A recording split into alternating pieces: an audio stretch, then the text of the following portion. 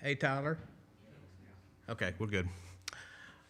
The Book of Esther, Chapter 1, the king dethrones Queen Vashti. Now it came to pass in the days of Ahasuerus, this was the Ahasuerus who reigned over 127 provinces, from India to Ethiopia. In those days, when King Ahasuerus sat on the throne of his kingdom, which was in Shushan, the citadel, that in the 3rd year of his reign, he made a feast for all his officials and servants.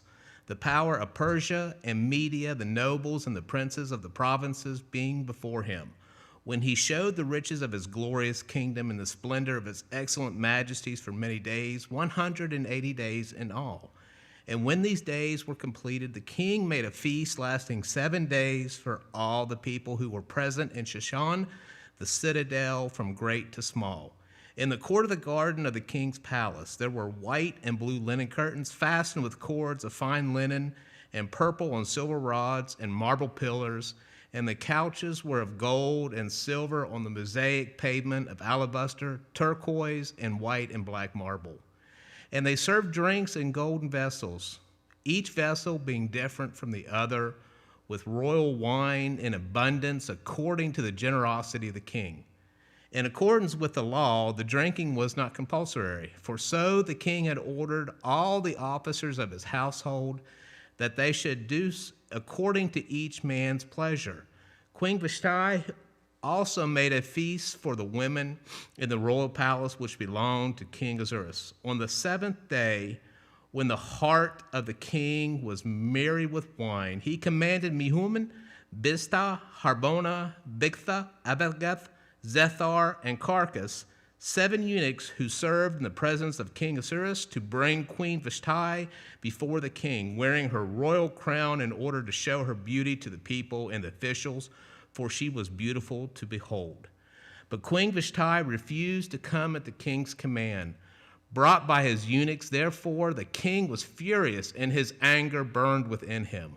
Then the king said to the wise men who understood the times, for this was the king's manner toward all who knew law and justice, those closest to him being Karshena, Jethar, Admantha, Tarshish, Meres, Marsena, and Memucan, the 7 princes of Persia and Media who had access to the king's presence and who ranked highest in the kingdom. What shall we do to Queen Vashti according to the law, because she did not obey the command of King Ahasuerus brought to her by the eunuchs? And Memucan answered before the king and the princes, Queen Vashti has not only wronged the king, but also the princes, and all the people who are in all the provinces of King Ahasuerus. For the queen's behavior will become known to all women, so that they will despise their husbands in their eyes. When they report King Ahasuerus commanded Queen Vashti to be brought in before him, but she did not come. This very day the noble ladies of Persia and Media will say to all the king's officials that they have heard of the behavior of the queen. Thus there will be excessive contempt and wrath. If it pleases the king, let a royal decree go out from him, and let it be recorded in the laws of the Persians and the Medes, so that it will not be altered, that Vashti shall come no more before King Ahasuerus, and let the king give her royal position to another who is better than she. When the king's decree, which he will make it proclaim throughout all his empire, for it is great, all wives will honor their husbands, both great and small. And the reply pleased the king and the princes. And the king did according to the word of Memucan. Then he sent letters to all the king's provinces, to each province in its own script, and to every people in their own language, that each man should be master in his own house and speak in the language of his own people. Chapter 2, Esther becomes queen. After these things, when the wrath of King Ahasuerus subsided, he remembered Vashti, what she had done, and what had been decreed against her. Then the king's servants who attended him said, Let beautiful young virgins be sought for the king, and let the king appoint officers in all the provinces of his kingdom, that they may gather all the beautiful young virgins to Shushan, the citadel, into the women's quarters, under the custody of Haggai, the king's eunuch, custodian of the women, and let beauty preparations be given them. Then let the young woman who pleases the king be queen instead of Vashti. This thing pleased the king, and he did so. In Shushan, the citadel where there was a certain Jew whose name was Mordecai, the son of Jair, the son of Shimei, the son of Kish, a Benjamite. Kish, who had been carried away from Jerusalem with the captives who had been captured with the Jeconian king of Judah, whom Nebuchadnezzar, the king of Babylon, had carried away. And Mordecai had brought up Hadash, that is Esther, his uncle's daughter, for she had neither father nor mother. The young woman was lovely and beautiful. When her father and mother died, Mordecai took her as his own daughter. So it was, when the king's command and decree were heard, and when many young women were gathered at Shushan, the citadel under the custody of Haggai, that Esther also was taken to the king's palace, into the care of Haggai, the custodian of the woman. Now the young woman pleased him, and she obtained his favor. So he readily gave beauty preparations to her, beside her allowance. Then 7 choice maidservants were provided for her from the king's palace, and he moved her from her maidservants to the best place in the house of the women. Esther had not revealed her people or family, for Mordecai had charged her not to reveal it. And every day Mordecai paced in front of the court of the women's quarters to learn of Esther's welfare and what was happening to her. Each young woman's turn came to go into King Ahasuerus after she had completed 12 months' preparation, according to the regulations for the woman, for thus were the days of the preparations apportioned. 6 months with oil of myrrh, and 6 months with perfumes and preparations for beautifying women. Thus prepared, each young woman went to the king, and she was given whatever she desired to take with her from the woman's quarters to the king's palace. In the evening she went, and in the morning she returned to the second house of the women, to the custody of Shakaz, the king's eunuch who kept the concubines. She would not go in to the king again unless the king delighted in her and called for her by name. Now, when the turn came for Esther, the daughter of Abihail, the uncle of Mordecai, who had taken her as his daughter to go into the king, she requested nothing but what Haggai, the king's eunuch, the custodian of the women, advised. And Esther obtained favor in sight of all who saw her. So Esther was taken to King Ahasuerus into his royal palace in the 10th month, which is the month of Tebeth, in the 7th year of his reign. The king loved Esther more than all the other women, and she obtained grace and favor in his sight more than all the virgins.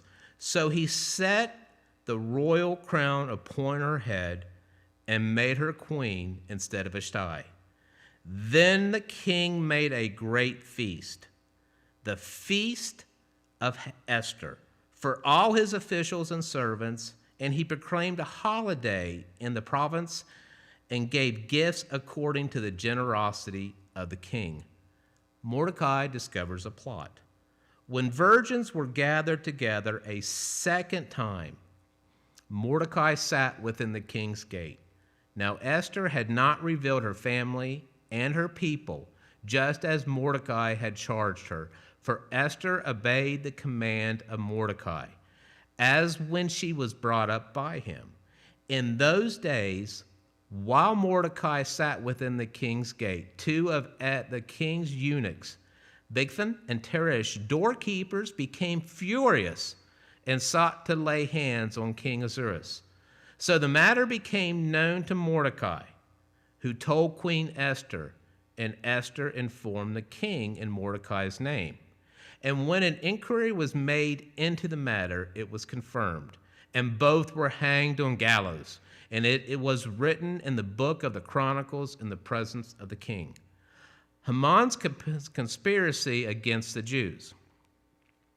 After these things, King Ahasuerus promoted Haman, the son of Hammedatha, the Agagite, and advanced him and set his seat above all the princes who were with him.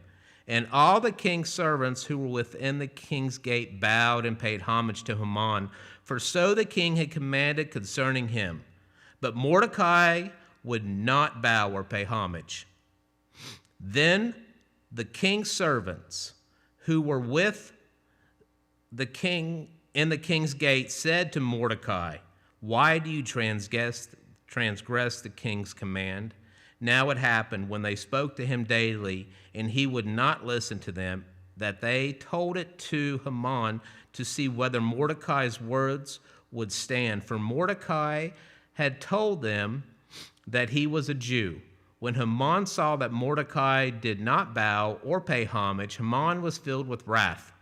But he disdained to lay hands on Mordecai alone, for they had told him of the people of Mordecai. Instead, Haman sought out to destroy all the Jews who were throughout the whole kingdom of Ahasuerus, the people of Mordecai. In the first month, which is the month of Nisan, in the 12th year of King Ahasuerus, they cast pur, that is, the lot, before Haman to determine the day and the month until it fell on the 12th month, which is in the month of Adar. Then Haman said to King Ahasuerus, "There is a certain people scattered and dispersed among the people in all the provinces of your kingdom. Their laws are different from all other peoples, and they do not keep the king's laws. Therefore, it is not fitting for the king to let them remain. If it pleases the king, let a decree be written that they be destroyed, and I will pay 10,000 talents of silver into the hands of those who do the work to bring it into the king's treasuries." So the king took his signet ring from his hand, and he gave it to Haman, the son of Hammedatha, the Agagite, and the enemy of the Jews. And the king said to Haman, "The money and the people are given to you. Do with them as seems good to you." Then the king's scribes were called on the 13th day of the first month, and a decree was written to all that Haman commanded, to the king's satraps, to the governors who were over each province, to the officials of all people, to every province according to its script, and to every people in their language. In the name of King Ahasuerus, it was written and sealed with the king's signet ring, and the letters were sent by couriers into the king's provinces to destroy, to kill, and to annihilate all the Jews, both young and old, little children and women. And one day, on the 13th day of the 12th month, which is the month of Adar, and to plunder their possessions. A copy of the document was to be issued as law in every province, being published for all people, that they should be ready for the day. The couriers were sent out, hastened by the king's command, and the decree was proclaimed to Shushan, the citadel. So the king and Haman sat down to drink, but the city of Shushan was perplexed. Esther agrees to help the Jews, chapter 4. When Mordecai learned all that had happened, he tore his clothes and put on sackcloth and ashes and went out into the midst of the city. He cried out with a loud and bitter cry. He went as far as the front of the king's gate, for no one might enter the king's gate clothed with sackcloth. And in every province where the king's command and decree arrived, there was great mourning among the Jews, with fasting, weeping, and wailing, and many lay in sackcloth and ashes. So Esther's maids and eunuchs came and told her, and the queen was deeply distressed. Then she sent garments to clothe Mordecai and to take his sackcloth away from him, but he would not accept them. Then Esther called Hathach, one of the king's eunuchs, whom he had appointed to attend her, and she gave him command concerning Mordecai to learn what and why this was. So Hathach went out to Mordecai in the city square that was in front of the king's gate, and Mordecai told him all that had happened, and the sum of money that Haman had promised to pay into the king's treasuries to destroy the Jews. He also gave him a copy of the written decree for their destruction, which was given at Shushan, that he might show it to Esther and explain it to her, and that he might command her to go into the king to make supplication to him and plead before him for her people. So Hathach returned and told Esther the words of Mordecai. Then Esther spoke to Hathach and gave him command for Mordecai. All the king's servants and the peoples of the king's provinces know that any man or woman who goes into the inner court to the king who has not been called, he has but one law, put all to death, except the one to whom the king holds out the golden scepter, that he may live. Yet I myself have not been called to go into the king these 30 days. So they told Mordecai Esther's words. And Mordecai told them to answer Esther, do not think in your heart that you will escape in the king's palace any more than all the other Jews. For if you remain completely silent at this time, relief and deliverance will arise for the Jews from another place. But you and your father's house will perish. Yet who knows whether you have come to this kingdom for such a time as this? Then Esther told them to reply to Mordecai, go gather all the Jews who are present in Shushan and fast from me. Neither eat nor drink for 3 days, for 3 night or day. My maids and I will fast likewise. And so I will go to the king, which is against the law, and if I perish, I perish. So Mordecai went his way and did according to all that Esther commanded him. Chapter 5, Esther's banquet. Now it had happened on the 3rd day that Esther put on her royal robes and stood in the inner court of the king's palace across from the king's house, while the king sat on his royal throne in his royal house, facing the entrance of the house. So it was when the king saw Queen Esther standing in the court that she found favor in his sight. And the king held out to Esther the golden scepter that was in his hand. Then Esther went near and touched the top of the scepter. And the king said to her, what do you wish, Queen Esther? What is your request? It shall be given to you up to half the kingdom. So Esther answered, if it pleases the king, let the king and Haman come today to the banquet that I have prepared for him. Then the king said, bring Haman quickly, that he may do as Esther has said. So the king and Haman went to the banquet that Esther had prepared. At the banquet of wine, the king said to Esther, what is your petition? It shall be granted you. What is your request? Up to half the kingdom, it shall be done. Then Esther answered and said, my petition and request is this. If I have found favor in the sight of the king, and if it pleases the king to grant my petition and fulfill my request, then let the king and Haman come to the banquet which I will prepare for them, and tomorrow I will do as the king has said. Haman's plot against Mordecai. So Haman went out that day, joyful with a glad heart. But when Haman saw Mordecai in the king's gate, and that he did not stand or tremble before him, he was filled with indignation against Mordecai. Nevertheless, Haman restrained himself and went home. And he sent and called for his friend and his wife Zeresh. Then Haman told them of the great riches, the multitude of his children, everything in which the king had promoted him, and how he had advanced him above the officials and the kings of the servants of the king. Moreover, Haman said, besides Queen Esther invited no one but me to come in with the king to the banquet, and that she prepared, and tomorrow I am again invited by her along with the king. Yet all this avails me nothing so long as I see Mordecai the Jew sitting at the king's gate. Then his wife Zeresh and all his friends said to him, let a gallows be made, 50 cubits high, and in the morning suggested the king that Mordecai be hanged on it. Then go merrily with the king to the banquet. And the thing pleased Haman, so he had the gallows made.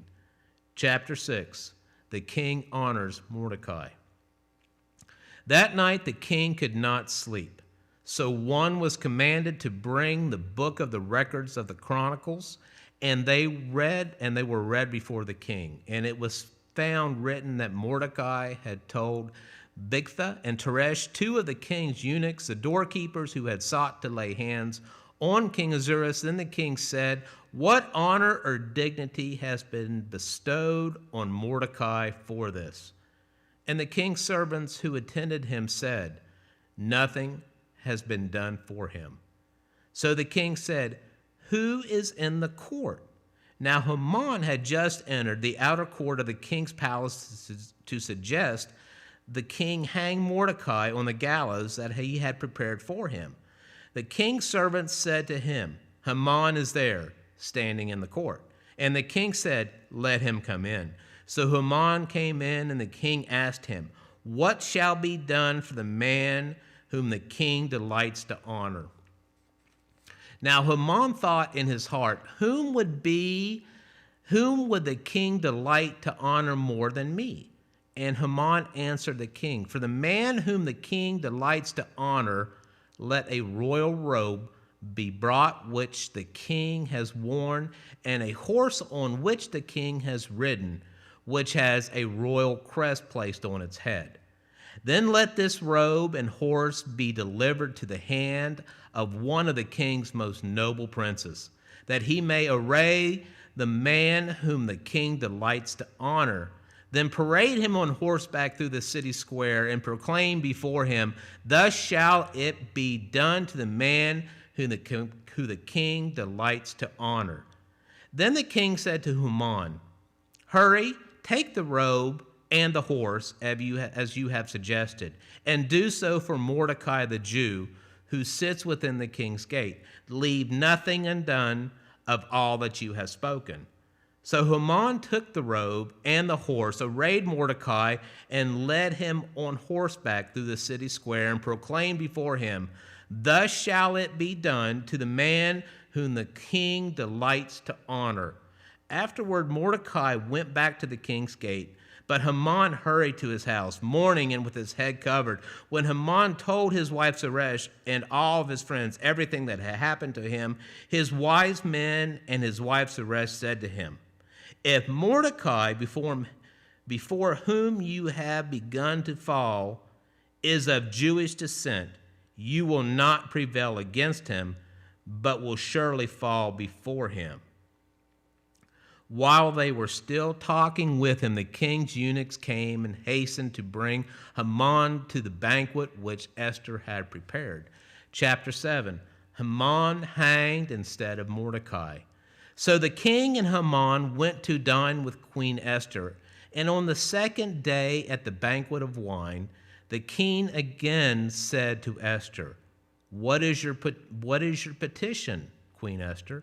It shall be granted you. And what is your request? Up to half the kingdom it shall be done. Then Queen Esther answered and said, if I have found favor in your sight, O king, and if it pleases the king, let my life be given. Let my life be given me at my petition, and at my people at my request. For we have been sold, my people and I, to be destroyed, to be killed, and to be annihilated.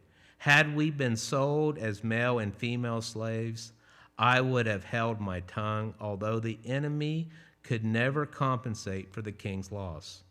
So King Ahasuerus answered and said to Queen Esther, "Who is he, and where is he, who would dare presume in his heart to do such a thing?" And Esther said, "The adversary and enemy is this wicked Haman." So Haman was terrified before the king and queen. Then the king arose in his wrath from the banquet of wine and went into the palace garden. But Haman stood before Queen Esther, pleading for his life, for he saw the evil was determined against him by the king. When the king returned from the palace garden to the place of the banquet of wine, Haman had fallen across the couch where Esther was. Then the king said, "Will he also assault the queen while I am in the house?" As the word left the king's mouth, they covered Haman's face.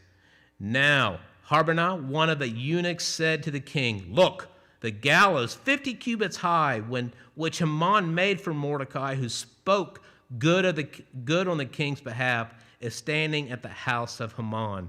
Then the king said, "Hang him on it." So they hanged Haman on the gallows that he had prepared for Mordecai. Then the king's wrath subsided. Chapter 8, Esther saves the Jews. On that day, King Ahasuerus gave Queen Esther the house of Haman, the enemy of the Jews. And Mordecai came before the king, for Esther had told how he was related to her. So the king took off his signet ring, which he had taken from Haman, and gave it to Mordecai. And Esther appointed Mordecai over the house of Haman. Now Esther spoke to the king, fell down on his feet, and implored him with the tears to counteract the evil of Haman the Agagite and the scheme which he had devised against the Jews. And the king held out the golden scepter toward Esther. So Esther arose and stood before the king and said, "If it pleases the king, and if I have found favor in his sight, and the things seem right to the king, and I am pleasing in his eyes, let it be written to revoke the letters devised by Haman, the son of Hammedatha, the Agagite, which he wrote to annihilate the Jews who are in all the king's provinces. For how can I endure to see the evil that will come to my people? Or how can I endure to see the destruction of my countrymen?" Then King Ahasuerus said to Queen Esther and Mordecai the Jew, "Indeed, I have given Esther the house of Haman, and they have hanged him on the gallows because he tried to lay hands on the Jews. You yourselves write a decree concerning the Jews, as you please in the king's name, and seal it with the king's signet ring. For whatever is written in the king's name and sealed with the king's signet ring, no one can revoke."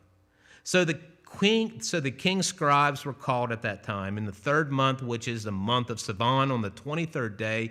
And it is written according to all that Mordecai commanded to the Jews, the satraps, the governors, and the princes of the provinces, from India to Ethiopia, 127 provinces in all, to every province in its own script, to every people in their own language, and to the Jews in their own script and language. And he wrote in the name of King Ahasuerus, sealed it with the king's signet ring, and sent letters by couriers on horseback, riding on royal horses, bred from swift steeds. By these letters, the king permitted the Jews who were in every city to gather together and protect their lives, to destroy, kill, and annihilate all the forces of any people or province that would assault them, both little children and women, and to plunder their possessions on one day in all the provinces of King Ahasuerus, on the 13th day of the 12th month, which is the month of Adar. A copy of the document was to be issued as a decree in every province and published for all people, so that the Jews would be ready on that day to avenge themselves on their enemies. The couriers who rode on royal horses went out, hastened and pressed on by the king's command. And the decree was issued in Shushan, the citadel. So Mordecai went out from the presence of the king in royal apparel of blue and white, with a great crown of gold and garment of fine linen and purple. And the city of Shushan rejoiced and was glad. The Jews had light and gladness, joy and honor. And in every province and city, wherever the king's command and decree came, the Jews had joy and gladness, a feast and a holiday. Then many of the people of the land became Jews, because fear of the Jews fell upon them. Chapter 9, the Jews destroy their tormentors. Now in the 12th month, that is, the month of Adar, on the 13th day, the time came for the king's command and his decree to be executed. On the day that the enemies of the Jews had hoped to overpower them, the opposite occurred, in that the Jews themselves overpowered those who hated them. The Jews gathered together in their cities throughout all the provinces of King Ahasuerus to lay hands on those who had sought their harm. And no one could withstand them, because fear of them fell upon all people. And all the officials of the provinces, the satraps, the governors, and all those doing the king's work helped the Jews, because the fear of Mordecai fell upon them. For Mordecai was great in the king's palace, and his fame spread throughout all the provinces. For this man Mordecai became increasingly prominent. Thus the Jews defeated all their enemies with the stroke of the sword, with slaughter and destruction, and did what they pleased with those who hated them. And in Shushan the citadel, the Jews killed and destroyed 500 men. Also, Parsantha, Daphan, Aspatha, Poratha, Adelia, Aridatha, Parmashta, Arisai, Aridadai, and Veshtutha, the 10 sons of Haman, the son of Hammedatha, the enemy of the Jews they killed. They did not lay a hand on the plunder. On that day, the number of those who were killed in Shushan, the citadel, was brought to the king. And the king said to Queen Esther, the Jews have killed and destroyed 500 men in Shushan, the citadel, and the 10 sons of Haman. What have they done in the rest of the king's provinces? Now, what is your petition? It shall be granted to you. Or what is your further request? It shall be done. Then Esther said, if it pleases the king, let it be granted to the Jews who are in Shushan to again tomorrow, according to today's decree, and let Haman's 10 sons be hanged on the gallows. So the king commanded that this be done. The decree was issued in Shushan, and they hanged Haman's 10 sons. And the Jews who were in Shushan gathered together again on the 14th day of the month of Adar and killed 300 men at Shushan, but they did not lay a hand on the plunder. The remainder of the Jews in the king's provinces gathered together and protected their lives, had rest from their enemies, and killed 75,000 of their enemies, but they did not lay a hand on the plunder. This was on the 13th day of the month of Adar. And on the 14th of the month they rested and made it a day of feasting and gladness, the feast of Purim. But the Jews who were at Shushan assembled together on the 13th day, as well on the 14th. And on the 15th of the month they rested, and they made it a day of feasting and gladness. Therefore the Jews of the villages who dwelt in the unwalled towns celebrated the 14th day of the month of Adar with gladness and feasting, as a holiday and for sending presents to one another. And Mordecai wrote these things and sent letters to all Jews near and far who were in all the provinces of King Ahasuerus, to establish among them that they should celebrate yearly the 14th and 15th days of the month of Adar, as the days on which the Jews had rest from their enemies, as the month which was turned from sorrow to joy for them, and from mourning to a holiday, that they should make them days of feasting and joy, of sending presents to one another and gifts to the poor. So the Jews accepted the custom which they had begun, as Mordecai had written to them, because Haman, the son of Hammedatha, the Agagite, the enemy of all Jews, had plotted against the Jews to annihilate them, and had cast pur, that is the lot, to consume them and destroy them. But when Esther came before the king, he commanded by letter that this wicked plot which Haman had devised against the Jews should return on his own head, and that he and his sons should be hanged on the gallows. So they called these days Purim, after the name Pur. Therefore, because of all the words of this letter that they had seen concerning this matter and what had happened to them, the Jews established and imposed it upon themselves and their descendants and all who would join them, that without fail they should celebrate these 2 days every year according to the written instructions and according to the prescribed time, that these days should be remembered and kept throughout every generation, every family, every province, and every city, that these days of Purim should not fail to be observed among the Jews, and that the memory of them should not perish among their descendants. Then Queen Esther, the daughter of Abel, with Mordecai the Jew, wrote with full authority to confirm this second letter about Purim. And Mordecai sent letters to all the Jews, to the 127 provinces of the king of Xerxes, with words of peace and truth, to confirm these days of Purim at their appointed time, as Mordecai the Jew and Queen Esther had prescribed for them. And as they had decreed for themselves and their descendants concerning matters of their fasting and lamenting, so the decree of Esther confirmed these matters of Purim, and when it was written in the book. Chapter 10, Mordecai's advancement. And King Ahasuerus imposed tribute on the land and on the islands of the sea. Now all the acts of his power and his might and the account of the greatness of Mordecai to which the king advanced him are not written in the book of the Chronicles of the king of Media and Persia. For Mordecai the Jew was second to King Ahasuerus, and was great among the Jews, and well received by the multitude of his brethren, seeking the good of his people, and speaking peace to all his countrymen. The book of Job, chapter 1, Job and his family in Uz. There was a man in the island of Uz, whose name was Job, and that man was blameless and upright, and one who feared God and shunned evil. And 7 sons and 3 daughters were born to him.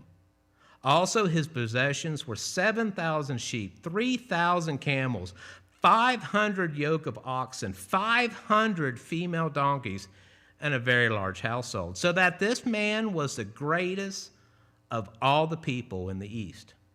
And his sons would go and feast in their houses, each on his appointed day, and would send and invite their 3 sisters to eat and drink with him. So it was when the days of feasting had run their course that Job would send and sanctify them. And he would rise early in the morning and offer burnt offerings according to the number of them all. For Job said, "It may be that my sons have sinned and cursed God in their hearts." Thus Job did it regularly. Satan attacks Job's character. Now there was a day when the sons of God came to present themselves before the Lord, and Satan also came among them. And the Lord said to Satan, "From where do you come?"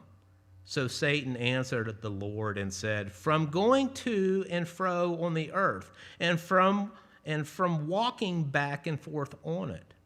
Then the Lord said to Satan, "Have you considered my servant Job, that there is none like him on the earth, a blameless and upright man, one whom fears God and shuns evil?" So Satan answered the Lord and said, "Does Job fear God for nothing?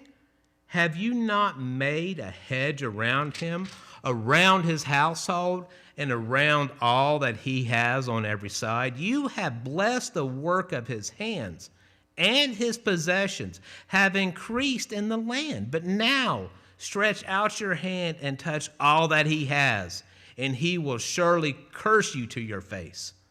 And the Lord said to Satan, "Behold all that he has in your power, only do not lay a hand on his person."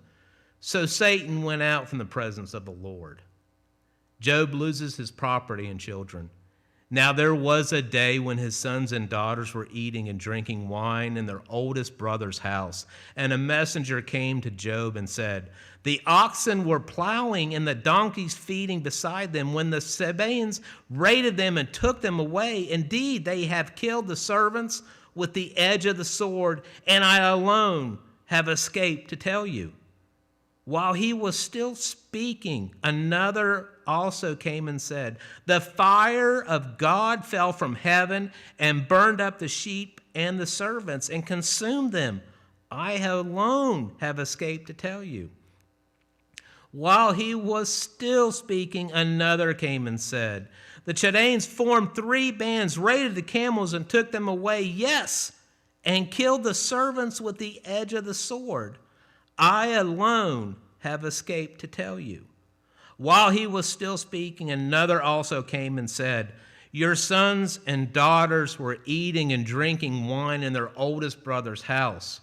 And suddenly a great wind came from across the wilderness and struck the 4 corners of the house.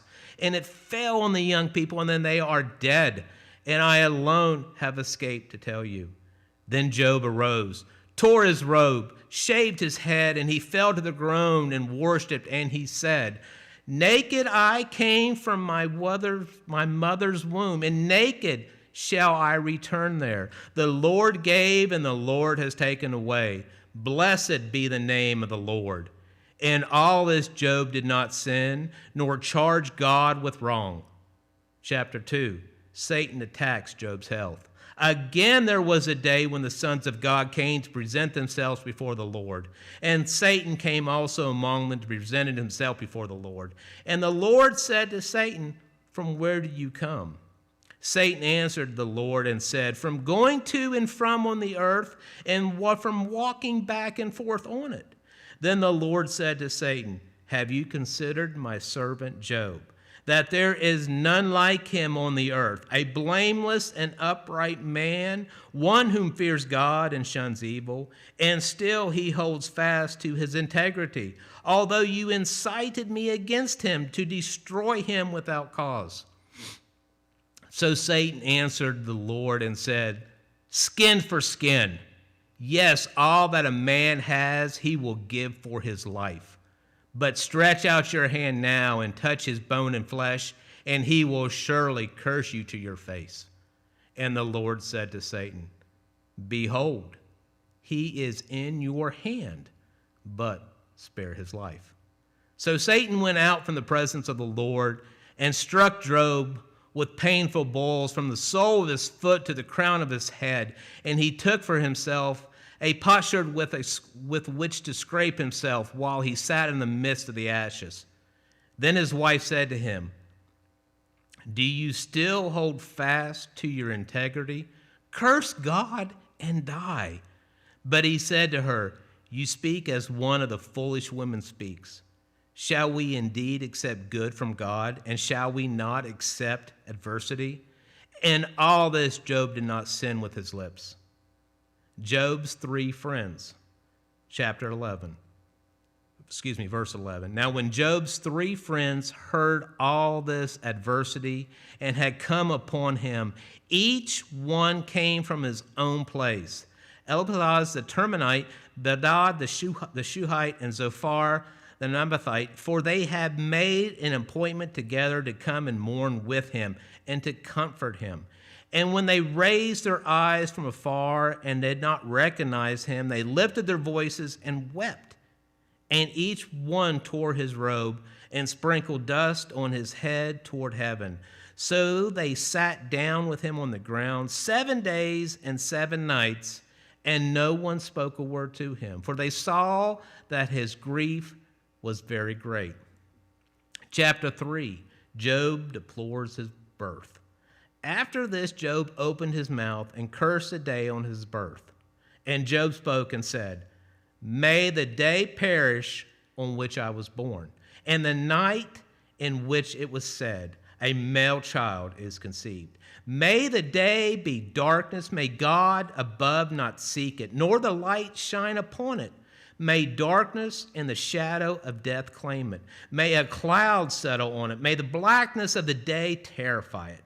As for that night, may darkness seize it. May it not rejoice among the days of the year. May it not come into the number of the months. Oh, may that night be barren. May no joyful shout come into it. May those curse it who curse the day, those who are ready to arouse Leviathan. May the stars of its mornings be dark. May it look for light and have none, and not see the dawning of the day, because it did not shut up the doors of my mother's womb, nor hide from my eyes. Why did I not die at birth? Why did I not perish when I came from the womb?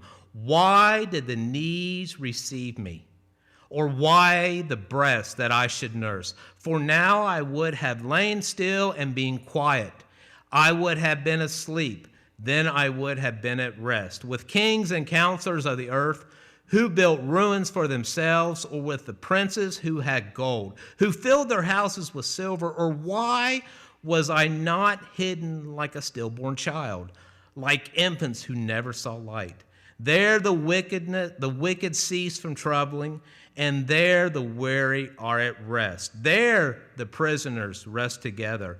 They do not hear the voice of the oppressor. The small and great are there, and the servant is free from his master. Why is light given to him who is in misery, and life to the bitter of soul? Who long for death, but it does not come, and search for it more than hidden treasures? Who rejoice exceedingly and are glad when they can find the grave? Why is light given to a man whose way is hidden, and whom God has hedged in? For my sighing comes before I eat, and my groanings pour out like water. For the thing I greatly feared has come upon me, and what I dreaded has happened to me. I am not at ease, nor am I quiet. I have no rest, for trouble comes. Chapter 4, Eliphaz, Job has sinned. Then Eliphaz the Temanite answered and said, "If one attempts a word with you, will you become weary? But who can withhold himself from speaking? Surely you have instructed many, and you have strengthened weak hands. Your words have upheld him who was stumbling, and you have strengthened the feeble knees. But now it comes upon you, and you are weary. It touches you, and you are troubled. Is not your reverence your confidence, and your integrity of your ways your hope? Remember now, whoever perished being innocent, or where were the upright ever cut off? Even as I have seen, those who plow iniquity and sow trouble reap the same. By the blast of God they perish, and by the breath of his anger they are consumed. The roaring of the lion, the voice of the fierce lion, and the teeth of the young lions are broken. The old lion perishes for lack of prey, and the cubs of the lioness are scattered. Now a word was secretly brought to me, and my ear received a whisper of it. In disquieting thoughts from the visions of the night, when deep sleep falls on men, fear came upon me and trembling, which made all of my bones shake. Then a spirit passed before my face. The hair on my body stood up. It stood still, but I cannot discern its appearance. A form was before my eyes. There was silence. Then I heard a voice saying, "Can a mortal be more righteous than God? Can a man be more pure than his maker? If he puts no trust in his servants, if he charges his angels with error, how much more those who dwell in his house of clay, whose foundation is in the dust, who are crushed before a moth? They are broken in pieces from morning till evening. They perish forever, with no one regarding. Does not their own excellence go away? They die even without wisdom. Eliphaz, Job is chastened by God. Call out now. Is there anyone who will answer you? And to which of the holy ones will you turn? For wrath kills a foolish man, and envy slays a simple one. I have seen the foolish taking root, but suddenly I cursed his dwelling place. His sons are far from safety. They are crushed in the gate, and there is no deliverer. Because the hungry eat up his harvest, taking it even from the thorns, and a snare snatches their substance. For affliction does not come from the dust, nor does trouble spring from the ground. Yet man is born to trouble, as the sparks fly upward. But as for me, I would seek God, and to God I would commit my cause. Who does great things and unsearchable, marvelous things without number? He gives rain on the earth and sends water on the fields. He sets on high those who are lowly, and those who mourn are lifted to safety. He frustrates the devices of the crafty so that their hands cannot carry out their plans. He catches the wise in their own craftiness, and the counsel of the coming comes quickly upon them. They meet with darkness in the daytime and grope at noontime as in the night. But he saves the needy from the sword, from the mouth of the mighty, and from their hand. So the poor have hope, and injustice shuts her mouth. Behold, happy is the man who God corrects. Therefore, do not despise the chastening of the Almighty, for he bruises, but he binds up. He wounds, but his hands make whole. He shall deliver you in six troubles. Yes, in 7 no evil shall touch you. In famine he shall redeem you from death, and in war from the power of the sword. You shall be hidden from the scourge of the tongue, and you shall not be afraid of destruction when it comes. You shall laugh at destruction and famine, and you shall not be afraid of the beasts of the earth. For you shall have a covenant with the stones of the field, and the beasts of the field shall be at peace with you. You shall know that your tent is in peace. You shall visit your dwelling and find nothing amiss. You shall also know that your descendants shall be many, and your offspring like the grass of the earth. You shall come to the grave at a full age, as a sheaf of grain ripens in its season. Behold, this we have searched out. It is true. Hear it and know it for yourself. Chapter 6, Job, my complaint is just. Then Job answered and said, Oh, that my grief were fully weighed, and my calamity laid with it on the scales. For then it would be heavier than the sand of the sea. Therefore my words have been rash, for the arrows of the Almighty are within me. My spirit drinks in their poison. The tear of gods are arrayed against me. Does the wild donkey bray when it has grass? Or does the ox low over its fodder? Can flavorless food be eaten without salt? Or is there any taste in the white of an egg? My soul refuses to touch them. They are loathsome food to me. Oh, that I might have my request, that God would grant me the thing that I long for, that it would please God to crush me, that he would lose his hand and cut me off. Then I would still have comfort, though in anguish I would exult. He will not spare, for I have not concealed the words of the Holy One. What strength do I have that I should hope? And what is my end that I should prolong my life? Is my strength the strength of stones, or is my flesh bronze? Is my help not within me, and is success driven from me? To him who is afflicted, kindness should be shown by his friend, even though he forsakes the fear of the Almighty. My brothers have dwelt deceitfully like a brook, like the stream of the brooks that pass away, which are dark because of the ice, and into which the snow vanishes. When it is warm, they cease to flow. When it is hot, they vanish from this place. The paths of their way turn aside. They go nowhere and perish. The caravans of Timeh look, the travelers to Sheba hope for them. They are disappointed because they were confident. They come here and are confused. For now you are nothing. You see terror and are afraid. Did I ever say, bring something to me, or offer a bribe for me from your wealth, or deliver me from the enemy's hands, or redeem me from the hand of oppressors?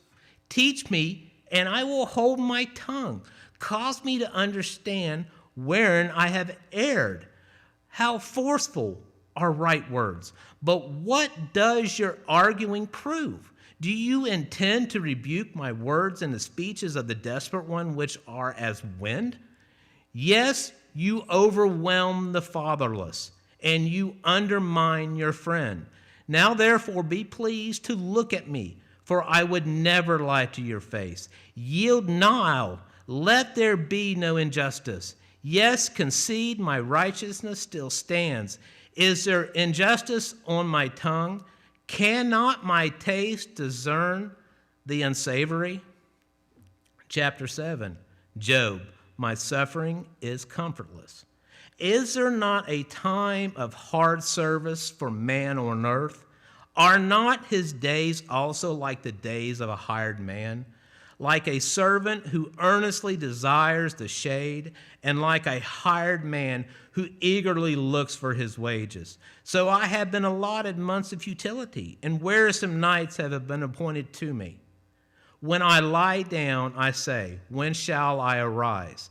And the night be ended. For I have had my fill of tossing till dawn. My flesh is caked with worms and dust. My skin is cracked and breaks out afresh. My days are swifter than a weaver's shuttle and are spent without hope. Oh, remember that my life is a breath. My eyes will never see good. The eye of him who sees me will see no more. While your eyes are upon me, I shall no longer be. As the cloud disappears and vanishes away, so he who goes down to the grave does not come up. He shall never return to his house, nor shall his place know him anymore. Therefore, I will not restrain my mouth. I will speak in the anguish of my spirit. I will complain in the bitterness of my soul. Am I a sea or a sea serpent that you set a guard over me? When I say, my bed will comfort me, my couch will ease my complaint, then you scare me with dreams and terrify me with visions, so that my soul chooses strangling and death rather than my body. I loathe my life. I would not live forever. Let me alone, for my days are but a breath. What is man that you should exalt him, that you should set your heart on him, that you should visit him every morning and test him every moment? How long will you not look away from me and let me alone till I swallow my saliva? Have I sinned? What have I done to you, O watcher of men? Why have you set me as your target, so that I am a burden to myself? Why then do you not pardon my transgression and take away my iniquity? For now I will lie down in the dust, and you will seek me diligently, but I will no longer be. Bildad, Job should repent. Then Bildad the Shuhite answered and said, how long will you speak these things, and the words of your mouth be like a strong wind? Does God subvert judgment, or does the Almighty pervert justice? If your sons have sinned against him, he has cast them away for their transgression. If you would earnestly seek God and make your supplication to the Almighty, if you were pure and upright, surely now he would awake for you and prosper your rightful dwelling place. Though your beginning was small, yet your latter end would increase abundantly. For inquire, please, of the former age, and consider the things discovered by their fathers. For we were born yesterday and know nothing, because our days on the earth are a shadow. Will they not teach you and tell you and utter words from their heart? Can the papyrus grow up without a marsh? Can the reeds flourish without water? Why is it yet green and not cut down? It withers before any other plant. So are the paths of all who forget God, and the hope of the hypocrite shall perish. Whose confidence shall be cut off, and whose trust is a spider's web? He leans on his house, but it does not stand. He holds it fast, but it does not endure. He grows green in the sun, and his branches spread out in his garden. His root wraps around the rock heap, and a look for a place in the stones. If he is destroyed from his place, then it will deny him, saying, I have not seen you. Behold, this is the joy of his way. And out of the earth others will grow. Behold, God will not cast away the blameless, nor will he uphold the evildoers. He will yet fill your mouth with laughing and your lips with rejoicing. Those who hate you will be clothed with shame, and the dwelling place of the wicked will come to nothing. Job chapter 9, there is no mediator. Then Job answered and said, truly I know it is so, but how can a man be righteous before God? If one wished to contend with him, he could not answer him one time out of 1,000. God is wise in heart and mighty in strength. Who has hardened himself against him and prospered? He removes the mountains, and they do not know when he overturns them in his anger. He shakes the earth out of its place, and its pillars tremble. He commands the sun, and it does not rise. He seals off the stars. He alone spreads out the heavens and treads on the waves of the sea. He made the bear, Orion, and the Pleiades, and the chambers of the south. He does great things past findings out, yet wonders without numbers. If he goes by me, I do not see him. If he moves past, I do not perceive him. Who can say to him, what are you doing?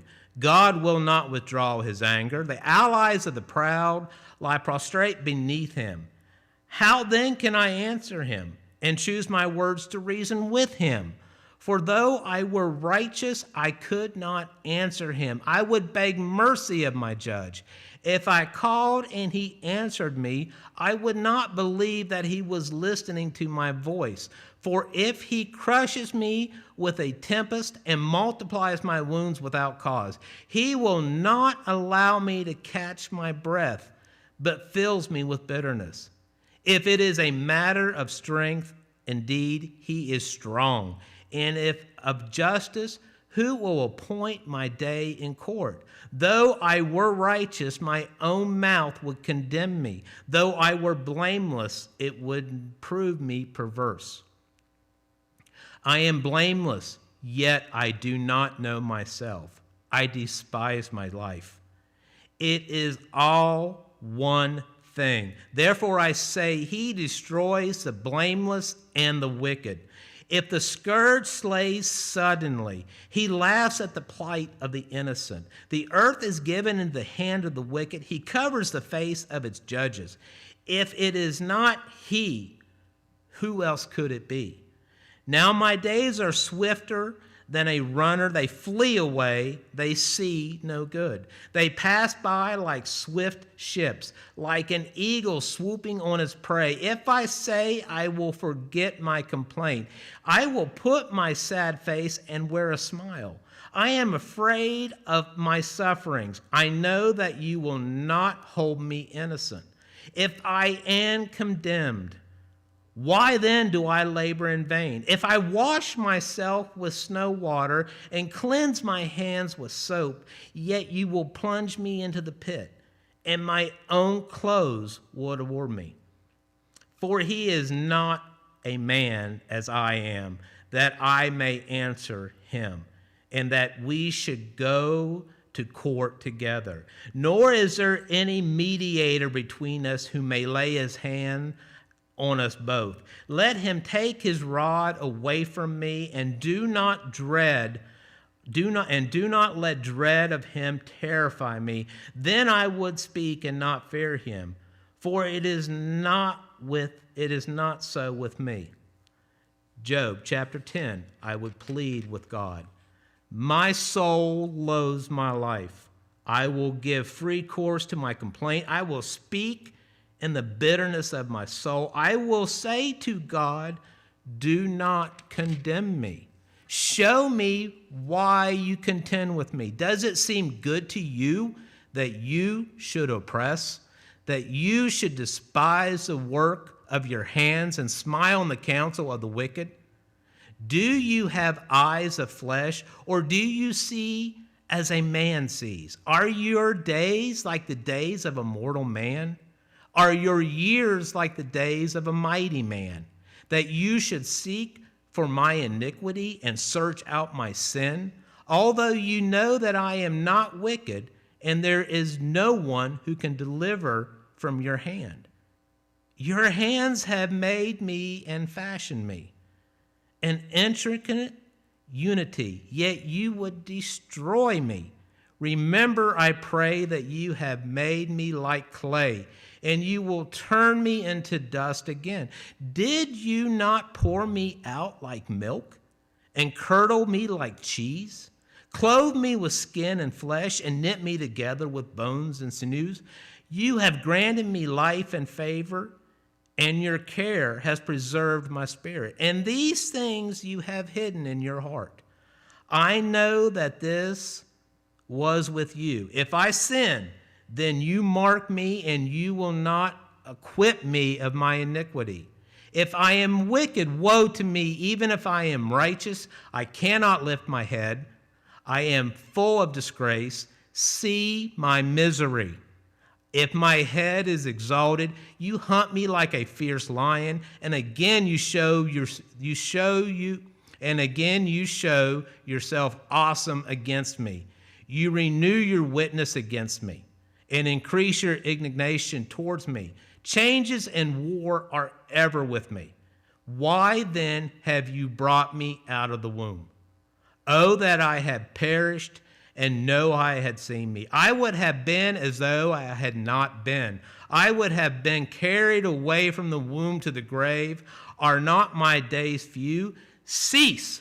Leave me alone, that I may take a little comfort before I go to the place from which I shall not return, to the land of darkness and the shadow of death, a land as dark as darkness itself, as the shadow of death without any order, where even the light is like darkness.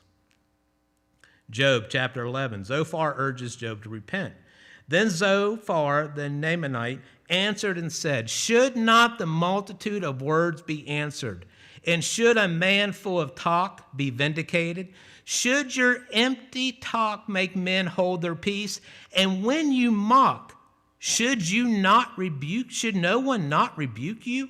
For you have said, my doctrine is pure, and I am clean in your eyes. But oh, what God would speak and open his lips against you, that he would show you the secrets of wisdom, for they would double your prudence. Know therefore that God exacts from less your iniquity deserves. Can you search out the deep things of God? Can you find out the limits of the Almighty? They are higher than heaven. What can you do? Deeper than Sheol. What can you know? Their measure is longer than the earth and broader than the sea. If he passes by in prisons and gathers to judgment, then who can hinder him?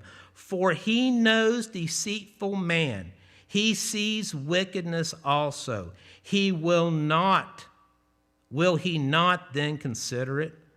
For an empty-headed man will be wise when a wild donkey's colt is born a man. If you would prepare your heart and stretch out your hands toward him, if iniquity were in your hand and you put it far away and would not let the wickedness dwell in your tents, then surely you could lift up your face without spot. Yes, you could be steadfast and not fear, because you would forget your misery and remember it as waters that have passed away, and your life would be brighter than noonday. Though you were dark, you would be like the morning, and you would be secure because there is hope. Yes, you would dig around you and take your rest in safety. You would also lie down, and no one would make you afraid. Yes, many would court your favor, but the eyes of the wicked will fail, and they shall not escape, and their hope, loss of life.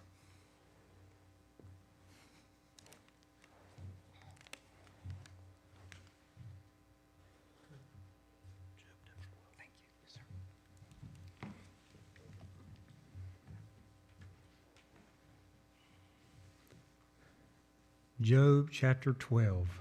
Job answers his critics. Then Job answered and said, no doubt you are the people, and wisdom will die with you. But I have understanding as well as you. I am not inferior to you. Indeed, who does not know such things as these? I am not mocked by his friends, who called on God, and he answered him, the just and blameless, who is ridiculed. A lamp is despised in the thought of one who is at ease. It is made ready for those whose feet slip. The tents of robbers prosper, and those who provoke God are secure in what God provides by his hand.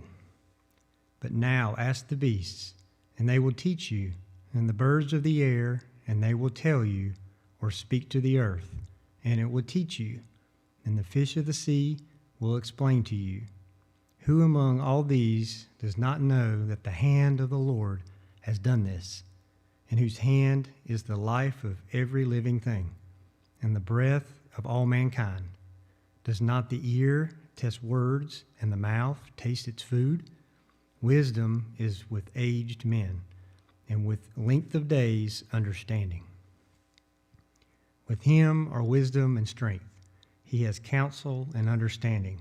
If he breaks a thing down, it cannot be rebuilt. If he imprisons a man, there can be no release. If he withholds the waters, they dry up.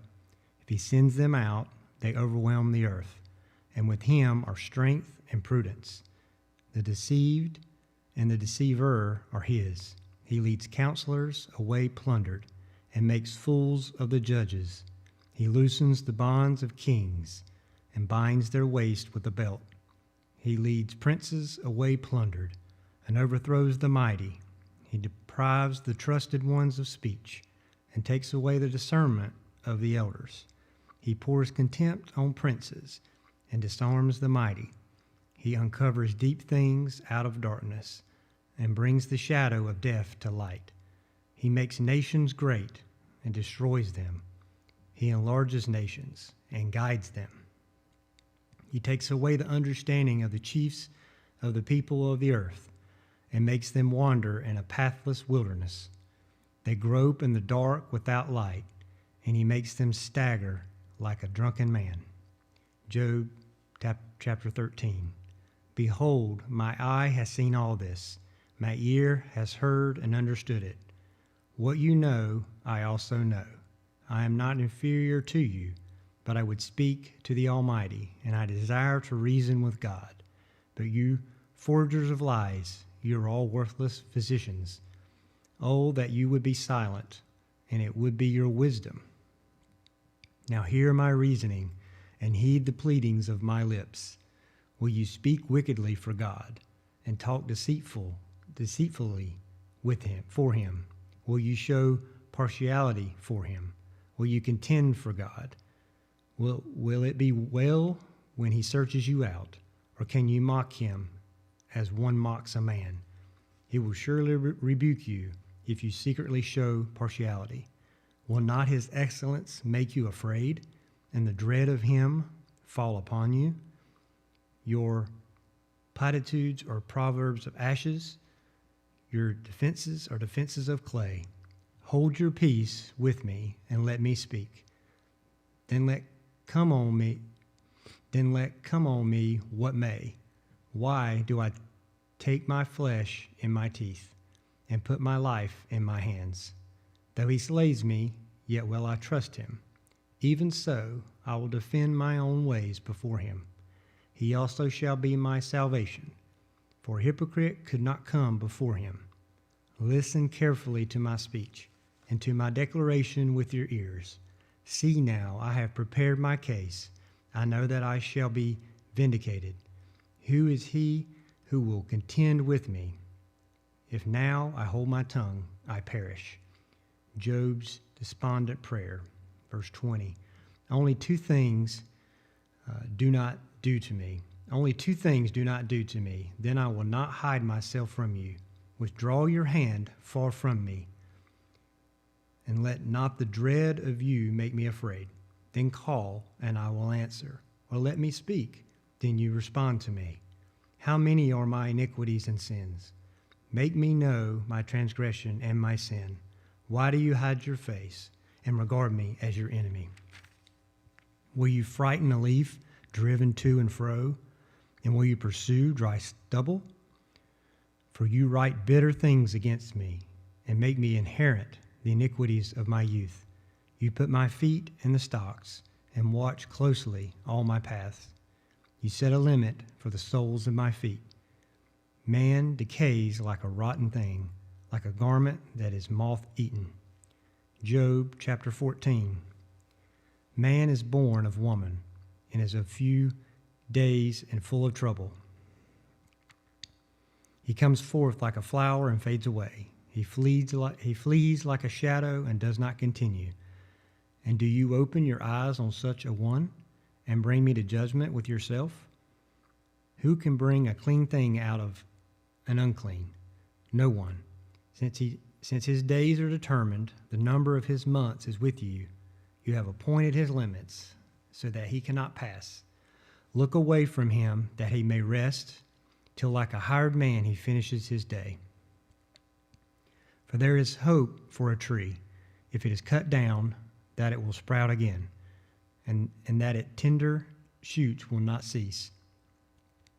Though its roots may grow old in the earth, and its stump may die in the ground, yet at the scent of water it will bud and bring forth branches like a plant. But man dies and is laid away. Indeed, he breathes his last, and where is he? As water disappears from the sea, and a river becomes parched and dries up, so man lies down and does not rise. Till the heavens are no more, they will not awake, nor be roused from their sleep. Oh, that you would hide me in your grave, that you would conceal me until your wrath is past, that you would appoint me a set time and remember me. If a man dies, shall he live again? All the days of my hard service I will wait, till my change comes. You shall call, and I will answer you. You shall desire the work of your hands. For now you number my steps, but do not watch over my sin. My transgression is sealed up in a bag, and you cover my iniquity. But as a mountain falls and crumbles away, and as a rock is moved from its place, as water wears away stones, and as torrents wash away the soul of the earth, so you destroy the hope of man. You prevail forever against him, and he passes on. You change his countenance and send him away. His sons come to honor, and he does not know it. They are brought low, and he does not perceive it. But his flesh will be in pain over it, and his soul will mourn over it. Job chapter 15. Eliphaz accuses Job of folly. Then Eliphaz the Temanite answered and said, Should a wise man answer with empty knowledge, and fill himself with the east wind? Should he reason with the unprofitable talk, or by speeches with which he can do no good? Yes, you cast off fear, and restrain prayer before God. For your iniquity teaches your mouth, and you choose the tongue of the crafty. Your own mouth condemns you, and not I. Yes, your own lips testify against you. Are you the first man who was born? Or were you made before the hills? Have you heard the counsel of God? Do you limit wisdom to yourself? What do you know that we do not know? What do you understand that is not in us? Both the gray-haired and the aged are among us, much older than your father.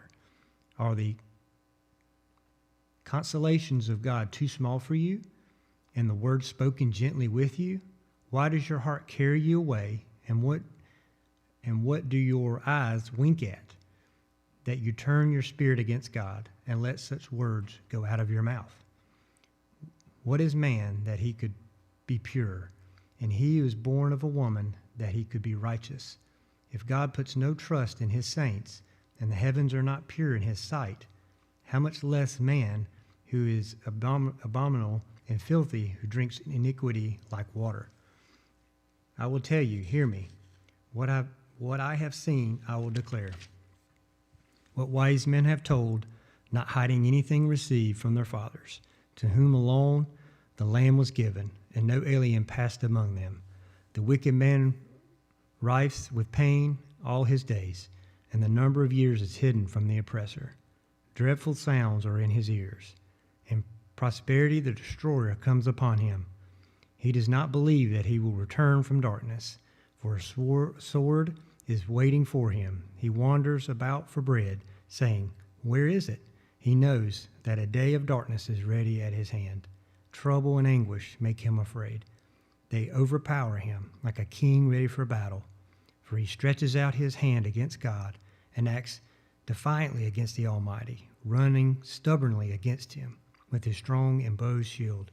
Though he has covered his face with his fatness and made his waist heavy with fat, he dwells in desolate cities and houses which no one inhabits, which are destined to become ruins. He will not be rich, nor will his wealth continue, nor will his possessions overspread the earth. He will not depart from darkness. The flame will dry out his branches, and by the breath of his mouth he will go away. Let him not trust in futile things, deceiving himself, for futility will be his reward. It will be accomplished before his time, and his branch will not be green. He will shake off his unripe grape like a vine, and cast off his blossom like an olive.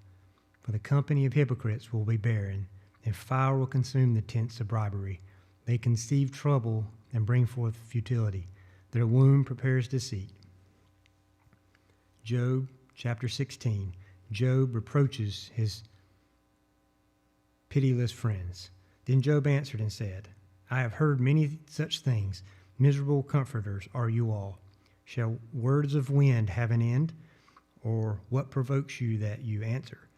I could also speak as you do, if your soul were in my soul's place. I could heap up words against you and shake my head at you. But I would strengthen you with my mouth, and the comfort of my lips will relieve your grief. Though I speak, my grief is not relieved, and if I remain silent, how am I eased? But now he has worn me out. You have made desolate all my company. You have shriveled me up, and it is a witness against me. My leanness rises up against me and bears witness to my face.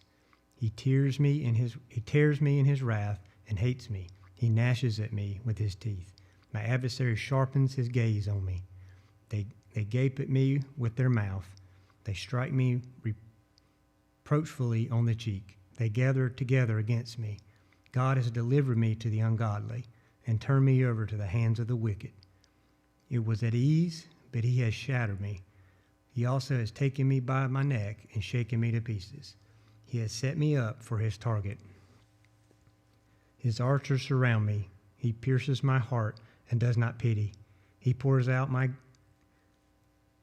gall on the ground. He breaks me with the wound upon wound. He runs at me like a warrior. I have sewn sackcloth over my skin and laid my head in the dust. My face is flushed from weeping, and on my eyelids is a shadow of death. Although no violence is in my hands, and my prayer is pure. O earth, do not cover my blood, and let my cry have no resting place. Surely even now my witness is in heaven, and my evidence is on high. My friends scorn me. My eyes pour out tears to God. Oh, that one might plead for a man with God, as a man pleads for his neighbor. For when a few years are finished, I shall go way of no return. Job chapter 17. Job prays for relief. My spirit is broken. My days are extinguished. The grave is ready for me. Are not mockers with me? And does not my eyes dwell on their provocation? Now put down a pledge for me with yourself. Who is he who will shake hands with me? Who is he who will shake hands with me? For you have hidden your heart from understanding. Therefore, you will not exalt them. He who speaks flattery to his friends, even the eyes of his children will fail. But he has made me a byword of the people, and I have become one in whose face men spit. My eye has also grown dim because of sorrow, and all my members are like shadows. Upright men are astonished at this, and the innocent stirs himself up against the hypocrite. Yet the righteous will hold to his way, and he who has clean hands will be stronger and stronger. But please come back again, all of you, for I shall not find one wise man among you. My days are past, my purposes are broken off. Even the thoughts of my heart, they change the night into day. The light is near, they say, in the face of darkness. If I wait for the grave as my house, if I make my bed in the darkness, if I say to corruption, you are my father, and to the worm, you are my mother and my sister, where then is my hope? As for my hope, who can see it? Will they go down to the gates of Sheol? Shall we have rest together in the dust? Job chapter 18. Bildad the wicked are punished. Then Bildad the Shuhite answered and said, How long till you put an end to words? Gain understanding, and afterward we will speak. Why are we counted as beasts and regarded as stupid in your sight? You who tear yourself in anger, shall the earth be forsaken for you, or shall the rock be removed from its place? The light of the wicked indeed goes out, and the flame of his fire does not shine. The light is dark in his tent, and his lamp beside him is put out. The steps of his strength are shortened, and his own counsel casts him down. For he is cast into a net by his own feet, and he walks into a snare. The net takes him by the heel, and a snare lays hold of him. A noose is hidden for him on the ground, and a trap for him in the road. Terrors frighten him on every side, and drive him to his feet. His strength is starved, and destruction is ready at his side. It devours patches of his skin. The firstborn of death devours his limbs. He is uprooted from the shelter of his tent, and they parade him before the king of terrors. They dwell in his tents, who are none of his. Brimstone is scattered on his dwelling. His roots are dried out below, and his branch withers above. The memory of him perishes from the earth, and he has no name among the renowned. He is driven from light into darkness, and chased out of the world. He has neither son nor posterity among his people, nor any remaining in his dwellings. Those in the west are astonished at his days, and those in the east are frightened.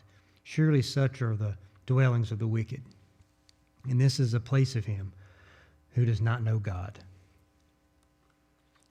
Job chapter 19. Job trusts in his Redeemer. Then Job answered and said, "How long will you torment my soul and break me in pieces with words?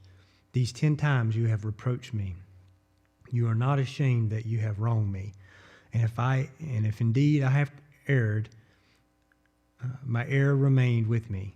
If indeed you exalt yourself against me and plead my disgrace against me, know then that God has wronged me and has surrounded me with his net. If I cry out concerning wrong, I am not heard. If I cry aloud, there is no justice. He has fenced up my way so that I cannot pass, and he has set darkness in my paths. He has stripped me of my glory and taken the crown from my head. He breaks me down on every side, and I am gone. My hope he has uprooted like a tree. He has also kindled his wrath against me, and he counts me as one of his enemies. His troops come together and build up their road against me. They encamp all around my tent. He has removed my brothers far from me, and my acquaintances are completely estranged from me. My relatives have failed, and my close friends have forgotten me. Those who dwell in my houses and my maidservants count me as a stranger. I am an alien in their sight. I call my servant, but he gives no answer. I beg him with my mouth. My breath is offensive to my wife, and I am repulsive to the children of my own body. Even young children despise me. I arise, and they speak against me. All my close friends abhor me, and those whom I love have turned against me. My bone clings to my skin and to my flesh, and I have escaped by the skin of my teeth. Have pity on me, O you my friends, for the hand of God has struck me. Why do you persecute me as God does, and are not satisfied with my flesh? Oh, that my words were written. Oh, that they were inscribed in a book, that they were engraved on a rock with an iron pen and lead forever.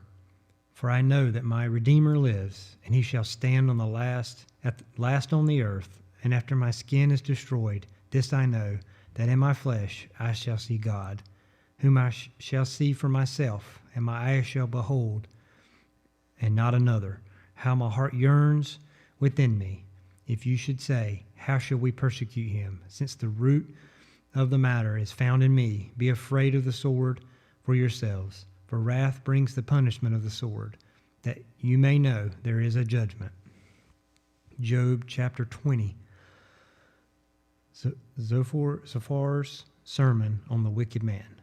Then Zophar the Nemanite answered and said, therefore my anxious thoughts make me answer. Because of the turmoil within me, I have heard the rebuke that reproaches me, and the spirit of my understanding causes me to answer. Do you not know this of old, since man was placed on earth, that the triumphing of the wicked is short, and the joy of the hypocrite is but for a moment? Though his haughtiness mounts up to the heavens, and his head reaches to the clouds, yet he will perish forever like his own refuse. Those who have seen him will say, where is he? He will fly away like a dream and not be found. Yes, he will be chased away like a vision of the night. The eye that saw him will see him no more, nor will his place behold him any more. His children will seek the favor of the poor, and his hands will restore his wealth. His bones are full of his youthful vigor, but it will lie down with him in the dust. Though evil is sweet in his mouth, and he hides it under his tongue, though he spares it and does not forsake it, but still keeps it in his mouth. Yet his food in his stomach turns sour. It becomes cobra venom within him. He swallows down riches and vomits them up again. God casts them out of his belly. He will suck the poison of cobras. The viper's tongue will slay him. He will not see the streams, the rivers flowing with honey and cream. He will restore that for which he has labored, and will not swallow it down. From the proceeds of business he will get no enjoyment, for he has oppressed and forsaken the poor. He has violently seized a house which he did not build. Because he knows no quietness in his heart, he will not save anything he desires. Nothing is left for him to eat. Therefore, his well-being will not last. In his self-sufficiency, he will be in distress. Every hand of misery will come against him. When he is about to fill his stomach, God will cast on him the fury of his wrath and will rain it on him while he is eating. He will flee from the iron weapon. A bronze bow will pierce him through. It is drawn and comes out of the body. Yes, the glittering point comes out of his gall. Terrors come upon him. Total darkness is reserved for his treasures. An unfeigned fire will consume him. It shall go ill with him who is left in his tent. The heavens will reveal his iniquity, and the earth will rise up against him. The increase of his house will depart, and his goods will flow away in the day of his wrath.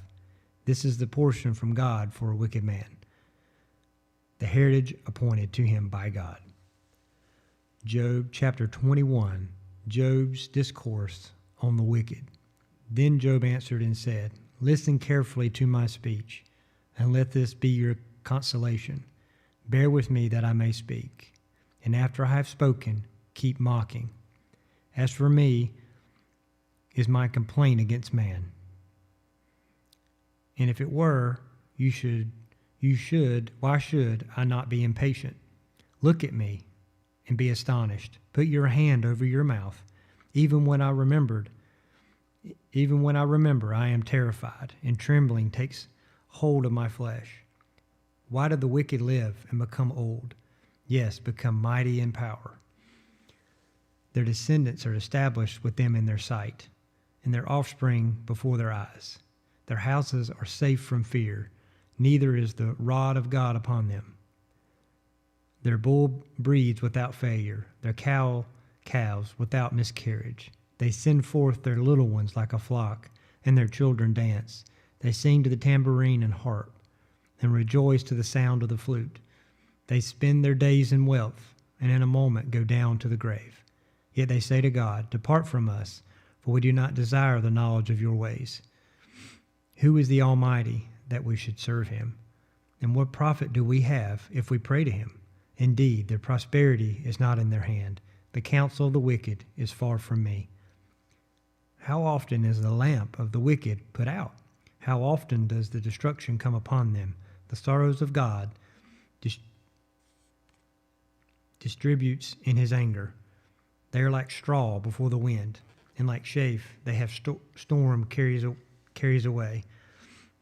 That a storm carries away. They say God lays up one's iniquity for his children. Let him recompense him, that he may know it. Let his eyes see his destruction, and let him drink of the wrath of the Almighty. For what does he care about his household after him, when the number of his months is cut in half? Can anyone teach God knowledge, since he judges those on high? One dies in his full strength, being wholly at ease and secure. His pails are full of milk, and the marrow of his bones is moist.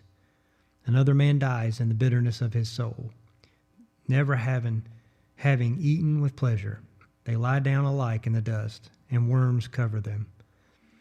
Look, I know your thoughts, and the schemes with which you would wrong me. For you say, Where is the house of the prince? And where is the tent, the dwelling place of the wicked?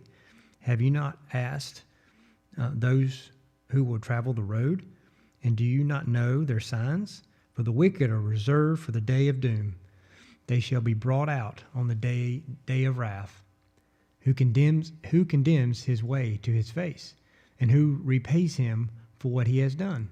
Yet he shall be brought to the grave, and a vigil kept over the tomb. The clods of the valley shall be sweet to him. Everyone shall follow him, as countless have gone before him. How then can you comfort me with empty words, since falsehood remains in your answers?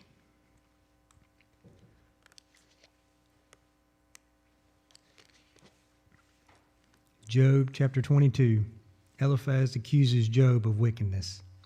Then Eliphaz the Temanite answered and said, Can a man be profitable to God, though he though he who is wise may be profitable to himself. Is it any pleasure to the Almighty that you are righteous? Or is it gain to him that you make your ways blameless? Is it because of your fear of him that he corrects you and enters judgment into judgment with you? Is not your wickedness great, and your iniquity without end? For you have taken pledges from your brother for no reason, and stripped the naked of their clothing. You have not given the weary water to drink, and you have withheld bread from the hungry. But the mighty man possessed the land, and the honorable man dwelt in it. You have sent widows away empty, and the strength of the fatherless was crushed. Therefore snares are all around you, and sudden fear troubles you, or darkness so that you cannot see, and an abundance of water covers you. Is not God in the height of heaven? Is not God in the height of heaven? And see the highest stars, how lofty they are. And you say, what does God know? Can he judge through the deep darkness? Thick clouds cover him so that he cannot see, and he walks above the circle of heaven. Will you keep to the old way which wicked men have trod, who were cut down before their time, whose foundations were swept away by a flood? They said to God, depart from us. What can the Almighty do to them? Yet he filled their houses with good things, but the counsel of the wicked is far from me. The righteous see it and are glad, and the innocent laugh at them. Surely our adversaries are cut down, and the fire consumes the remnant. Now acquaint yourself with him, and be at peace. Thereby goodwill come to you. Receive, please, instruction from his mouth, and lay up his words in your heart. If you return to the Almighty, you will be built up. You will remove iniquity far from your tents. Then you will lay your gold in the dust, and the gold of Ophir among the stones of the brooks. Yes, the Almighty will be your gold and your precious silver. For then you will have your delight in the Almighty, and lift up your face to God. You will make your prayer to him. He will hear you, and you will pay your vows. And you will also declare a thing, and it will be established for you. So light will shine on your ways. When they cast you down, and you say, exaltation will come, then he will save the humble person. He will even deliver one who is not innocent. Yes, he will be delivered by the purity of your hands. Job chapter 23. Job proclaims God's righteous judgments. Then Job answered and said, even today my complaint is bitter. My hand is listless because of my groaning.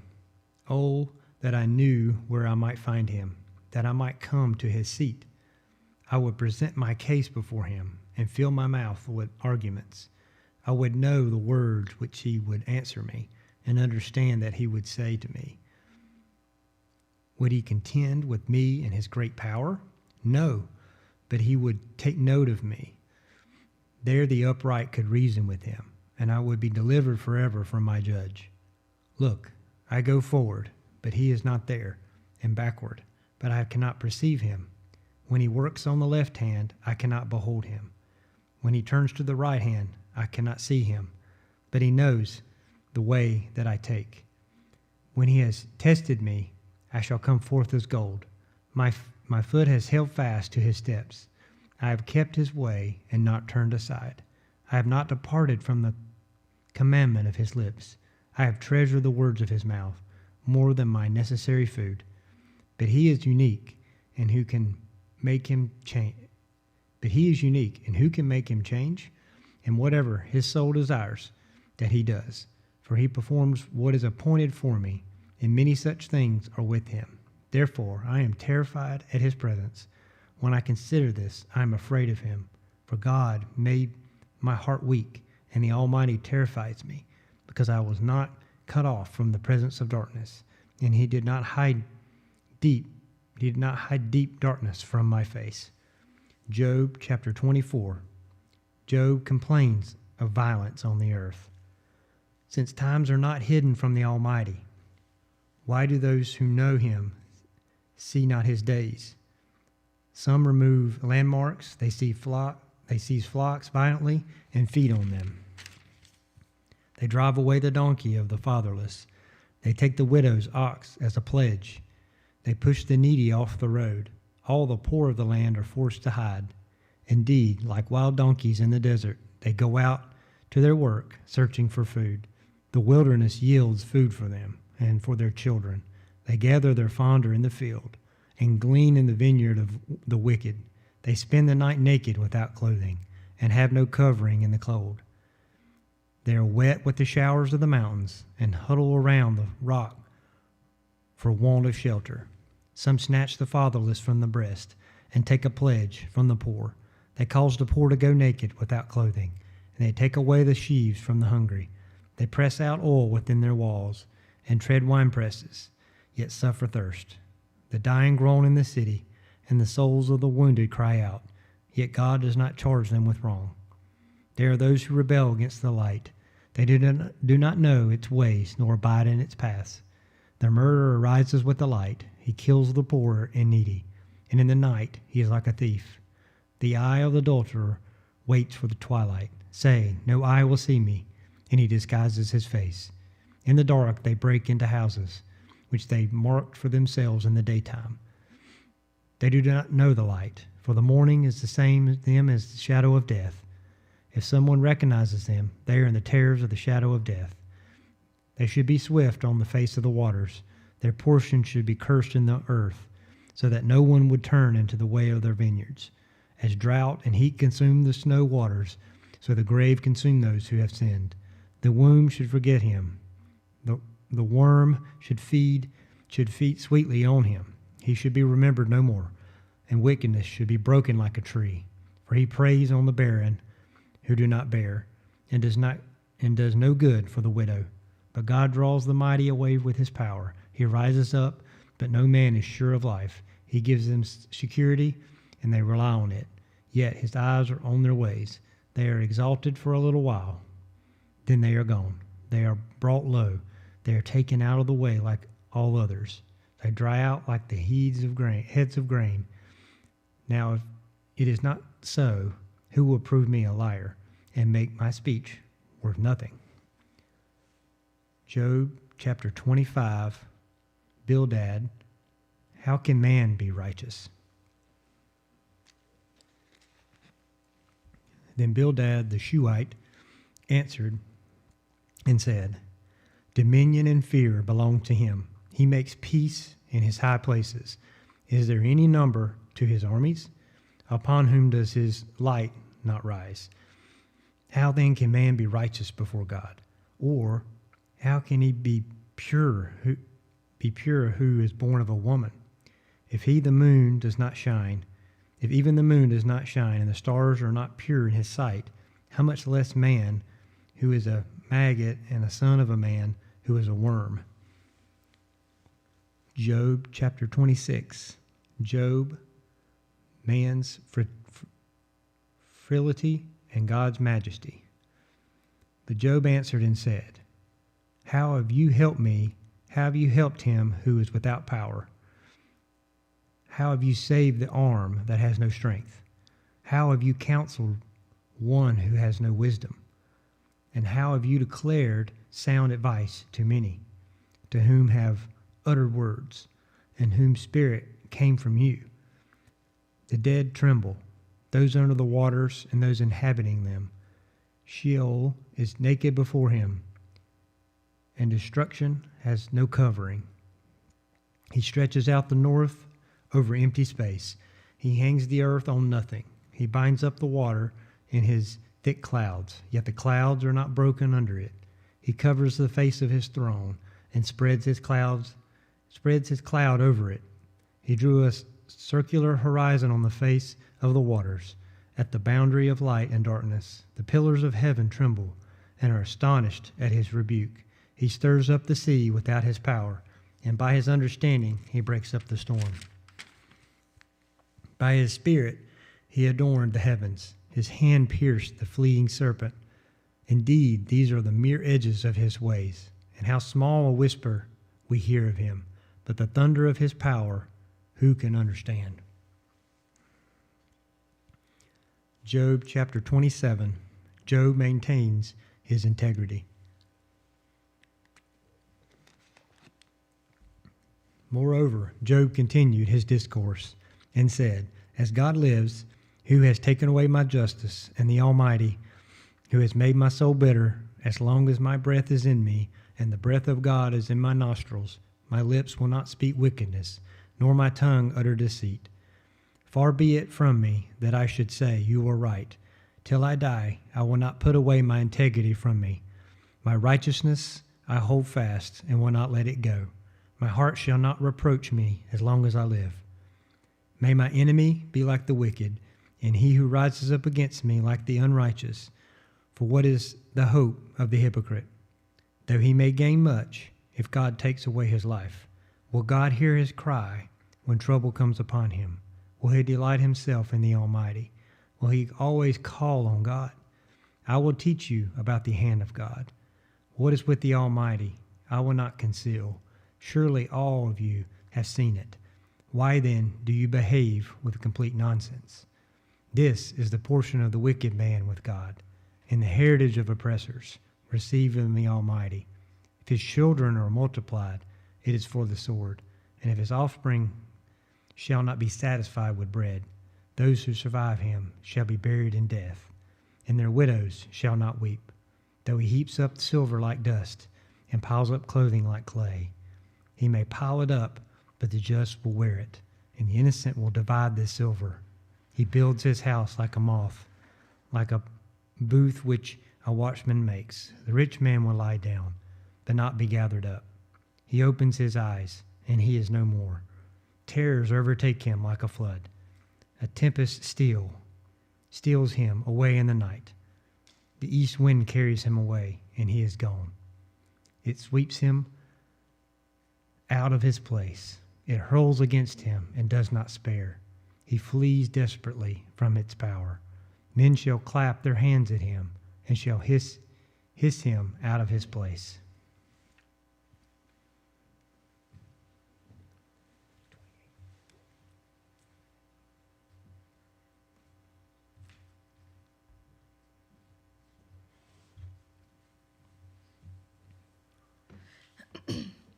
Job chapter 28. Surely there is a mine for silver, and a place where gold is refined. Iron is taken from the earth, and copper is melted from ore. Man puts an end to darkness, and searches every recess for ore in the darkness and the shadow of death. He breaks open a shaft, away from people, in places forgotten by feet. They hang far away from men. They swing to and fro. As for the earth, from it comes bread, but underneath it is turned up as by fire. Its stones are the source of sapphires, and it contains gold dust. That path no bird knows, nor has the falcon's eye seen it. The proud lions have not trodden it, nor has the fierce lion passed over it. He puts his hand on the flint. He overturns the mountains at the roots. He cuts out channels in the rocks, and his eye sees every precious thing. He dams up the streams from trickling. What is hidden he brings forth to light. But where can wisdom be found? And where is the place of understanding? Man does not know its value, nor is it found in the land of the living. The deep states, "It is not in me." And the sea says, "It is not with me." It cannot be purchased for gold, nor can silver be weighed for its price. It cannot be valued in the gold of Ophir, in precious onyx or sapphire. Neither gold nor crystal can equal it, nor can it be exchanged for jewelry of fine gold. No mention shall be made of coral or quartz, for the price of wisdom is above rubies. The topaz of Ethiopia cannot equal it, nor can it be valued in pure gold. From where then does wisdom come? And where is the place of understanding? It is hidden from the eyes of all living, and concealed from the birds of the air. Destruction and death say, "We have heard a report about it with our ears." God understands its way, and he knows its place, for he looks to the ends of the earth and sees under the whole heavens to establish a weight for the wind and apportion the waters by measure. When he made a law for the rain and a path for the thunderbolt, then he saw wisdom and declared it. He prepared it. Indeed, he searched it out. And to man he said, "Behold, the fear of the Lord, that is wisdom. And to depart from evil is understanding." Job chapter 29. Job further continued his discourse and said, "Oh, that I were as in months past, as in the days when God watched over me, when his lamp shone upon my head, and when by his light I walked through darkness, just as it was in the days of my prime, when the friendly counsel of God was over my tent, when the Almighty was yet with me, when my children were around me, when my steps were bathed with cream and the rock poured out rivers of oil for me. When I went out to the gate by the city, when I took my seat in the open square, the young men saw me and hid, and the aged arose and stood. The princes refrained from talking and put their hand on their mouth.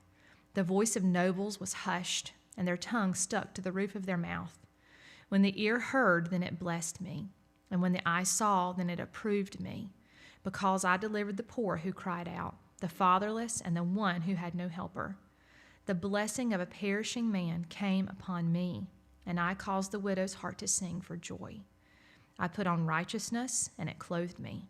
My justice was like a robe and a turban. I was eyes to the blind, and I was feet to the lame. I was a father to the poor, and I searched out the case that I did not know. I broke the fangs of the wicked and plucked the victim from his teeth. Then I said, I shall die in my nest and multiply my days as the sand. My root is spread out to the waters, and the dew lies all night on my branch. My glory is fresh within me, and my bow is renewed in my hand. Men listened to me and waited, and kept silence for my counsel. After my words they did not speak again, and my speech settled on them as dew. They waited for me as for the rain, and they opened their mouth wide as for the spring rain. If I mocked at them, they did not believe it, and the light of my countenance they did not cast down. I chose the way for them and sat as chief.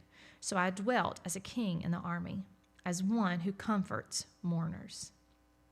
Job chapter 30. But now they mock at me, men younger than I, whose fathers I disdained to put with the dogs of my flock. Indeed, what profit is the strength of their hands to me? Their vigor has perished. They are gaunt from want and famine, fleeing late to the wilderness, desolate and waste, who pluck mallow by the bushes and broom tree roots for their food. They were driven out from among men. They shouted at them as at a thief. They had to live in the clefts of the valleys, in caves of the earth and the rocks. Among the bushes they brayed, underneath the nettles they nestled. They were sons of fools, yes, sons of vile men. They were scourged from the land. And now I am their taunting song. Yes, I am their byword. They abhor me. They keep far from me. They do not hesitate to spit in my face, because he has loosed my bowstring and afflicted me. They have cast off restraint before me. At my right hand the rabble arises. They push away my feet, and they raise against me their ways of destruction. They break up my path. They promote my calamity. They have no helper. They come as broad breakers. Under the ruinous storm they roll along. Terrors are turned upon me. They pursue my honor as the wind, and my prosperity has passed like a cloud. And now my soul is poured out because of my plight. The days of affliction take hold of me. My bones are pierced in me at night, and my gnawing pains take no rest. By great force my garment is disfigured. It binds me about as the collar of my coat. He has cast me into the mire, and I have become like dust and ashes. I cry out to you, but you do not answer me. I stand up, and you regard me. But you have become cruel to me. With the strength of your hand you oppose me. You lift me up to the wind and cause me to ride on it. You spoil my success. For I know that you will bring me to death and to the house appointed for all living. Surely he would not stretch out his hand against a heap of ruins, if they cry out when he destroys it. Have I not wept for him who is in trouble? Has not my soul grieved for the poor? But when I looked for good, evil came to me. And when I waited for light, then darkness came. My heart is in turmoil and cannot rest. Days of affliction confront me. I go about mourning, but not in the sun. I stand up in the assembly and cry out for help. I am a brother of jackals and a companion of ostriches.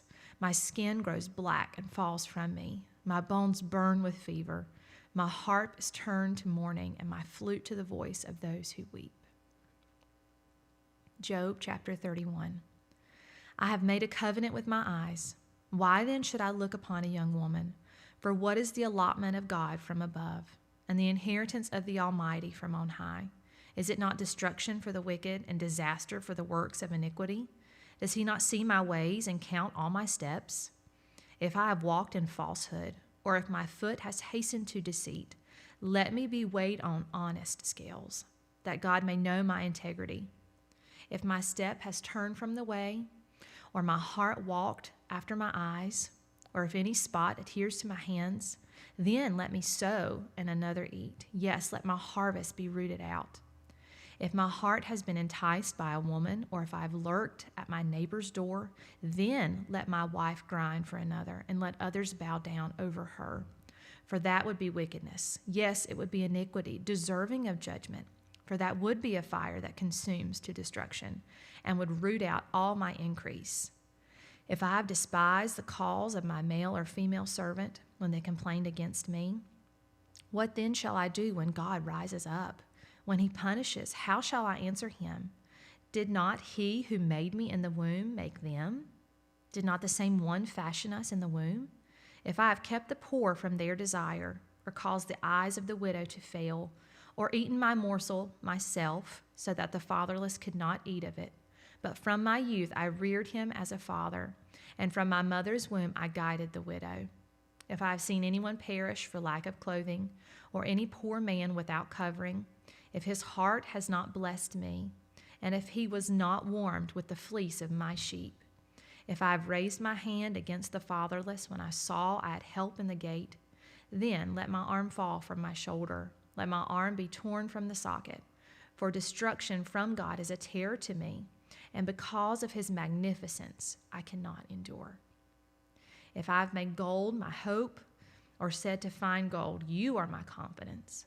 If I have rejoiced because my wealth was great, and because my hand had gained much, if I have observed the sun when it shines, or the moon moving in its brightness, so that my heart has been secretly enticed, and my mouth has kissed my hand, this would be an iniquity deserving of judgment, for I would have denied God who is above. If I have rejoiced at the destruction of men who hated me, or lifted myself up when evil found him, indeed, I have not allowed my mouth to sin by asking for a curse on his soul. If the men of my tent have not said, who is there that has not been satisfied with his meat? But no sojourner had to lodge in the street, for I have opened my doors to the traveler.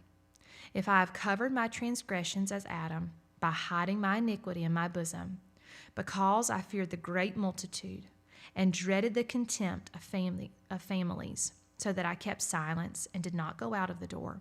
Oh, that I had one to hear me. Here is my mark. Oh, that the Almighty would answer me. That my prosecutor had written a book.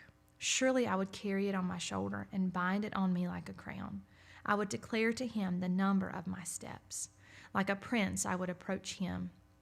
If my land cries out against me, and its furrows weep together, if I have eaten its fruit without money, or caused its owners to lose their lives, then let thistles grow instead of wheat, and weeds instead of barley.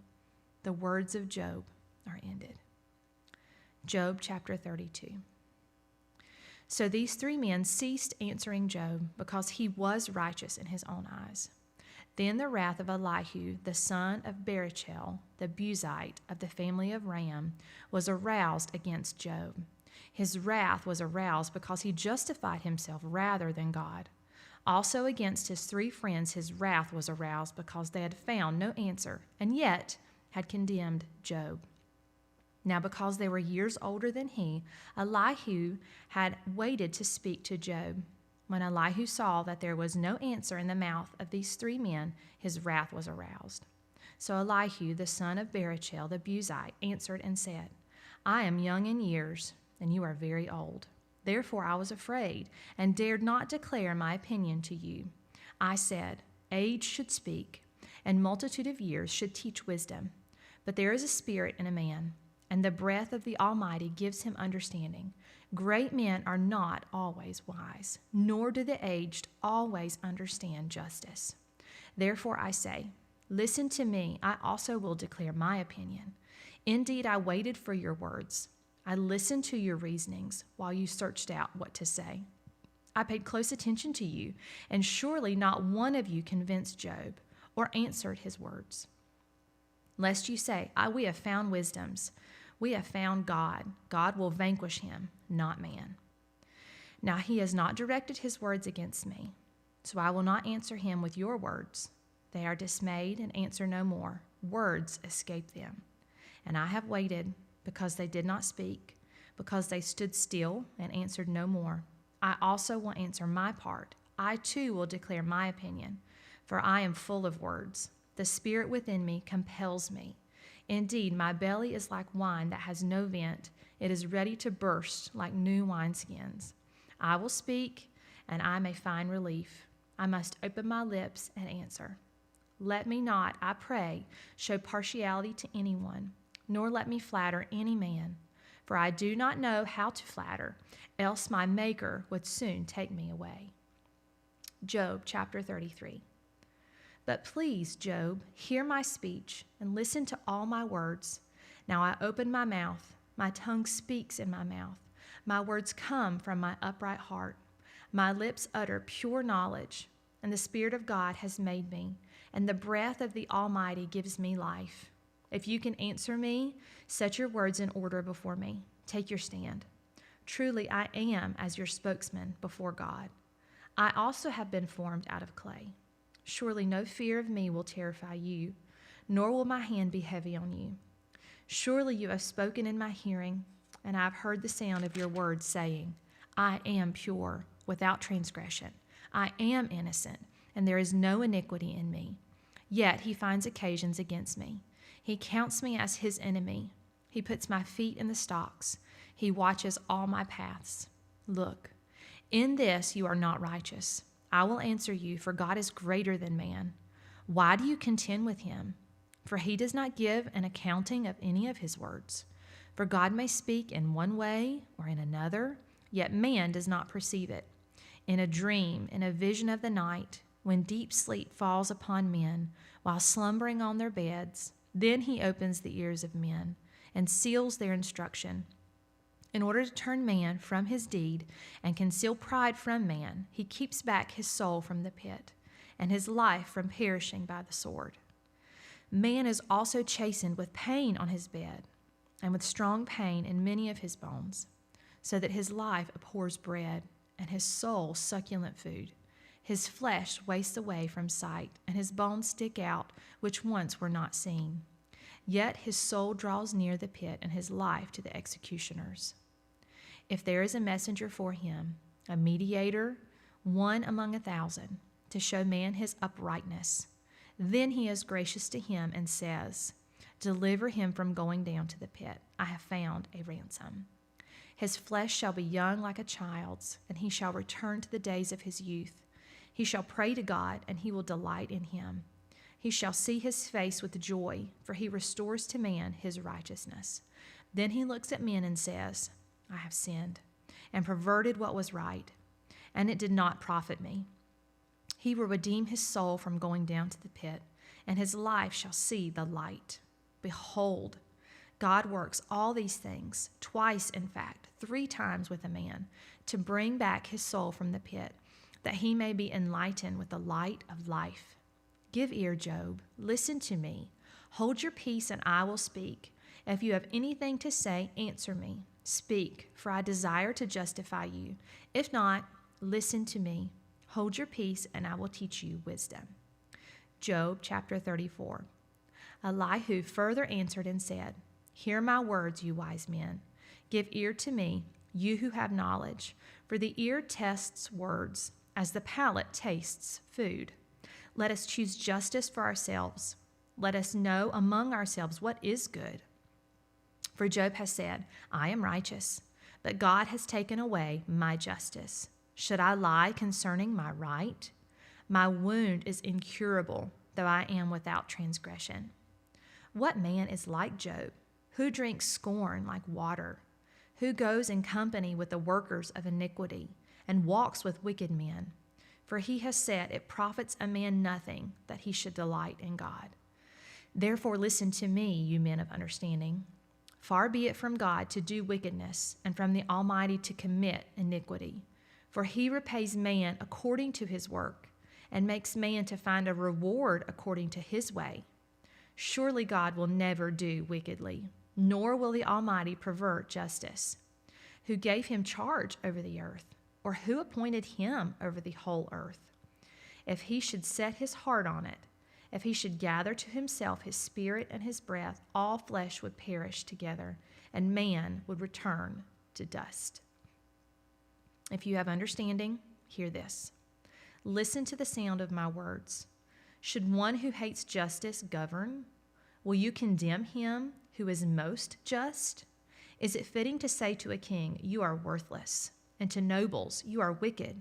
Yet he is not partial to princes, nor does he regard the rich more than the poor, for they are all the work of his hands. In a moment they die, in the middle of the night. The people are shaken and pass away. The mighty are taken without a hand. For his eyes are on the ways of man, and he sees all of his steps. There is no darkness nor shadow of death, where the workers of iniquity may hide themselves. For he need no further consider a man, that he should go before God in judgment. He breaks in pieces mighty men without inquiry, and sets others in their place. Therefore he knows their works. He overthrows them in the night, and they are crushed. He strikes them as wicked men in the open sight of others, because they turn back from him and would not consider any of his ways, so that they cause the cry of the poor to come to him. For he hears the cry of the afflicted. When he gives quietness, who then can make trouble? And when he hides his face, who then can see him? Whether it is against a nation or a man alone, that the hypocrite should not reign, lest the people be ensnared. For has anyone said to God, I have borne chastening, and I will offend no more? Teach me what I do not see. If I have done iniquity, I will do no more. Should he repay it according to your terms? Just because you disavow it, you must choose, and not I. Therefore speak what you know. Men of understanding say to me, wise men who listen to me. Job speaks without knowledge. His words are without wisdom. Oh, that Job were tried to the utmost, because his answers are like those of wicked men, for he adds rebellion to his sin. He claps his hands among us and multiplies his words against God. Job chapter 35. Moreover, Elihu answered and said, Do you think this is right? Do you say my righteousness is more than God's? For you say, What advantage will it be to you? What profit shall I have, more than if I had sinned? I will answer you, and your companions with you. Look to the heavens and see, and behold the clouds. They are higher than you. If you sin, what do you accomplish against him? Or if your transgressions are multiplied, what do you do to him? If you are righteous, what do you give him? Or what does he receive from your hand? Your wickedness affects a man such as you, and your righteousness a son of man. Because of the multitude of oppressions, they cry out. They cry out for help because of the arm of the mighty. But no one says, Where is God my maker, who gives songs in the night, who teaches us more than the beasts of the earth, and makes us wiser than the birds of heaven? There they cry out, but he does not answer, because of the pride of evil men. Surely God will not listen to empty talk, nor will the Almighty regard it. Although you say you do not see him, yet justice is before him, and you must wait for him. And now, because he has not punished in his anger, nor taken much notice of folly, therefore Job opens his mouth in vain. He multiplies words without knowledge. Job chapter 36. Bear with me a little, and I will show you that there are not words to speak on God's behalf. I will fetch my knowledge from afar. I will ascribe righteousness to my Maker. For truly my words are not false. One who is perfect in knowledge is with you. Behold, God is mighty, but despises no one. He is mighty in strength and understanding. He does not preserve the life of the wicked, but gives justice to the oppressed. He does not withdraw his eye from the righteous, but they are on the throne with kings. For he has seated them forever, and they are exalted. And if they are bound in fetters, held in the cords of afflictions, then he tells them their work and their transgressions, that they have acted defiantly.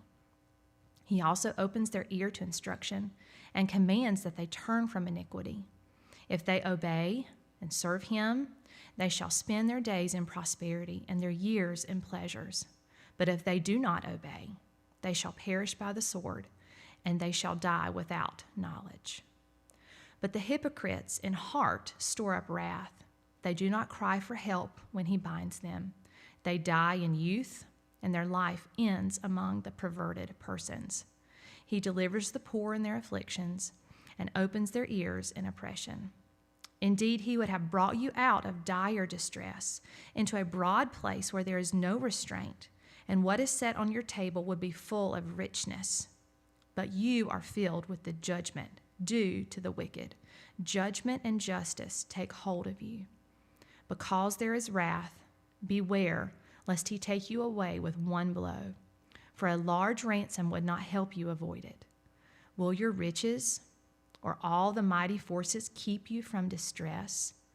Do not desire the night when people are cut off in their place. Take heed, do not turn to iniquity, for you have chosen this rather than affliction. Behold, God is exalted by his power. Who teaches like him? Who has assigned him his way? Or who has said, you have done wrong? Remember to magnify his work, of which men have sung. Everyone has seen it.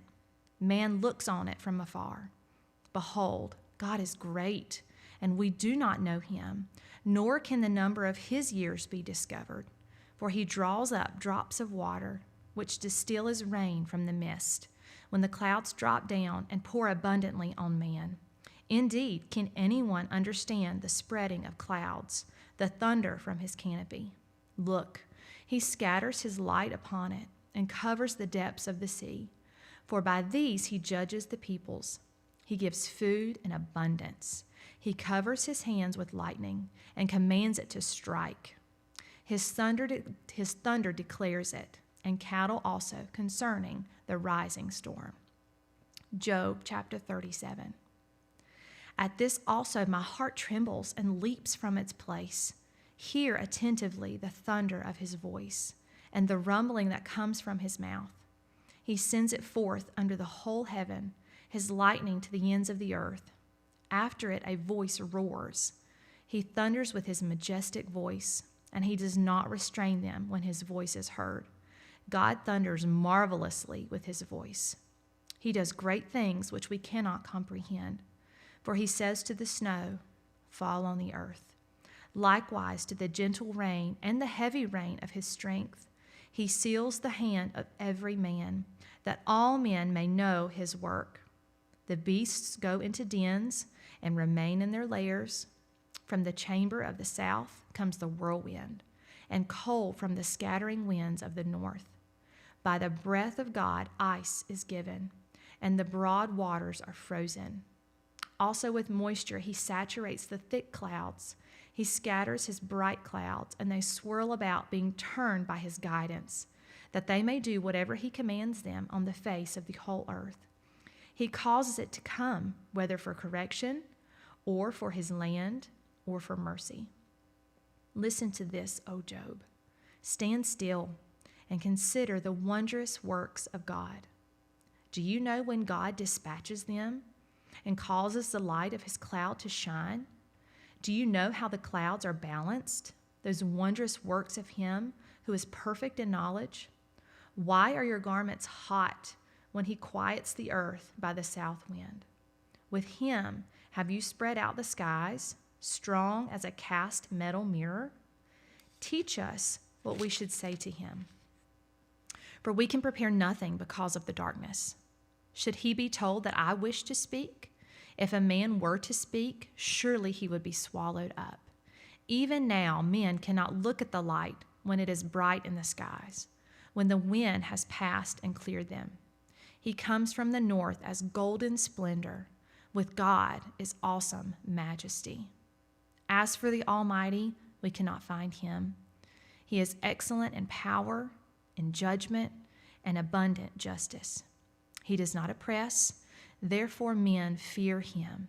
He shows no partiality to any who are wise of heart. Job chapter 38. Then the Lord answered Job out of the whirlwind and said, Who is this who darkens counsel by words without knowledge?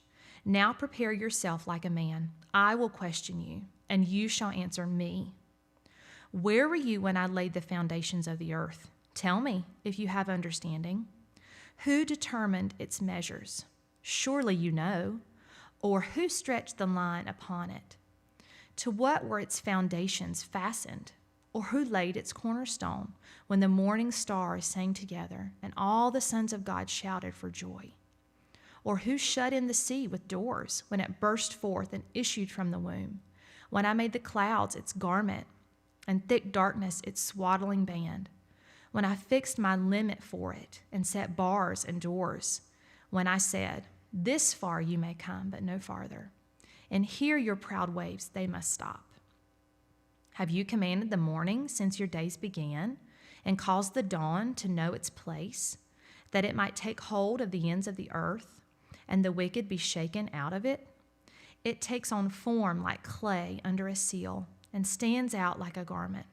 From the wicked their light is withheld, and the upraised arm is broken. Have you entered the springs of the sea, or have you walked in search of the depths? Have the gates of death been revealed to you, or have you seen the doors of the shadow of death? Have you comprehended the breadth of the earth? Tell me if you know all this. Where is the way to the dwelling of light? And darkness, where is its place? That you may take it to its territory, that you may know the paths to its home. Do you know it because you were born then, or because the number of your days is great? Have you entered the treasury of snow, or have you seen the treasury of hail, which I have reserved for the time of trouble, for the day of battle and war? By what way is light diffused, or the east wind scattered over the earth? Who has divided a channel for the overflowing water, or a path for the thunderbolt, to cause it to rain on the land where there is no one, a wilderness in which there is no man, to satisfy the desolate waste and cause to spring forth the growth of tender grass? Has the rain a father, or who has begotten the drops of dew, from whose womb comes the ice, and the frost of heaven, who gives its birth? The waters harden like stone, and the surface of the deep is frozen. Can you bind the cluster of Pleiades, or loosen the belt of Orion? Can you bring out Marazaroth in its season, or can you guide the great bear with its cubs? Do you know the ordinances of heaven? Can you set their dominion over the earth? Can you lift up your voice to the clouds, that an abundance of water may cover you? Can you send out lightnings, that they may go, and say to you, Here we are? Who has put wisdom in the mind, or who has given understanding to the heart? Who can number the clouds by wisdom, or who can pour out the bottles of heaven? When the dust hardens into clumps, and the clods cling together. Can you hunt the prey for the lion, or satisfy the appetite of the young lions when they crouch in their dens or lurk in their lairs to lie in wait? Who provides food for the raven when its young ones cry to God and wander about for lack of food? Job chapter 39.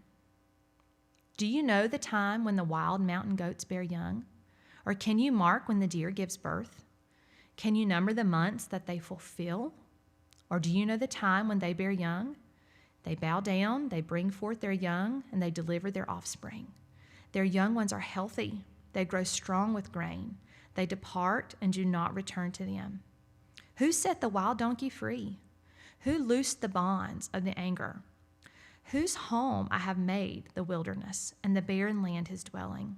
He scorned the tumult of the city. He does not heed the shouts of the driver. The range of the mountains is his pasture, and he searches after every green thing. Will the wild ox be willing to serve you? Will he bed by your manger? Can you bind the wild ox in the furrows with robes? Or will he plow the valleys behind you? Will you trust him because his strength is great, or will you leave him your labor to him? Will you trust him to bring home your grain and gather it to your threshing floor? The wings of the ostrich wave proudly, but are her wings and pinions like the kindly stork's? For she leaves her eggs on the ground and warms them in the dust. She forgets that a foot may crush them, or that a wild beast may break them. She treats her young harshly as though they were not hers. Her labor is in vain without concern. Because God deprived her of wisdom, he did not endow her with understanding. When she lifts herself on high, she scorns the horse and its rider. Have you given the horse strength? Have you clothed his neck with thunder? Can you frighten him like a locust? His majestic snorting strikes terror. He paws in the valley and rejoices in his strength. He gallops into the clash of arms. He mocks at his fear and is not frightened, nor does he turn back from the sword. The quiver rattles against him, the glittering spear and javelin. He devours the distance with fierceness and rage. Nor does he come to a halt because the trumpet has sounded. At the blast of the trumpet, he says, "Aha!" He smells the battle from afar, the thunder of captains and shouting.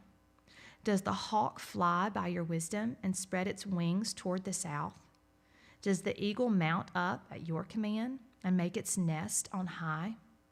On the rock it dwells and resides, on the crag of the rock and the stronghold. From there it spies out the prey. Its eyes observe from afar. Its young ones suck up blood, and where the slain are, there it is.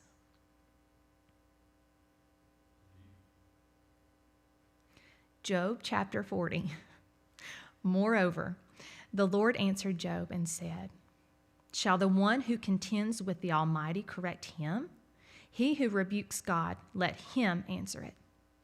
Then Job answered the Lord and said, "Behold, I am vile. What shall I answer you? I lay my hand over my mouth. Once I have spoken, but I will not answer. Yes, twice, but I will proceed no further." Then the Lord answered Job out of the whirlwind and said, "Now prepare yourself like a man. I will question you, and you shall answer me. Would you indeed annul my judgment? Would you condemn me that you may be justified? Have you an arm like God? Or can you thunder with a voice like his? Then adorn yourself with majesty and splendor, and array yourself with glory and beauty. Disperse the rage of your wrath. Look on everyone who is proud and humble him. Look on everyone who is proud and bring him low. Tread down the wicked in their place. Hide them in the dust together. Bind their faces in hidden darkness. Then I will also confess to you that your own right hand can save you. Look now at the behemoth, which I made along with you. He eats grass like an ox. Now see, his strength is in his hips, and his power is in his stomach muscles. He moves his tail like a cedar. The sinews of his thighs are tightly knit. His bones are like beams of bronze, his ribs like bars of iron. He is the first of the ways of God. Only he who made him can bring near his sword. Surely the mountains yield food for him, and all the beasts of the field play there. He lies under the lotus trees, in a convert of reeds and marsh. The lotus trees cover him with their shade. The willows by the brook surround him. Indeed, the river may rage, yet it is not disturbed. He is confident, though the Jordan gushes into his mouth, though he takes it in his eyes, or one pierces his nose with a snare. Job chapter 41. Can you draw out Leviathan with a hook, or snare his tongue with a line which you lower? Can you put a reed through his nose, or pierce his jaw with a hook? Will he make many supplications to you? Will he speak softly to you? Will he make a covenant with you? Will you take him as a servant forever? Will you play with him as with a bird, or will you leash him for your maidens? Will your companions make a banquet of him? Will they apportion him among the merchants? Can you fill his skin with harpoons, or his head with fishing spears? Lay your hand on him. Remember the battle, and never do it again. Indeed, any hope of overcoming him is false. Shall one not be overwhelmed at the sight of him? No one is so fierce that he would dare stir him up. Who then is able to stand against me? Who has preceded me that I should pay him? Everything under heaven is mine. I will not conceal his limbs, his mighty power, or his graceful proportions. Who can remove his outer coat? Who can approach him with a double bridle? Who can open the doors of his face with his terrible teeth all around? His rows of scales are his pride, shut up tightly as with a seal. One is so near another that no air can come between them. They are joined one to another. They stick together and cannot be parted. His sneezings flash forth light, and his eyes are like the eyelids of the morning. Out of his mouth go burning lights. Sparks of fire shoot out. Smoke goes out of his nostrils as from a boiling pot, and burning rushes. His breath kindles coals, and a flame goes out of his mouth. Strength dwells in his neck, and sorrow dances before him. The folds of his flesh are joined together. They are firm on him and cannot be moved. His heart is as hard as a stone, even as hard as the lower millstone. When he raises himself up, the mighty are afraid. Because of his crashings, they are beside themselves. Though the sword reaches him, it cannot avail, nor does spear, dart, or javelin. He regards iron as straw, and bronze as rotten wood. The arrow cannot make him flee. Sling stones become like stubble to him. Darts are regarded as straw. He laughs at the threat of javelins. His undersides are like sharp potsherds. He spreads pointed marks in the mire. He makes the deep boil like a pot. He makes the sea like a pot of ointment. He leaves a shining wake behind him. One would think the deep had white hair. On earth there is nothing like him, which is made without fear. He beholds every high thing. He is king over all the children of pride. Job chapter 42. Then Job answered the Lord and said, I know that you can do everything, and that no purpose of yours can be withheld from you. You asked, who is the one who hides counsel without knowledge? Therefore I have uttered what I did not understand, things too wonderful for me, which I did not know. Listen, please, and let me speak. You said, I will question you, and you shall answer me. I have heard of you by the hearings of the ear, but now my eye sees you. Therefore I abhor myself and repent in dust and ashes. And so it was, after the Lord had spoken these words to Job, that the Lord said to Eliphaz the Temanite, my wrath is aroused against you and your two friends, For you have not spoken of me what is right, as my servant Job has. Now, therefore, take for yourselves 7 bulls and 7 rams. Go to my servant Job and offer up for yourselves a burnt offering. And my servant Job shall pray for you, for I will accept him, lest I deal with you according to your folly, because you have not spoken of me what is right, as my servant Job has. So Eliphaz the Temanite, and Bildad the Shuhite, and Zophar the Naamathite went and did as the Lord commanded them, for the Lord had accepted Job. And the Lord restored Job's losses when he prayed for his friends. Indeed, the Lord gave Job twice as much as he had before. Then all his brothers, all his sisters, and all those who had been in his acquaintances before came to him and ate food with him in his house, and they consoled him and comforted him for all the adversity that the Lord had brought upon him. Each one gave him a piece of silver, and each a ring of gold.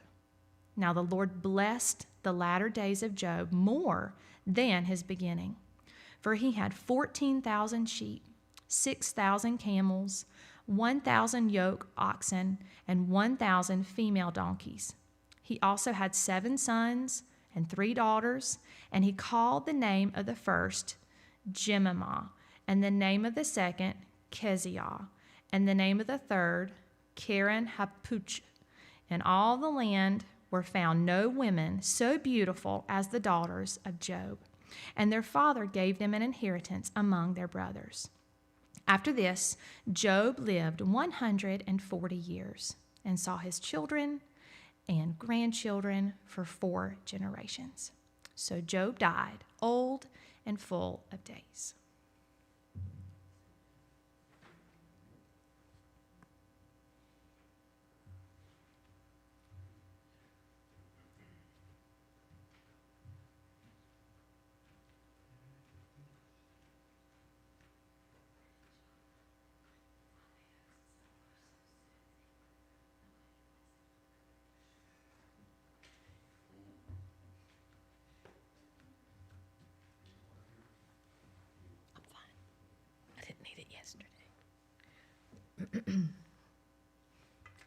All right.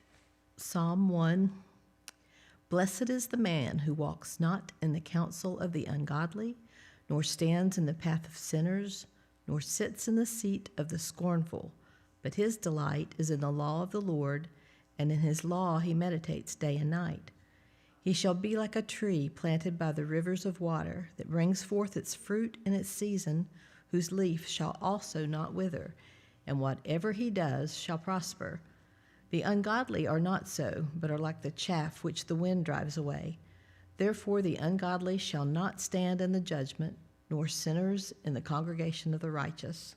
For the Lord knows the way of the righteous, but the way of the ungodly shall perish. Psalm 2. Why do the nations rage and the people plot a vain thing? The kings of the earth set themselves, and the rulers take counsel together against the Lord and against his anointed, saying, Let us break their bonds in pieces and cast away their cords from us. He who sits in the heavens shall laugh. The Lord shall hold them in derision. Then he shall speak to them in his wrath and distress them in his deep displeasure. Yet I have set my king on my holy hill of Zion. I will declare the decree the Lord has said to me. You are my son. Today I have begotten you. Ask of me, and I will give you the nations for your inheritance, and the ends of the earth for your possession. You shall break them with a rod of iron. You shall dash them to pieces like a potter's vessel. Now therefore be wise, O kings. Be instructed, you judges of the earth. Serve the Lord with fear and rejoice with trembling. Kiss the Son, lest he be angry, and you perish in the way. When his wrath is kindled but a little, blessed are those who put their trust in him. Psalm 3. Lord, how they have increased who trouble me. Many are they who rise up against me. Many are they who say of me, there is no help for him in God. But you, O Lord, are a shield for me, my glory, and the one who lifts up my head. I cried to the Lord with my voice, and he heard me from his holy hill. I lay down and slept. I awoke, for the Lord sustained me. I will not be afraid of 10,000s of people who have set themselves against me all around. Arise, O Lord, save me, O my God, for you have struck all my enemies on the cheekbone. You have broken the teeth of the ungodly. Salvation belongs to the Lord. Your blessing is upon your people. Psalm 4. Hear me when I call, O God of my righteousness. You have delivered me in my distress. Have mercy on me and hear my prayer. How long, O you sons of men, will you turn my glory to shame? How long will you love worthlessness and seek falsehood? But know that the Lord has set apart for himself him who is godly. The Lord will hear when I call to him. Be angry and do not sin. Meditate within your heart on your bed and be still. Offer the sacrifices of righteousness and put your trust in the Lord. There are many who say, who will show us any good? Lord, lift up the light of your countenance upon us. You have put gladness in my heart, more than in the season that their grain and wine increased. I will both lie down in peace and sleep, for you alone, O Lord, make me dwell in safety. Psalm 5. Give ear to my words, O Lord, consider my meditation. Give heed to the voice of my cry, my King and my God, for to you I will pray. My voice you shall hear in the morning, O Lord. In the morning I will direct it to you, and I will look up. For you are not a God who takes pleasure in wickedness, nor shall evil dwell with you. The boastful shall not stand in your sight. You hate all workers of iniquity. You shall destroy those who speak falsehood. The Lord abhors the bloodthirsty and deceitful man. But as for me, I will come into your house in the multitude of your mercy. In fear of you, I will worship toward your holy temple. Lead me, O Lord, in your righteousness because of my enemies. Make your way straight before my face. For there is no faithfulness in their mouth. Their inward part is destruction. Their throat is an open tomb. They flatter with their tongue. Pronounce them guilty, O God. Let them fall by their own counsels. Cast them out in the multitude of their transgressions, for they have rebelled against you. But let all those rejoice who put their trust in you. Let them ever shout for joy because you defend them. Let those who also love your name be joyful in you. For you, O Lord, will bless the righteous. With favor you will surround him as with a shield. Psalm 6. O Lord, do not rebuke me in your anger, nor chasten me in your hot displeasure. Have mercy on me, O Lord, for I am weak. O Lord, heal me, for my bones are troubled. My soul also is greatly troubled. But you, O Lord, how long? Return, O Lord, deliver me. O save me for your mercy's sake. For in death there is no remembrance of you. In the grave who will give you thanks? I am weary with my groaning. All night I make my bed swim. I drench my couch with my tears. My eye wastes away because of grief. It grows old because of all my enemies. Depart from me, all you workers of iniquity, for the Lord has heard the voice of my weeping. The Lord has heard my supplication. The Lord will receive my prayer. Let all my enemies be ashamed and greatly troubled. Let them turn back and be ashamed suddenly. Psalm 7. O Lord my God, in you I put my trust. Save me from all who persecute me, and deliver me lest they tear me like a lion, rending me in pieces, while there is none to deliver. O Lord my God, if I have done this, if there is iniquity in my hands, if I have repaid evil to him who was at peace with me, or have plundered my enemy without cause, let the enemy pursue me and overtake me. Yes, let him trample my life to the earth and lay my honor in the dust. Arise, O Lord, in your anger. Lift yourself up because of the rage of my enemies. Rise up for me to the judgment you have commanded. So the congregation of the people shall surround you. For their sakes, therefore, return on high. The Lord shall judge the peoples. Judge me, O Lord, according to my righteousness and according to my integrity within me. O let the wickedness of the wicked come to an end, but establish the just. For the righteous God tests the hearts and minds. My defense is of God, who saves the upright in heart. God is a just judge, and God is angry with the wicked every day. If he does not turn back, he will sharpen his sword. He bends his bow and makes it ready. He also prepares for himself instruments of death. He makes his arrows into fiery shafts. Behold, the wicked brings forth iniquity. Yes, he conceives trouble and brings forth falsehood. He made a pit and dug it out, and has fallen into the ditch which he made. His trouble shall return upon his own head, and his violent dealing shall come down on his own crown. I will praise the Lord according to his righteousness, and will sing praise to the name of the Lord Most High. Psalm 8. O Lord, our Lord, how excellent is your name in all the earth, who have set your glory above the heavens. Out of the mouth of babes and nursing infants you have ordained strength, because of your enemies, that you may silence the enemy and the avenger. When I consider your heavens, the work of your fingers, the moon and the stars which you have ordained, what is man that you are mindful of him, and the Son of Man that you visit him? For you have made him a little lower than the angels, and you have crowned him with glory and honor. You have made him to have dominion over the works of your hands. You have put all things under his feet, all sheep and oxen, even the beasts of the field, the birds of the air, and the fish of the sea that pass through the paths of the seas. O Lord, our Lord, how excellent is your name in all the earth.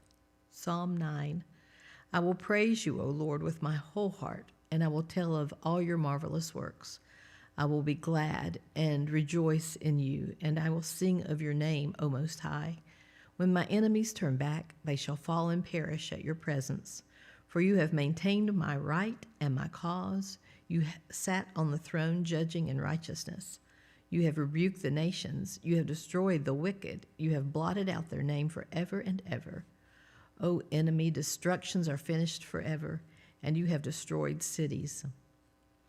Even their memory has perished, but the Lord shall endure forever. He has prepared his throne for judgment.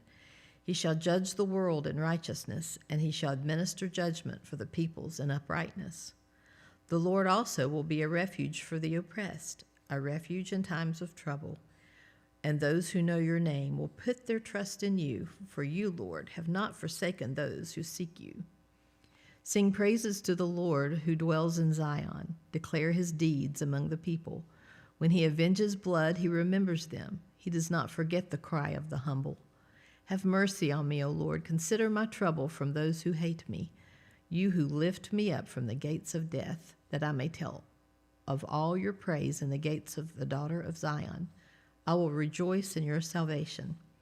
The nations have sunk down in the pit which they made. In the net which they hid, their own foot is caught. The Lord is known by the judgment he executes. The wicked is snared in the work of his own hands. Meditation. The wicked shall be turned into hell, and all the nations that forget God. For the needy shall not always be forgotten. The expectation of the poor shall not perish forever. Arise, O Lord, do not let man prevail. Let the nations be judged in your sight.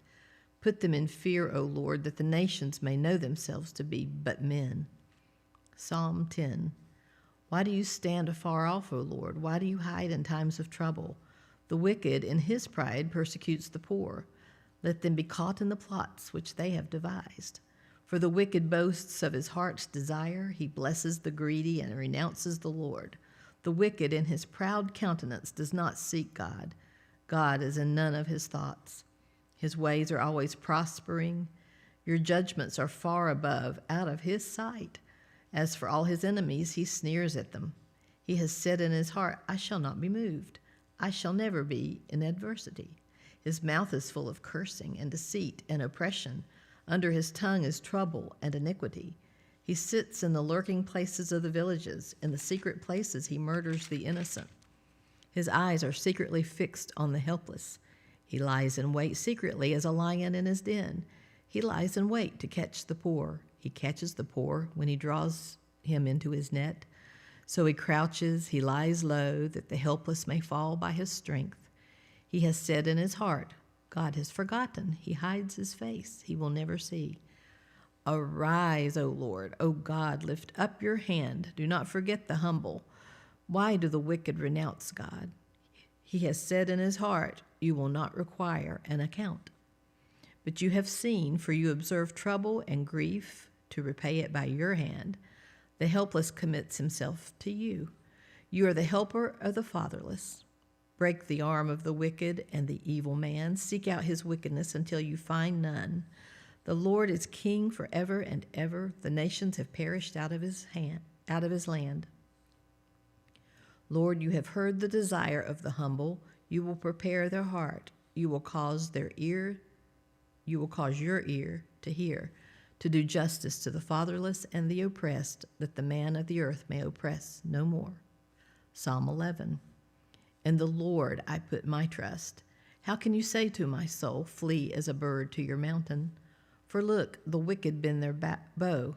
They make ready their arrow on the string, that they may shoot secretly at the upright in heart. If the foundations are destroyed, what can the righteous do? The Lord is in his holy temple. The Lord's throne is in heaven. His eyes behold, his eyelids test the sons of men. The Lord tests the righteous, but the wicked and the one who loves violence, his soul hates. Upon the wicked he will rain coals. Fire and brimstone and a burning wind shall be the portion of their cup. For the Lord is righteous. He loves righteousness. His countenance beholds the upright. Psalm 12. Help, Lord, for the godly man ceases, for the faithful disappear from among the sons of men. They speak idly, everyone with his neighbor, with flattering lips, and a double heart they speak. May the Lord cut off all flattering lips, and the tongue that speaks proud things. Who have said with our tongue we will prevail, our lips are our own. Who is Lord over us? For the oppression of the poor, for the sighing of the needy, now I will arise, says the Lord. I will set him in the safety for which he yearns. The words of the Lord are pure words, like silver tried in a furnace of earth, purified 7 times. You shall keep them, O Lord, you shall preserve them from this generation forever.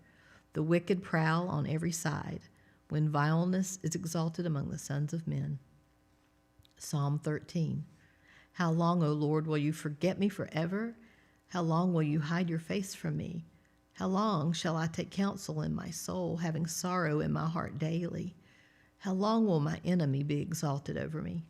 Consider and hear me, O Lord my God. Enlighten my eyes, lest I sleep the sleep of death, lest my enemies say, I have prevailed against him, lest those who trouble me rejoice when I am moved. But I have trusted in your mercy. My heart shall rejoice in your salvation. I will sing to the Lord because he has dealt bountifully with me. Psalm 14. The fool has said in his heart, there is no God. They are corrupt. They have done abominable works. There is none who does good. The Lord looks down from heaven upon the children of men to see if there are any who understand, who seek God. They have all turned aside. They have together become corrupt. There is none who does good. No, not one. Have all the workers of iniquity no knowledge, who eat up my people as they eat bread and do not call on the Lord? There they are in great fear, for God is with the generation of the righteous. You shame the counsel of the poor, but the Lord is his refuge. Oh, that the salvation of Israel would come out of Zion. When the Lord brings back the captivity of his people, let Jacob rejoice and Israel be glad. Psalm 15. Lord, who may abide in your tabernacle? Who may dwell in your holy hill? He who walks uprightly and works righteousness and speaks the truth in his heart. He who does not backbite with his tongue, nor does evil to his neighbor, nor does he take up a reproach against his friend, in whose eyes a vile person is despised, but he honors those who fear the Lord. He who swears to his own hurt and does not change, he who does not put out his money at usury, nor does he take a bribe against the innocent. He who does these things shall never be moved. Psalm 16. Preserve me, O God, for in you I put my trust. O my soul, you have said to the Lord, you are my Lord. My goodness is nothing apart from you. As for the saints who are on the earth, they are the excellent ones in whom is all my delight. Their sorrows shall be multiplied who hasten after another God. Their drink offerings of blood I will not offer, nor take up their names on my lips. O Lord, you are the portion of my inheritance and my cup. You maintain my lot. The lines have fallen to me in pleasant places. Yes, I have a good inheritance. I will bless the Lord who has given me counsel. My heart also instructs me in the night seasons. I have set the Lord always before me, because he is at my right hand, I shall not be moved. Therefore my heart is glad, and my glory rejoices. My flesh also will rest in hope. For you will not leave my soul in Sheol, nor will you allow your Holy One to see corruption. You will show me the path of life. In your presence is fullness of joy. At your right hand are pleasures forevermore. Psalm 17. Hear a just cause, O Lord, attend to my cry. Give ear to my prayer, which is not from deceitful lips. Let my vindication come from your presence. Let your eyes look on the things that are upright. You have tested my heart. You have visited me in the night. You have tried me and have found nothing. I have purposed that my mouth shall not transgress. Concerning the works of men, by the word of your lips, I have kept away from the paths of the destroyer. Uphold my steps in your paths, that my footsteps may not slip. I have called upon you, for you will hear me, O God. Incline your ear to me and hear my speech. Show your marvelous loving kindness by your right hand, O you who save those who trust in you, from those who rise up against them. Keep me as the apple of your eye. Hide me under the shadow of your wings from the wicked who oppress me, from my deadly enemies who surround me. They have closed up their fat hearts. With their mouths they speak proudly. They have now surrounded us in our steps. They have set their eyes crouching down to the earth, as a lion is eager to tear his prey, and like a young lion lurking in secret places. Arise, O Lord, confront him. Cast him down. Deliver my life from the wicked with your sword. With your hand from men, O Lord, from the men of the world who have their portion in this life, and whose belly you fill with your hidden treasure. They are satisfied with children and leave the rest of their possession for their babes. As for me, I will see your face in righteousness. I shall be satisfied when I awake in your likeness. Psalm 18. I will love you, O Lord, my strength. The Lord is my rock and my fortress and my deliverer. O my God, my strength, in whom I will trust, my shield and the horn of my salvation, my stronghold. I will call upon the Lord, who is worthy to be praised. So shall I be saved from my enemies. The pangs of death surrounded me, and the floods of ungodliness made me afraid. The sorrows of Sheol surrounded me. The snares of death confronted me. In my distress I called upon the Lord and cried out to my God. He heard my voice from his temple, and my cry came before him even to his ears. Then the earth shook and trembled. The foundations of the hills also quaked and were shaken, because he was angry. Smoke went up from his nostrils and devouring fire from his mouth. Coals were kindled by it. He bowed the heavens also and came down with darkness under his feet. And he rode upon a cherub and flew. He flew upon the wings of the wind. He made darkness his secret place. His canopy around him was dark waters and thick clouds of the skies. From the brightness before him, his thick clouds passed with hailstones and coals of fire. The Lord thundered from heaven, and the Most High uttered his voice, hailstones and coals of fire. He sent out his arrows and scattered the foe, lightnings in abundance, and he vanquished them. Then the channels of the sea were seen, and the foundations of the world were uncovered at your rebuke, O Lord, at the blast of the breath of your nostrils. He sent from above, he took me.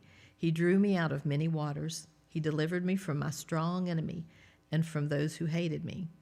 For they were too strong for me. They confronted me in the day of my calamity. But the Lord was my support. He also brought me out into a broad place. He delivered me because he delighted in me. The Lord rewarded me according to my righteousness, according to the cleanness of my hands. He has recompensed me. For I have kept the ways of the Lord and have not wickedly departed from my God. For all his judgments were before me, and I did not put away his statutes from me. I was also blameless before him, and I kept myself from my iniquity. Therefore the Lord has recompensed me according to my righteousness, according to the cleanness of my hands in his sight. With the merciful you will show yourself merciful. With a blameless man you will show yourself blameless. With the pure you will show yourself pure. And with the devious you will show yourself shrewd.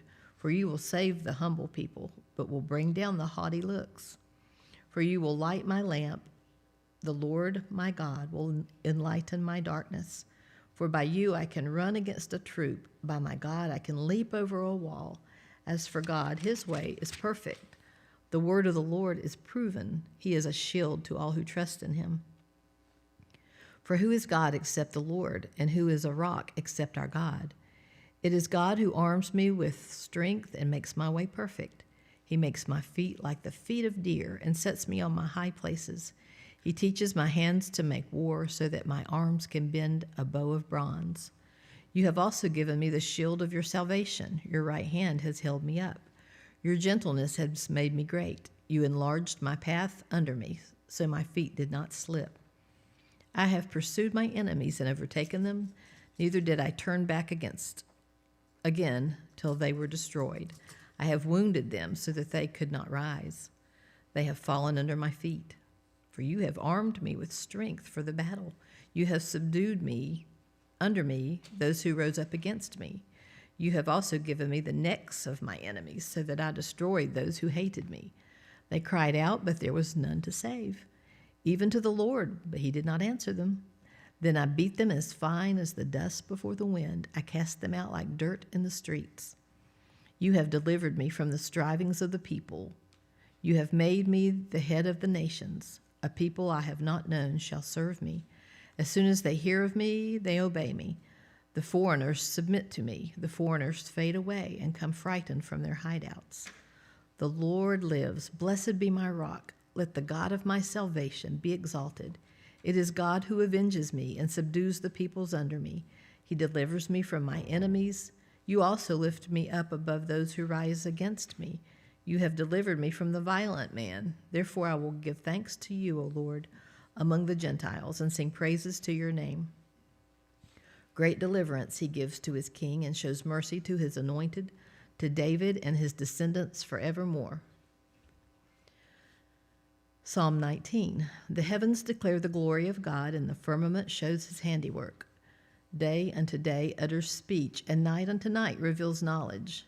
There is no speech nor language where their voice is not heard. Their line has gone out through all the earth, and their words to the end of the world. In them he has set a tabernacle for the sun, which is like a bridegroom coming out of his chamber, and rejoices like a strong man to run its race. Its rising is from one end of heaven, and its circuit to the other end, and there is nothing hidden from its heat. The law of the Lord is perfect, converting the soul. The testimony of the Lord is sure, making wise the simple. The statutes of the Lord are right, rejoicing the heart. The commandment of the Lord is pure, enlightening the eyes. The fear of the Lord is clean, enduring forever. The judgments of the Lord are true and righteous altogether. More to be desired are they than gold, yea, than much fine gold, sweeter also than honey from the honeycomb. Moreover, by them your servant is warned, and in keeping them there is great reward. Who can understand his errors? Cleanse me from secret faults. Keep back your servant also from presumptuous sins. Let them not have dominion over me. Then I shall be blameless, and I shall be innocent of great transgression. Let the words of my mouth and the meditation of my heart be acceptable in your sight, O Lord, my strength and my Redeemer. Okay. Psalm 20, right here.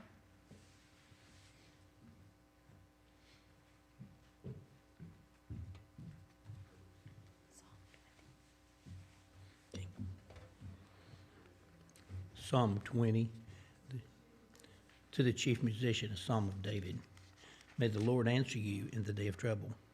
May the name of God of Jacob defend you. May he send you help from the sanctuary and strengthen you out of Zion. May he remember all your offerings and accept your burnt sacrifice, Selah.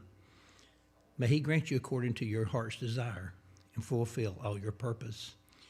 We will rejoice in your salvation, and in the name of our God, we will set up our banners. May the Lord fulfill all your petitions. Now I know that the Lord saves his anointed. He will answer him from his holy heaven with the saving strength of his right hand. Some trust in chariots and some in horses, but we will remember the name of the Lord our God. They have bowed down and fallen, but we have risen and stand upright. Save, Lord. May the King answer us when we call. Psalm 21. The king shall have joy in your strength, O Lord, and in your salvation how greatly shall he rejoice. You have given him his heart's desire, and have not withheld the request of his lips. Selah. For you meet him with the blessings of goodness. You set a crown of pure gold upon his head. He asked life from you, and you gave it to him, length of days forever and ever. His glory is great in your salvation. Honor and majesty you have placed upon him, for you have made him most blessed forever. You have made him exceeding glad with your presence. For the king trusts in the Lord, and through the mercy of his Most High he shall not be moved. Your hand will find all your enemies. Your right hand will find those who hate you. You shall make them as a fiery oven in the time of your anger. The Lord shall swallow them up in his wrath, and the fire shall devour them. Their offspring you shall destroy from the earth, and their descendants from among the sons of men. For they intended evil against you.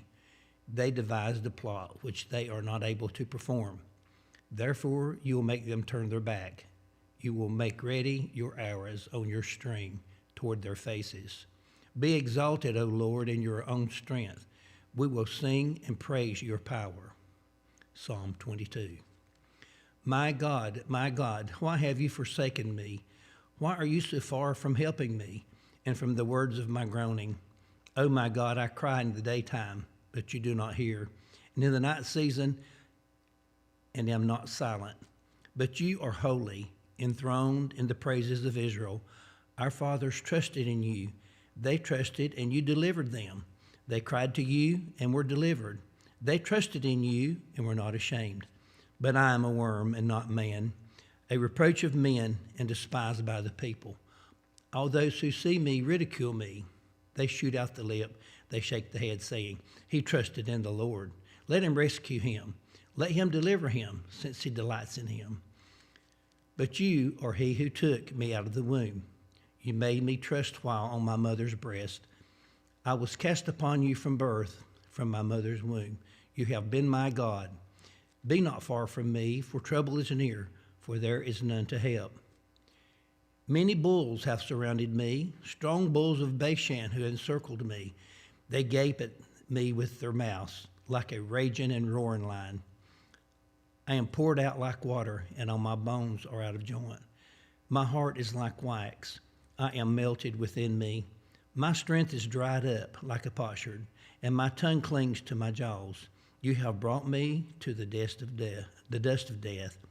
For dogs have surrounded me, the congregation of the wicked have enclosed me. They pierce my hand and my feet. Do not remember the sins of my youth, nor my transgressions. According to your mercy, remember me, for your goodness' sake, O Lord. Good and upright is the Lord. Therefore he teaches sinners in the way. The humble he guides in justice, and the humble he teaches his way. All the paths of the Lord are mercy and truth. To such as keep his covenant and his testimonies, for your name's sake, O Lord, pardon my iniquity, for it is great. Who is the man that fears the Lord? Him shall he teach in the way he chooses. He himself shall dwell in prosperity, for his descendants shall inherit the earth. The secret of the Lord is with those who fear him, and he shall show them his covenant. My eyes are ever toward the Lord, for he shall pluck my feet out of the net. Turn yourself to me and have mercy on me, for I am desolate and afflicted. The troubles of my heart have enlarged. Bring me out of my distresses. Look on my affliction and my pain, and forgive all my sins. Consider my enemies, for they are many, and they hate me with cruel hatred. Keep my soul and deliver me. Let not me be ashamed, for I put my trust in you. Let integrity and uprightness preserve me, for I wait for you. Redeemed Israel, O God, out of all their troubles. Psalm 26. Vindicate me, O Lord, for I have walked in my integrity. I have also trusted in the Lord. I shall not slip. Examine me, O Lord, and prove me. Try my mind and my heart, for your loving kindness is before my eyes. And I have walked in your truth. I have not sat with idolatrous mortals, nor will I go in with hypocrites. I have hated the assembly of the evildoers, and will not sit with the wicked. I will wash my hands in innocence, for I will go about your altar, O Lord, that I may proclaim with the voice of thanksgiving, and tell of all your wondrous works. Lord, I have loved the habitation of your house, and the place where your glory dwells. Do not gather my soul with sinners, nor my life with bloodthirsty men, in whose hands is a sinister scheme, and whose right hand is full of bribes. But as for me, I will walk in my integrity. Redeem me and be merciful to me. My foot stands in an even place. In the congregation, I will bless the Lord. Psalm 27. The Lord is my light and my shelter. Whom shall I fear? The Lord is the strength of my life. Of whom shall I be afraid? When the wicked come against me to eat up my flesh, my enemies and foes, they stumbled and fell. Though an army may encamp about me, my heart shall not fear. Though war may arise against me, I will be confident. One thing I have desired of the Lord, that will I seek, that I may dwell in the house of the Lord all the days of my life, to behold the beauty of the Lord, and to inquire in his temple. For in the time of trouble he shall hide me in his pavilion. In the secret place of his tabernacle he shall hide me. He shall set me upon a rock.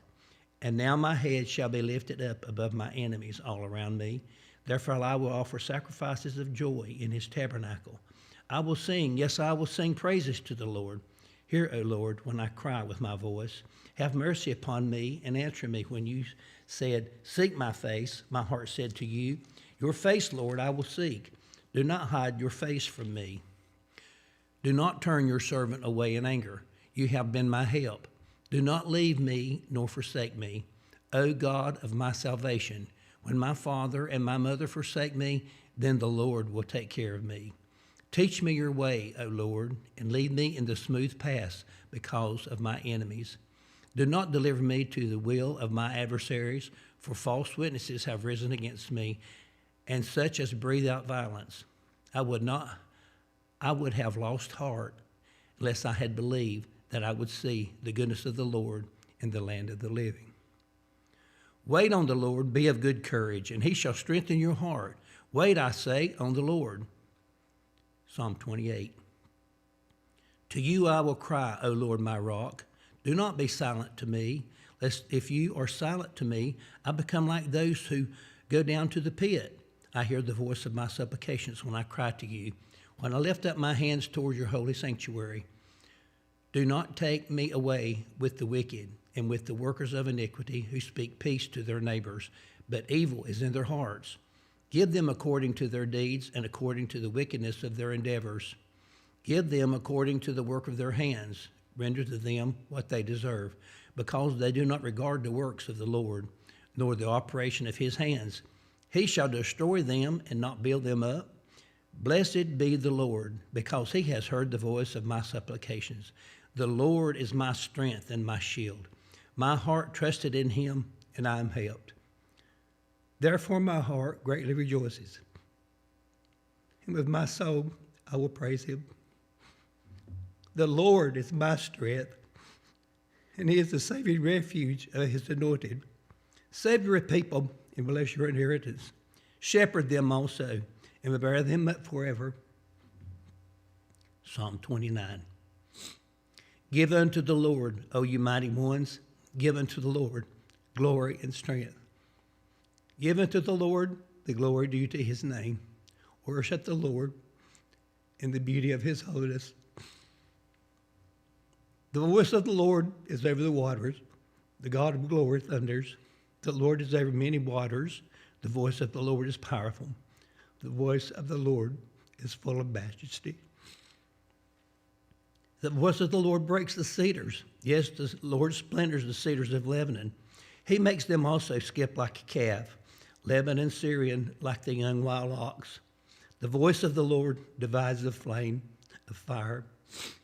The Lord shakes the wilderness. The Lord shakes the wilderness of Kadesh. The voice of the Lord makes the deer give birth and strips the forest bare. And in his temple, everyone says, "Glory." The Lord sat enthroned at the flood. And the Lord sits as king forever. The Lord will give strength to his people. The Lord will bless his people with peace.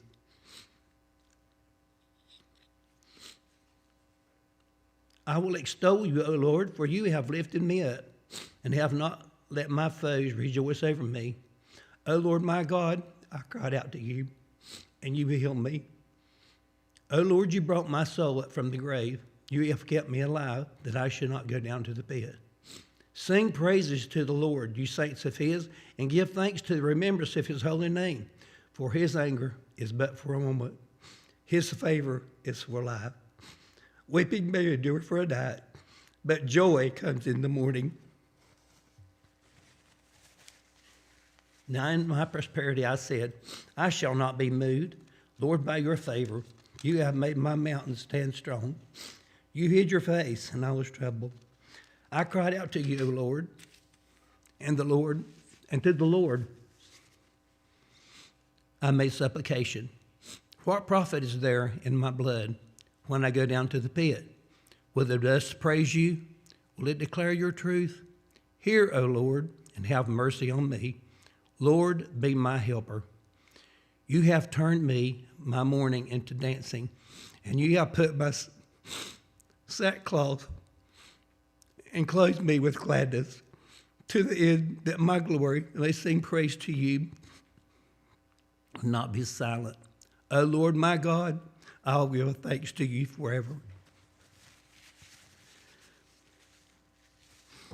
Psalm 31.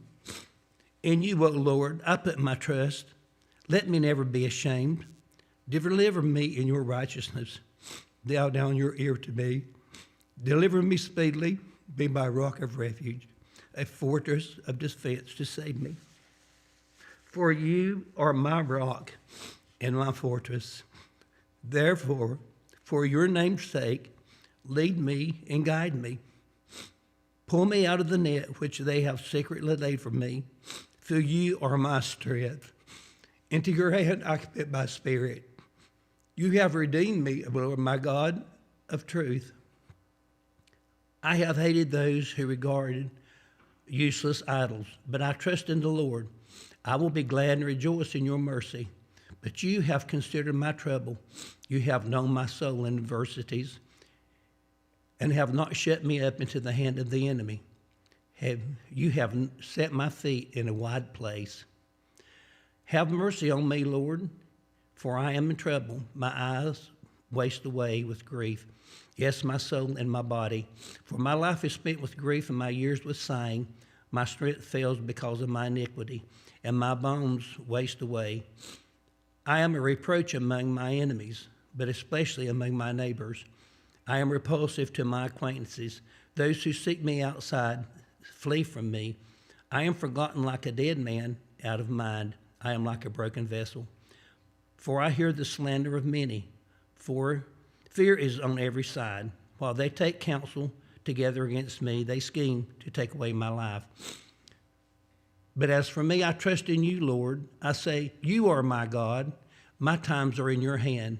Deliver me from the hands of my enemies and from those who persecute me. Make your face shine upon your servant. Save me for your mercy's sake. Do not let me be ashamed, O Lord, for I have called upon you. Let the wicked be ashamed. Let them be silent in the grave. Let the lying lips be put to silence, which speak insolent things proudly and contemptuously against the righteous. Oh, how great is your goodness, which you have laid up for those who fear you, which you have prepared for those who trust in you, in the presence of the sons of men. You shall hide them in the secret place of your presence from the plots of men. You shall keep them secretly in a pavilion for the strife of tongues. Blessed be the Lord, for he has shown me his marvelous kindness in a strong city. For I said in my haste, I am cut off from before your eyes.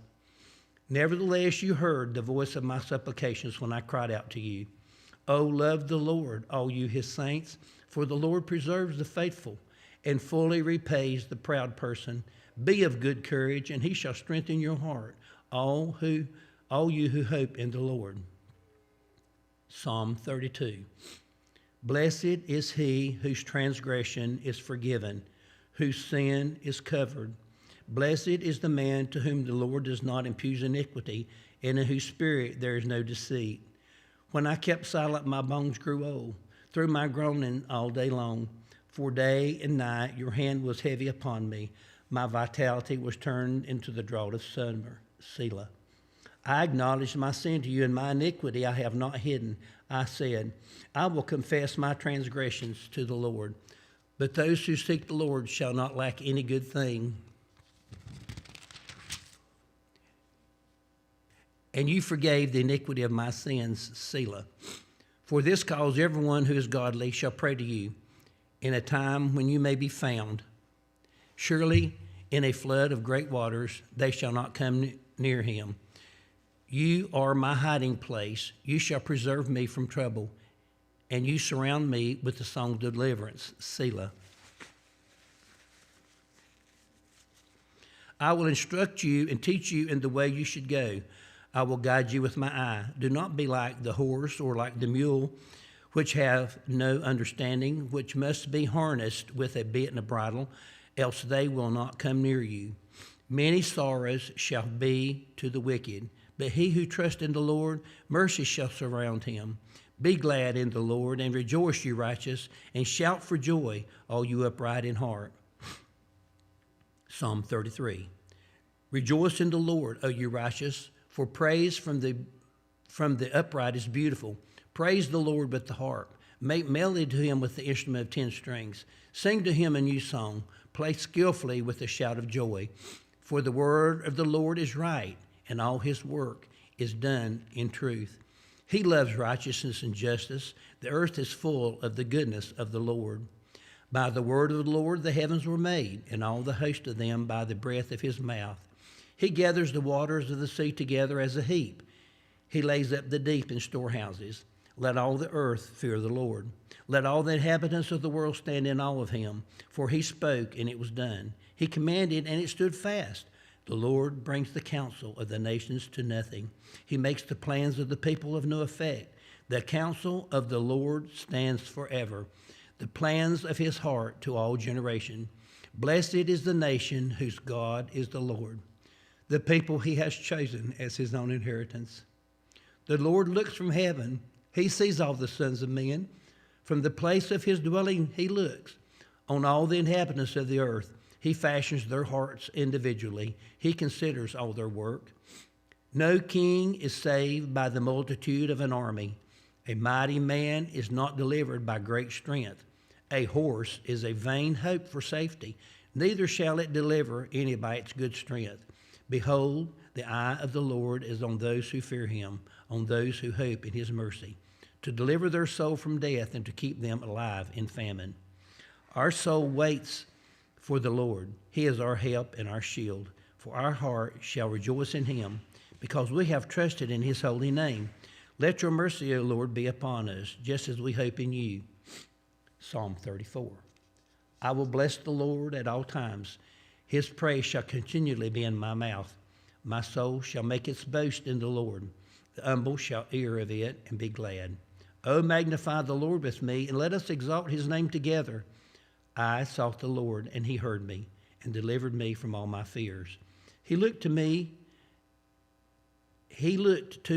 and were radiant, and their faces were not ashamed.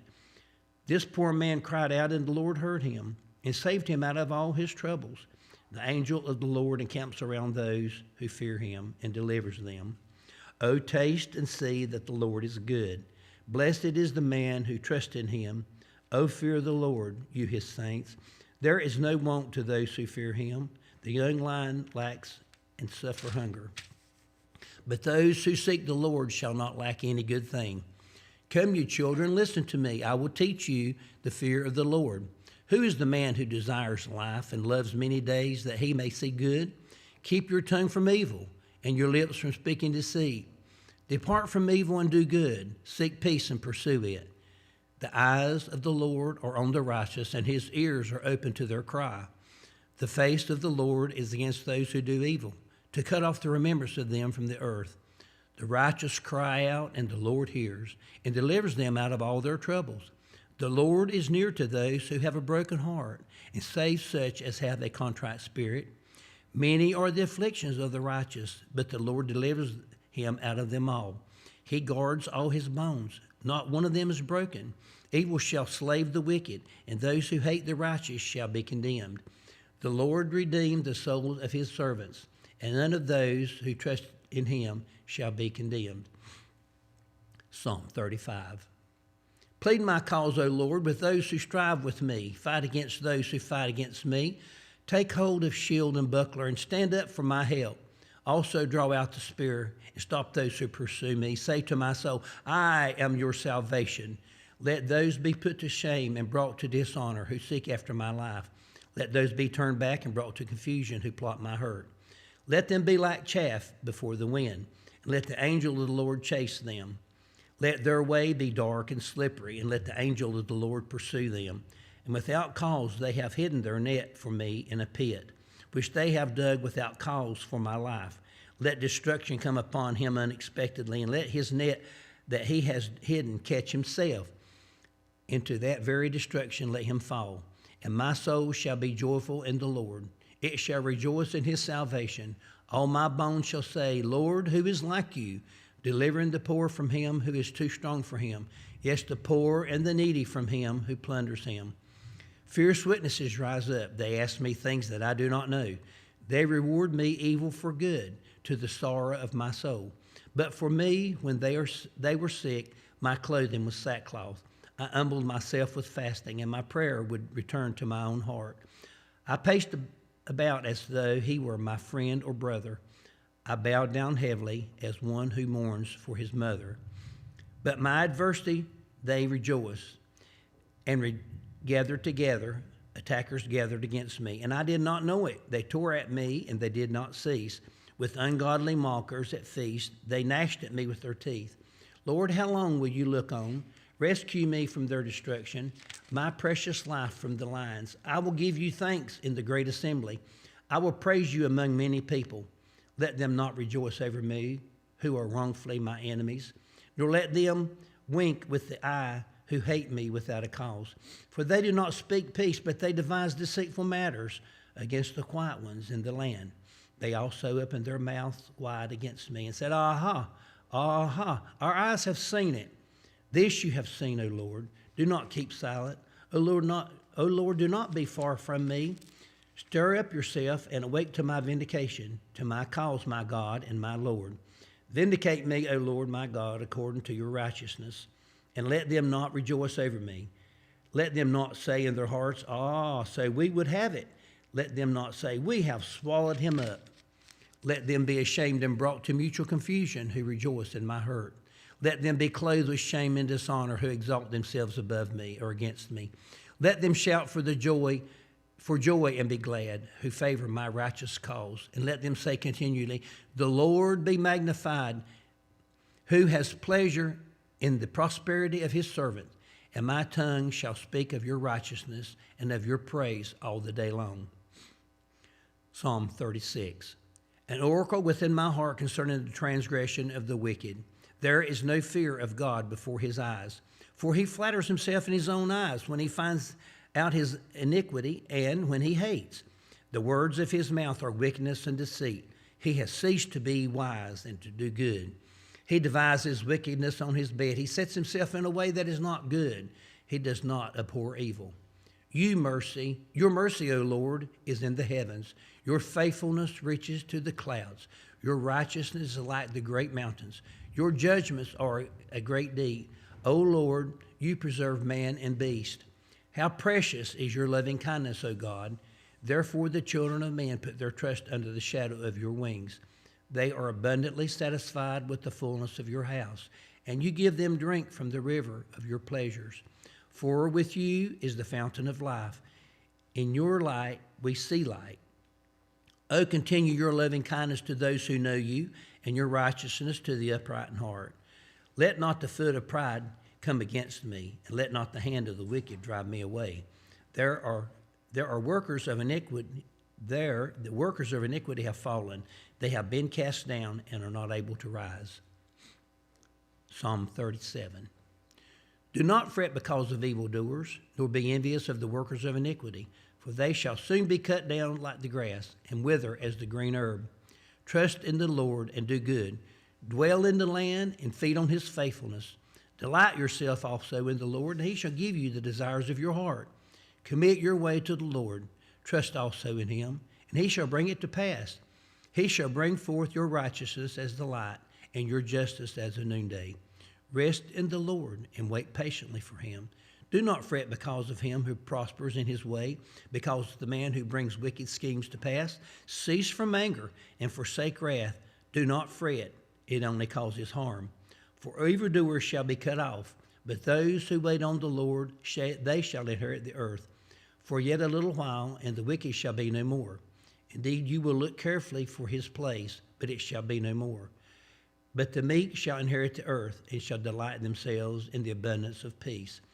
The wicked plots against the just, and gnashes at him with his teeth. The Lord laughs at him, and he sees that his day is coming. The wicked have drawn the sword, and have bent their bow, to cast down the poor and needy, to slay those who are upright conduct.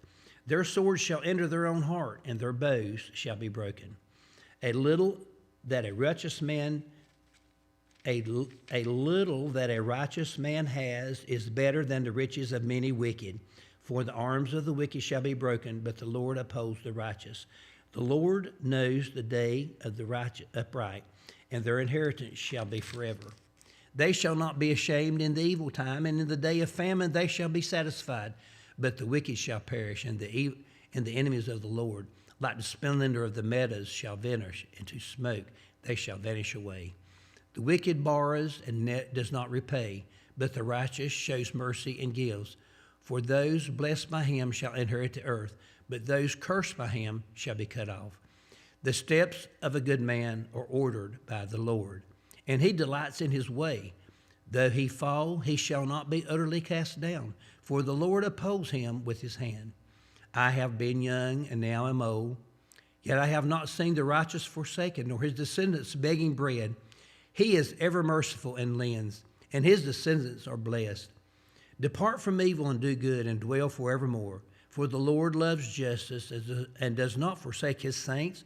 They are preserved forever, but the descendants of the wicked shall be cut off. The righteous shall inherit the land and dwell in it forever. The mouth of the righteous speaks wisdom, and his tongue talks of justice. The law of his God is in his heart. None of his steps shall slide. The wicked watches the righteous and seeks to slay him. The Lord will not leave him in his hand, nor condemn him when he is judged. Wait on the Lord and keep his way, and he shall exalt you to inherit the land. When the wicked are cut off, you shall see it. I have seen the wicked in great power, and spreading himself like a native green tree. Yet he passed away, and behold, he was no more. Indeed, I saw him, but he could not be found. Mark the blameless man, and observe the upright, for the future of that man is peace. But the transgressors shall be destroyed together. The future of the wicked shall be cut off. But the salvation of the righteous is from the Lord. He is their strength in the time of trouble. And the Lord shall help them and deliver them. He shall deliver them from the wicked and save them because they trusted in him. Psalm 38. O Lord, do not rebuke me in your wrath, nor chasten me in your hot displeasure. For your arrows pierce me deeply, and your hand presses me down. There is no soundness in my flesh because of your anger, nor any health in my bones because of my sin. For my iniquities have gone over my head. Like a heavy burden, they are heavy for me. My wounds are foul and festering because of my foolishness. I am troubled, I am bowed down greatly. I go mourning all the day long. For my loins are full of inflammation, and there is no soundness in my flesh. I am feeble and severely broken. I groan because of my turmoil of my heart. Lord, all my desire is before you, and my sighing is not hidden from you.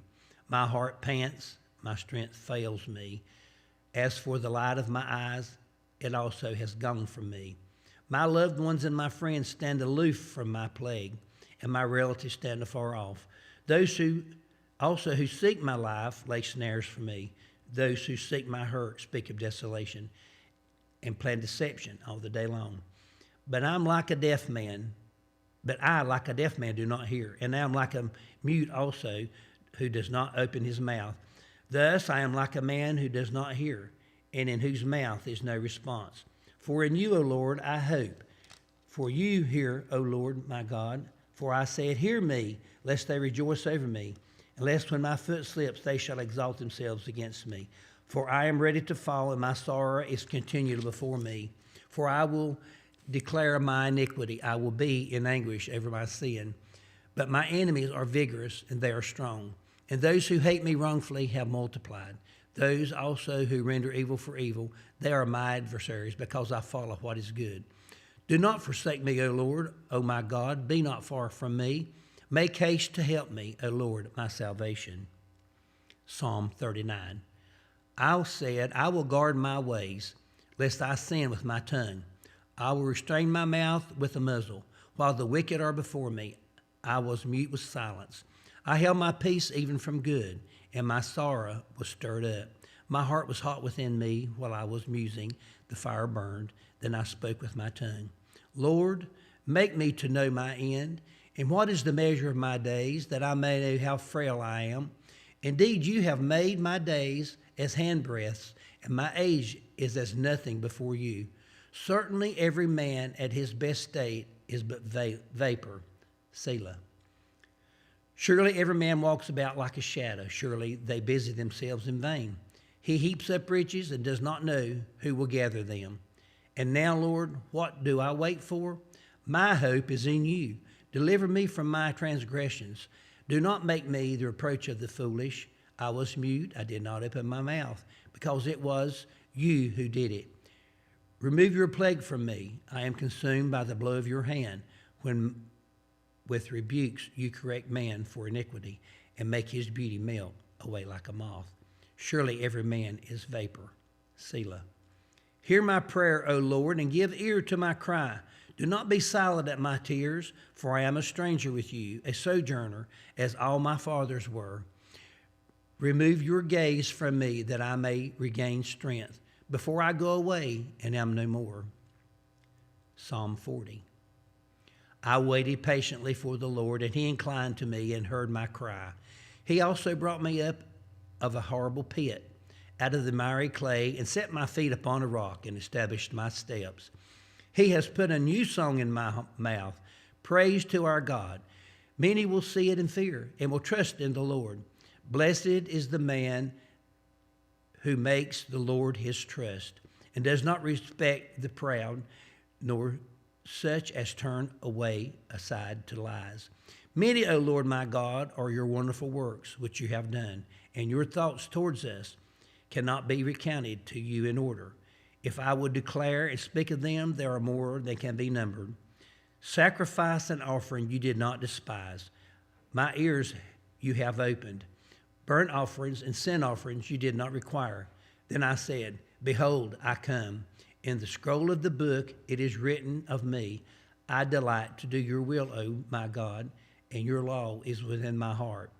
I have proclaimed the good news of righteousness in the great assembly. Indeed, I do not restrain my lips. O Lord, you yourself know I have not hidden your righteousness within my heart. I have declared your faithfulness and your salvation. I have not concealed your loving kindness and your truth from the great assembly. Do not withhold your tender mercies from me, O Lord. Let your loving kindness and your truth continually preserve me. For innumerable evils have surrounded me. My iniquities have overtaken me, so that I am not able to look up. They are more than the hairs of my head. Therefore my heart fails me. Be pleased, O Lord, to deliver me. O Lord, make haste to help me. Let them be ashamed and brought to mutual confusion who seek to destroy my life.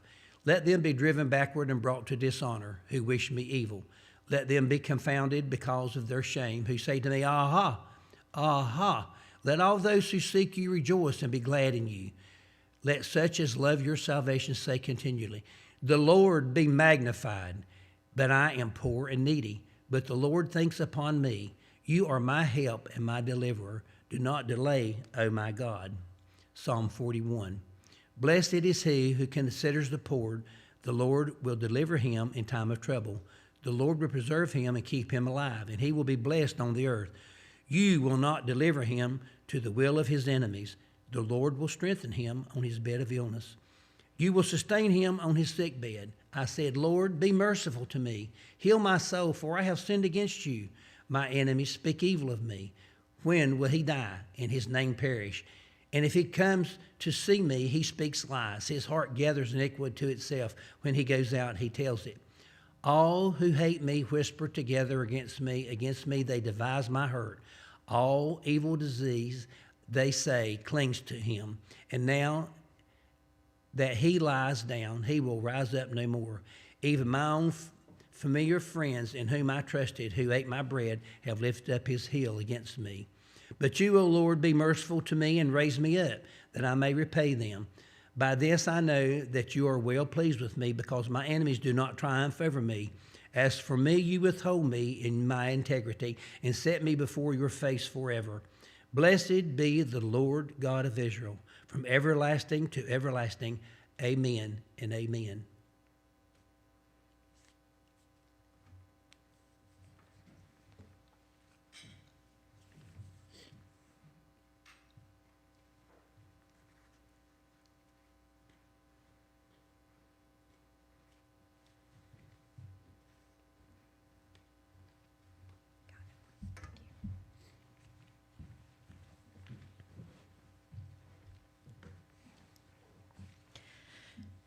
Psalms 42.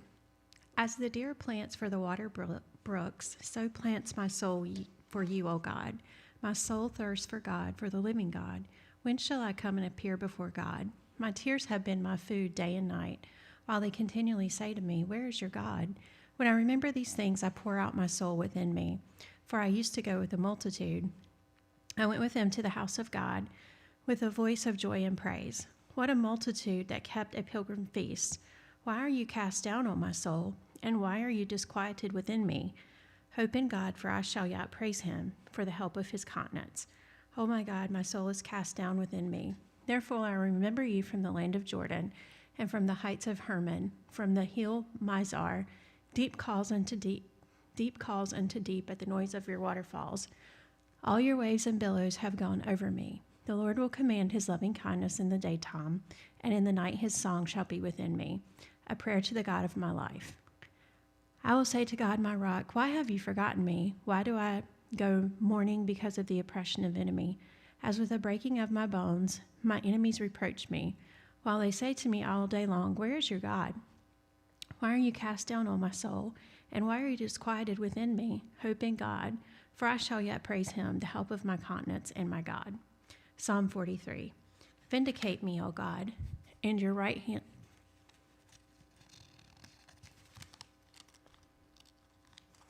Sorry, too many pages. Vindicate me, O God, and plead my cause against my ungodly nation. O deliver me from this deceitful and unjust man, for you are the God of my strength. Why do you cast me out? Why do I go mourning because of the oppression of the enemy? O send out your light and your truth. Let them lead me. Let them bring me to your holy hill and to your tabernacle. Then I will go to the altar of God, to God my exceeding joy. And on the harp I will praise you, O God, my God. Why are you cast down, O my soul? And why are you disquieted within me? Hope in God, for I shall yet praise him, the help of my countenance and my God. Psalms 44. We have heard with our ears, O God. Our fathers have told us the deeds you did in their days, in the days of old. You drove out the nations with your hand, but them you planted. You afflicted the peoples and cast them out. For they did not gain possession of the land by their own sword, nor did their own arm save them. But it was your right hand, your arm, and the light of your countenance, because you favored them. You are my king, O God. Command victories for Jacob. Though you will push down our enemies, through your name we will trample those who rise up against us. For I will not trust in my bow, nor shall my sword save me, but you have saved us from our enemies, and have put to shame those who hated us. In God we boast all day long, and praise your name forever. But you have cast us off and put us to shame, and you do not go out with our armies. You make us turn back from the enemy, and those who hate us have taken spoil for themselves. You have given us up like sheep intended for food, and have scattered us among the nations. And you sell your people for next to nothing, and you are enriched by selling them. You make us a reproach to our neighbors, a scorn and desertion to those all around us. You make us a byword among the nations, a shaking of the head among the peoples. My dishonor is continually before me, and the shame of my face has covered me, because of the voice of him who reproaches and reviles, because of the enemy and the avenger. All this has come upon us, but we have not forgotten you, nor have we dealt falsely with your covenant. Our heart has not turned back, nor has our steps departed from your ways. But you have severely broken us in the place of jackals, and covered us within the shadow of death. If we had forgotten the name of our God, or stretched out our hands to foreign God, would not God search this out? For he knows the secrets of the heart. Yet for your sake we are killed all day long. We are counted as sheep for the slaughter. Awake, why do you sleep, O Lord? Arise, do not cast us off forever. Why do you hide your face and forget our affliction and our oppression? For our soul is bowed down to the dust. Our body clings to the ground. Arise for our help and redeem us for your mercy's sake. Psalms 45. My heart is overflowing with a good theme. I recite my composition concerning the king. My tongue is the pen of a ready writer. You are fairer than the sons of men. Grace is poured upon your lips. Therefore God has blessed you forever. Gird your sword upon your thigh, O mighty one, with your glory and your majesty. And in your majesty rise prosperity because of truth, humility, and righteousness. And your right hand shall teach you awesome things. Your arrows are sharp in the heart of the king's enemies. The peoples fall under you. Your throne, O God, is forever and ever. A scepter of righteousness is the scepter of your kingdom. You love righteousness and hate wickedness. Therefore God, your God, has appointed you with the oil of gladness more than your companions. All your garments are scented with myrrh and aloes and cassia, out of the ivory palaces by which they have made you glad. King's daughters are among our honorable women, and at your right hand stands the queen in gold of Ophir. Listen, O daughter, consider and incline your ear. Forget your own people also and your father's house, so the king will greatly desire your beauty. Because he is your Lord, worship him. And the daughter of Tyre will come with a gift. The rich among the people will seek your favor. The royal daughter is glorious within the palace. Her clothing is woven with gold. She shall be brought to the kings in robes of many colors. The virgins, her companions who follow her, shall be brought to you. With gladness and rejoicing they shall be brought. They shall enter the king's palace. Instead of your fathers shall be your sons, whom you shall make princes in the earth. I will make your name to be remembered in all generations. Therefore the people shall praise you forever and ever. Psalms 46. God is our refuge and strength, a very present help in the time of need. Therefore we will not fear, even though the earth be removed, and though the mountains be carried into the midst of the sea, though its waters roar and be troubled, though the mountains shake with its swelling. Selah. There is a river whose stream shall make glad the city of gold, the holy place of the tabernacle of the Most High. God is in the midst of her. She shall not be moved. God shall help her just as the break of the dawn. The nations raged, the kingdoms were moved. He uttered his voice, and the earth melted. The Lord of hosts is with us. The God of Jacob is our refuge. Selah. Come behold the works of the Lord, who has made desolations in the earth. He makes wars cease to the end of the earth. He breaks the bow and cuts the spear in two. He burns the chariot in the fire. Be still and know that I am God. I will be exalted among the nations. I will be exalted in the earth. The Lord of hosts is with us. The God of Jacob is our refuge. Selah. Psalms 47. Oh, clap your hands, all you people. Shout to God with the voice of the trumpet. For the Lord Most High is awesome. He is a great king over all the earth. He will subdue the people under us and the nations under our feet. He will choose our inheritance for us, the excellence of Jacob whom he loves. Selah. God has gone up with a shout, the Lord with the sound of a trumpet. Sing praises to God, sing praises. Sing praises to our King, sing praises. For God is the King of all the earth. Sing praises with understanding. God reigns over the nations. God sits on his holy throne. The prince of people have gathered together, the people of God of Abraham. For the shields of the earth belong to God. He is greatly exalted. Psalms 48. Great is the Lord and greatly to be praised in the city of our God and his holy mountain. Beautiful in elevation, the joy of the whole earth is Mount Zion on the sides of the north. The city of the great king, God is in her palaces. He is known as her refuge.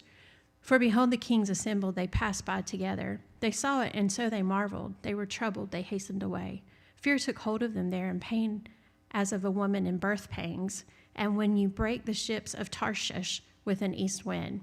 As we have heard, so we will have seen in the city of the Lord of hosts, in the city of our God. God will establish it forever. Selah.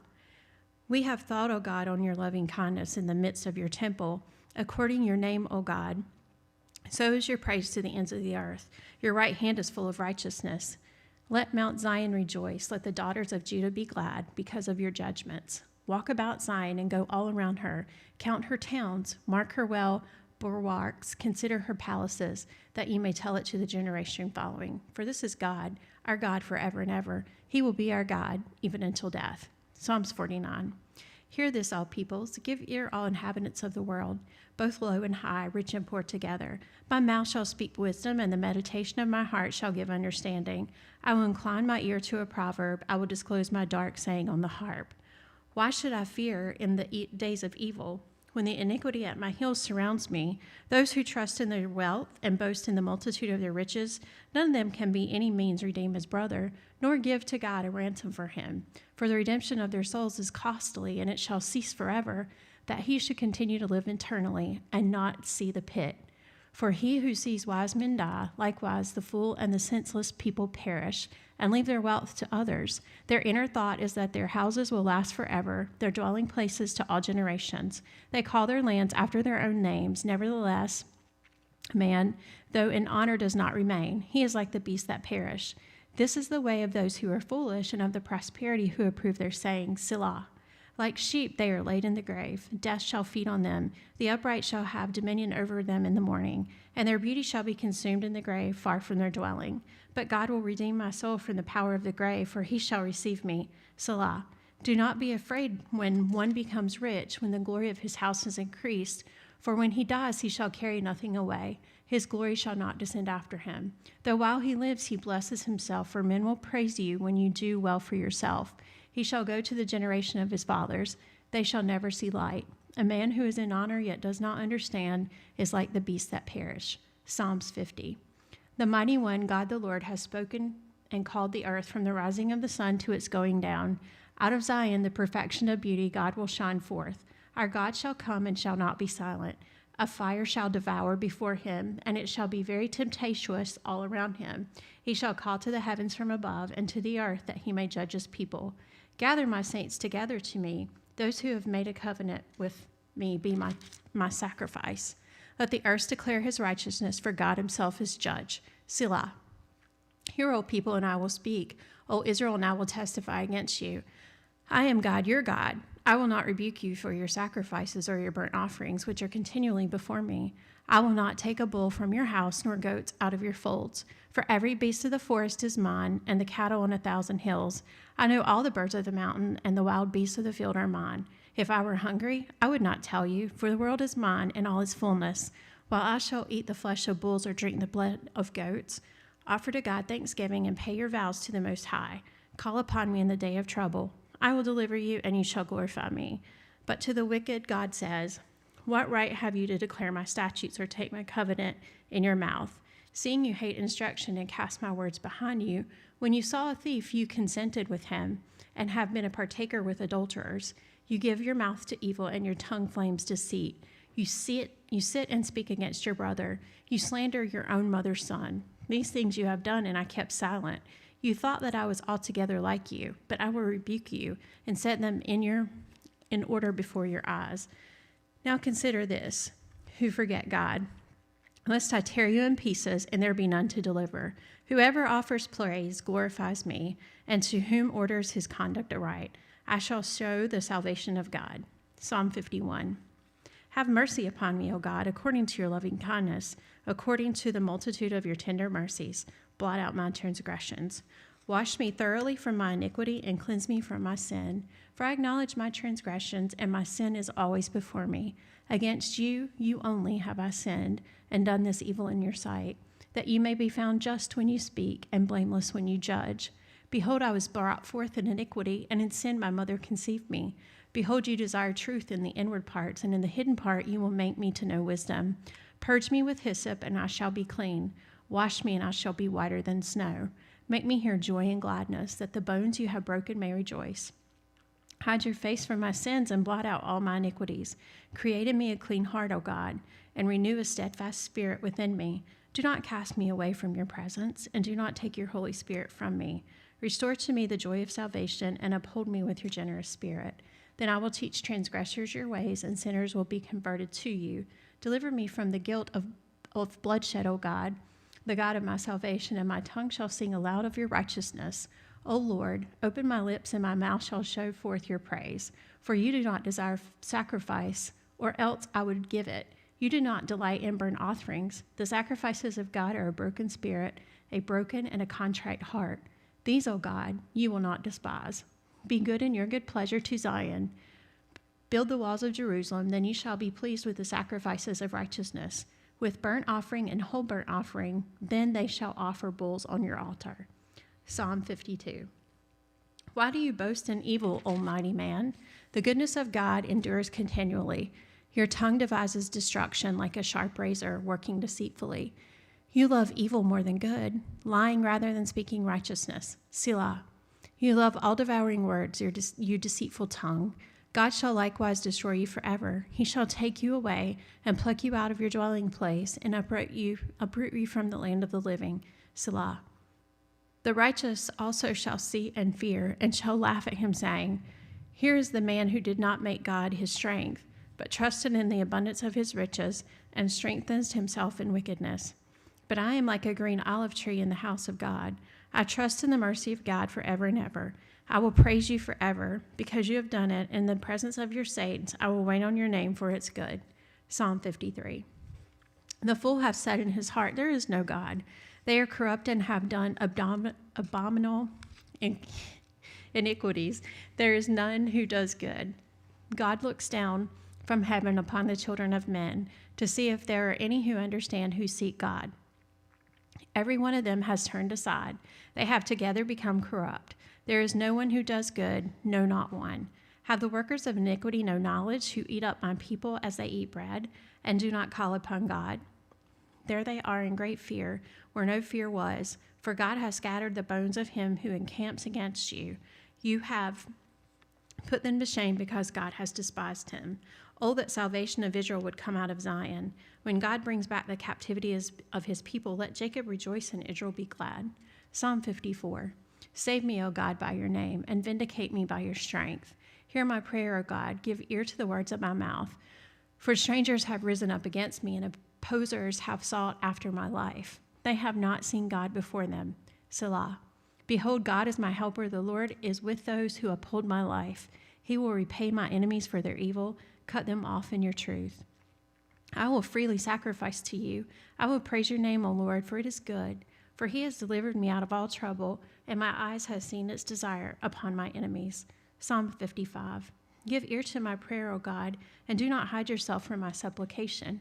Attend to me and hear me. I am restless in my complaint and moan noisily because of the voice of the enemy, because of the oppression of the wicked. For they bring down trouble upon me, and in wrath they hate me. My heart is severely pained within me, and the terrors of death have fallen upon me. Fearfulness and trembling have come upon me, and horror has overwhelmed me. So I said, Oh, that I had wings like a dove! I would fly away and be at rest. Indeed, I would wander off and remain in the wilderness. I would hasten my escape from the windy storm and tempest. Destroy, O Lord, and divide their tongues, for I have seen violence and strife in the city. Day and night they go around it on its walls. Iniquity and trouble are also in the midst of it. Destruction is in its midst. Oppression and deceit do not depart from its streets. For it is not an enemy who reproaches me, then I could bear it. nor is it one who hates me or has exalted himself against me. Then I could hide from him. But it was you, a man my equal, my companion and my acquaintance. We took sweet counsel together. I walked to the house of God in the throne. Let death seize them. Let them go alive into hell, for wickedness is in their dwelling and among them. As for me, I will call upon God, and the Lord shall save me.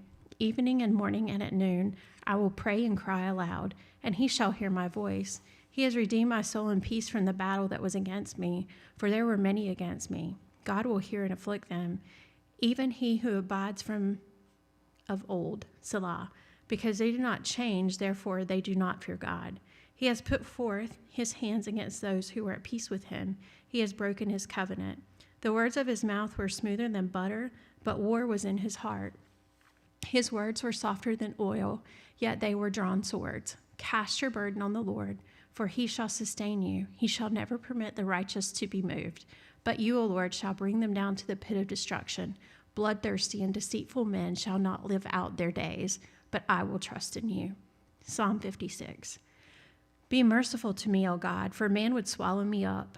Fighting all day, he opposes me. My enemy would hound me all day, for there were many who fight against me, O Most High.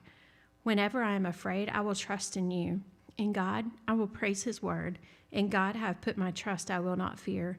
What can flesh do to me? All day they twist my words. All their thoughts are against me for evil. They gather together, they hide, they mark my steps when they lie in wait for my life. Shall they escape my iniquity? In anger cast down the peoples, O God. You number my wanderings. Put my tears into your bottle. Are they not in your book? When I cry out to you, then my enemies will turn back. This I know because God is for me. In God I will praise his word. In the Lord I will praise his word. In God I have put my trust. I will not be afraid. What can man do to me? Vows made to you are binding upon me, O God. I will render praises to you. For you have delivered my soul from death. Have you not kept my feet from falling, that I may walk before God in the light of the living? Psalm 57. Be merciful to me, O God, be merciful to me, for my soul trusts in you. And in the shadows of your wings I will make my refuge until these calamities have passed by. I will cry out to God Most High, to God who performs all things for me. He shall send me from heaven and save me. He approaches the one who would swallow me up, Selah. God shall send forth his mercy and his trust. My soul is among lions. I lie among the sons of men who are set on fire, whose teeth are spears and arrows, and their tongue a sharp sword. Be exalted, O Lord, above the heavens. Let your glories be above all the earth. They have prepared a net for my steps. My soul is bowed down. They have dug a pit before me. In the midst of it, they themselves have fallen. Selah. My heart is steadfast, O God. My heart is steadfast. I will sing and give praise. Awake, my glory. Awake, lute and harp. I will awaken the dawn. I will praise you, O Lord, among the peoples. I will sing to you among the nations. For your mercy reaches unto the heavens, and your truth unto the clouds. Be exalted, O God, above the heavens. Let your glory be above all the earth. Psalm 58. Do you indeed speak righteousness, you silent ones? Do you judge uprightly, your sons of men? No, in heart you work wickedness. You weigh out the violence of your hands in the earth. The wicked are estranged from the womb. They go astray as soon as they are born, speaking lies. Their poison is like the poison of a serpent. They are like the deaf cobra that stops its ear, which will not heed the voice of the charmers, charming ever so skillfully. Break their teeth in their mouth, O God. Break out the fangs of the young lions, O Lord. Let them flow away as waters which run continually. When he bends his bow, let his arrow be as if cut in pieces. Let them be like a snail which melts away as it does, like a stillborn child of a woman, that they may not see the sun.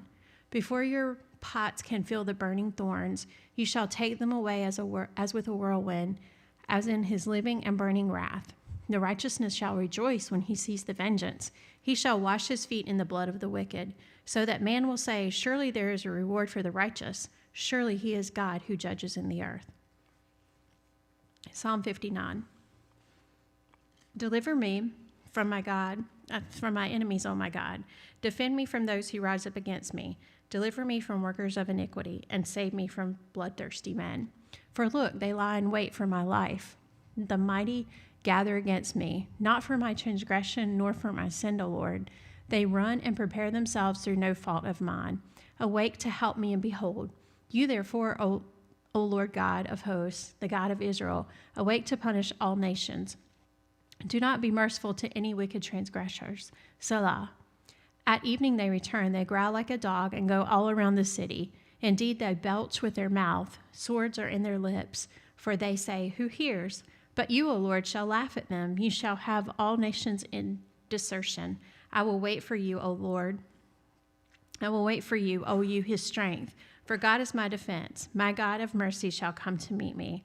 God shall let me see my desire on my enemies. Do not slay them, lest my people forget.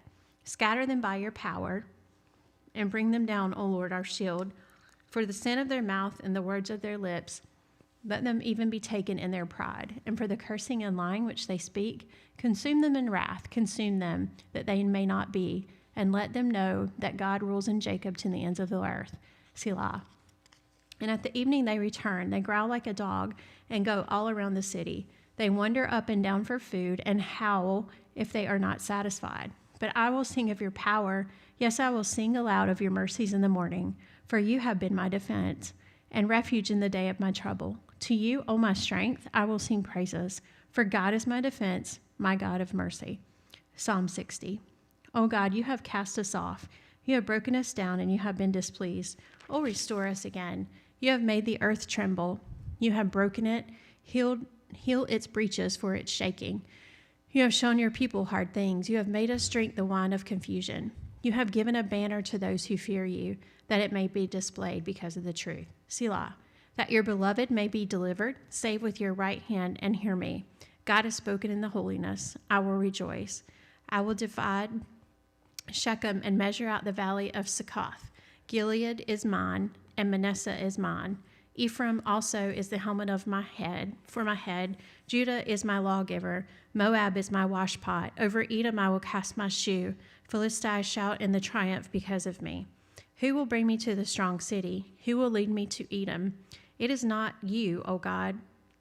Is it not you, O God, who has cast us off? And you, O God, who did not go out with our enemies? Give us help from trouble, for the help of man is useless. Though through God he will do valiantly, for it is he who shall tread down our enemies. Psalm 61. Hear my cry, O God, attend to my prayer. From the end of the earth I will cry to you. When my heart is overwhelmed, lead me to the rock that is higher than I. For you have been a shelter for me, a strong tower from the enemy. I will abide in your tabernacle forever. I will trust in the shelter of your wings. Selah. For you, O God, have heard my vows. You have given me the heritage of those who fear your name. You will prolong the king's life, his years as many generations. He shall abide before God forever. O prepare mercy and truth, which may preserve him. So I will sing praise to your name forever. Psalm 62. Truly my soul silently awaits for God. For him comes my salvation. He only is my rock and my salvation. He is my defense. I shall not be greatly moved. How long will you attack a man? You shall be slain, all of you, like a leaning wall and a tottering fence. They only consult to cast him down from his high position. They delight in lies. They bless with their mouth, but they curse inwardly. Selah. My soul waits silently for God alone, for my expectation is from him. He only is my rock and my salvation. He is my defense. I shall not be moved. In God is my salvation and my glory. The rock of my strength and my refuge is in God. Trust in him at all times, you people. Pour out your heart before him. God is a refuge for us. Selah. Surely men of low degree as a vapor. Men of high degree are a lie. If they are weighted on the scales, they are altogether lighter than vapor. Do not trust in oppression, nor vainly hope in robbery. If riches increase, do not set your heart on them. God has spoken once, twice I have heard this, that power belongs to God. Also to you, O Lord, belongs mercy, for you render to each one according to his work. Psalm 63. O God, you are my God. Early will I seek you. My soul thirsts for you. My flesh longs for you in a dry and thirsty land where there is no water. So I have longed for you in the sanctuary to see your power and your glory. Because your loving kindness is better than life, my lips shall praise you. Thus I will bless you while I live. I will lift up my hands in your name. My soul shall be satisfied as your marrow and fatness, and my mouth shall praise you with joyful lips. When I remember you on my bed, I will meditate on you in the night watches, because you have been my help. Therefore, in the shadow of your wings I will rejoice. My soul follows close behind you. Your right hand upholds me. But those who seek my life to destroy it shall go into the lower parts of the earth. They shall fall by the sword. They shall be a portion for jackals. But the king shall rejoice in God. Everyone who swears by him shall glory, but the mouth of those who speak lies shall be stopped. Psalm 64. Hear my voice, O God, in my meditation. Preserve my life for fear of my enemy. Hide me from the secret plots of the wicked, from the rebellion of the workers of iniquity, who sharpen their tongue like a sword and bend their bows to shoot their arrows, bitter words, that they may shoot in secret at the blameless. Suddenly they shoot at him and do not fear. They encourage themselves in an evil matter. They talk of laying snares secretly. They say, who will see them? They devise iniquities. We have perfected a shrewd scheme. Both the inward thought and the heart of man are deep. But God shall shoot at them with an arrow. Suddenly they shall be wounded. So he will make them stumble over their own tongue. All who see them shall flee away. All men shall fear, and all shall declare the work of God. For they shall wisely consider his doing. The righteous shall be glad in the Lord and trust in him. And all the upright in heart shall glory. Psalm 65. Praise is awaiting you, O God, in Zion, and to you the vow shall be performed. O you who hear prayer, to you all flesh will come. Iniquities prevail against me. As for our transgressions, you will provide atonement for them. Blessed is the man you choose and cause to approach you, that he may dwell in your courts. We shall be satisfied with the goodness of your house, O you holy temple. By awesome deeds in righteousness you will answer us, O God, our salvation. You who are the confidence of all ends of the earth, and for the far-off seas, who establish the mountains by his strength, being clothed with power. You who still the noise of the seas, the noise of the waves, and the tumult of the people. They also who dwell in the furthest parts are afraid of your signs. You make the outgoings of the morning and evening rejoice. You visit the earth and water it. You greatly enrich it. The river of God is full of water. You shall provide their grain, for you have prepared it. You water its ridges abundantly. You settle its furrows. You make it soft with showers. You bless its growth. You crown the year with your goodness, and your pasture with abundance. They drop on the pastures of the wilderness, and the little hills rejoice on every side. The pastures are clothed with flocks. The valleys also are covered with grain. They shout for joy. They also sing. Psalm 66. Make a joyful shout to God, all the earth. Sing out the honor of his name. Make his praise glorious. Say to God, how awesome are your works. Through the greatness of your power, your enemies shall submit themselves to you. All the earth shall worship you and sing praises to you. They shall sing praises to your name. Selah. Come and see the works of God. He is awesome in his doing toward the sons of men. He turned the sea into dry land. They went through the river on foot. There we will rejoice in him. He rules by his power forever. His eyes observe the nations. Do not let the rebellious exalt themselves. Selah. Oh, bless our God, you peoples, and make the voice of his praise to be heard, who keeps our soul among the living and does not allow our feet to be moved. For you, O God, have tested us. You have refined us as silver is refined. You brought us into the net. You laid affliction on our backs. You have caused men to ride over our heads. We went through fire and through water, and you brought us out to rich fulfillment. I will go into your house with burnt offerings, and I will pay you my vows, which my lips have uttered, and my mouth has spoken when I was in trouble. I will offer you burnt sacrifices of fat animals with the sweet aroma of rams. I will offer bulls with goats. Selah. Come and hear, all you who fear God, and I will declare what he has done for my soul. I cried to him with my mouth, and he has extolled with my tongue. If I regard iniquity in my heart, the Lord will not hear, but certainly God has heard me. He has attended to the voice of my prayer. Blessed be God who has turned away my prayer, nor his mercies from me. Psalm 67. God be merciful to us and bless us, and cause us to face shine upon us. Selah. That your way may be known on earth, your salvation among all nations. Let the peoples praise you, O God. Let all the peoples praise you. O let the nations be glad and sing for joy. For you shall judge the people righteously and govern the nations on earth. Selah. Let the peoples praise you, O God. Let all the peoples praise you. Then the earth shall yield her increase. God, our own God, shall bless you. God shall bless you, and all the ends of the earth shall fear him. Psalm 68. Let God arise, let his enemies be scattered. Let those who hate him flee before him. As smoke is driven away, so drive them away. As wax melts before the fire, so let the wicked perish at the presence of God.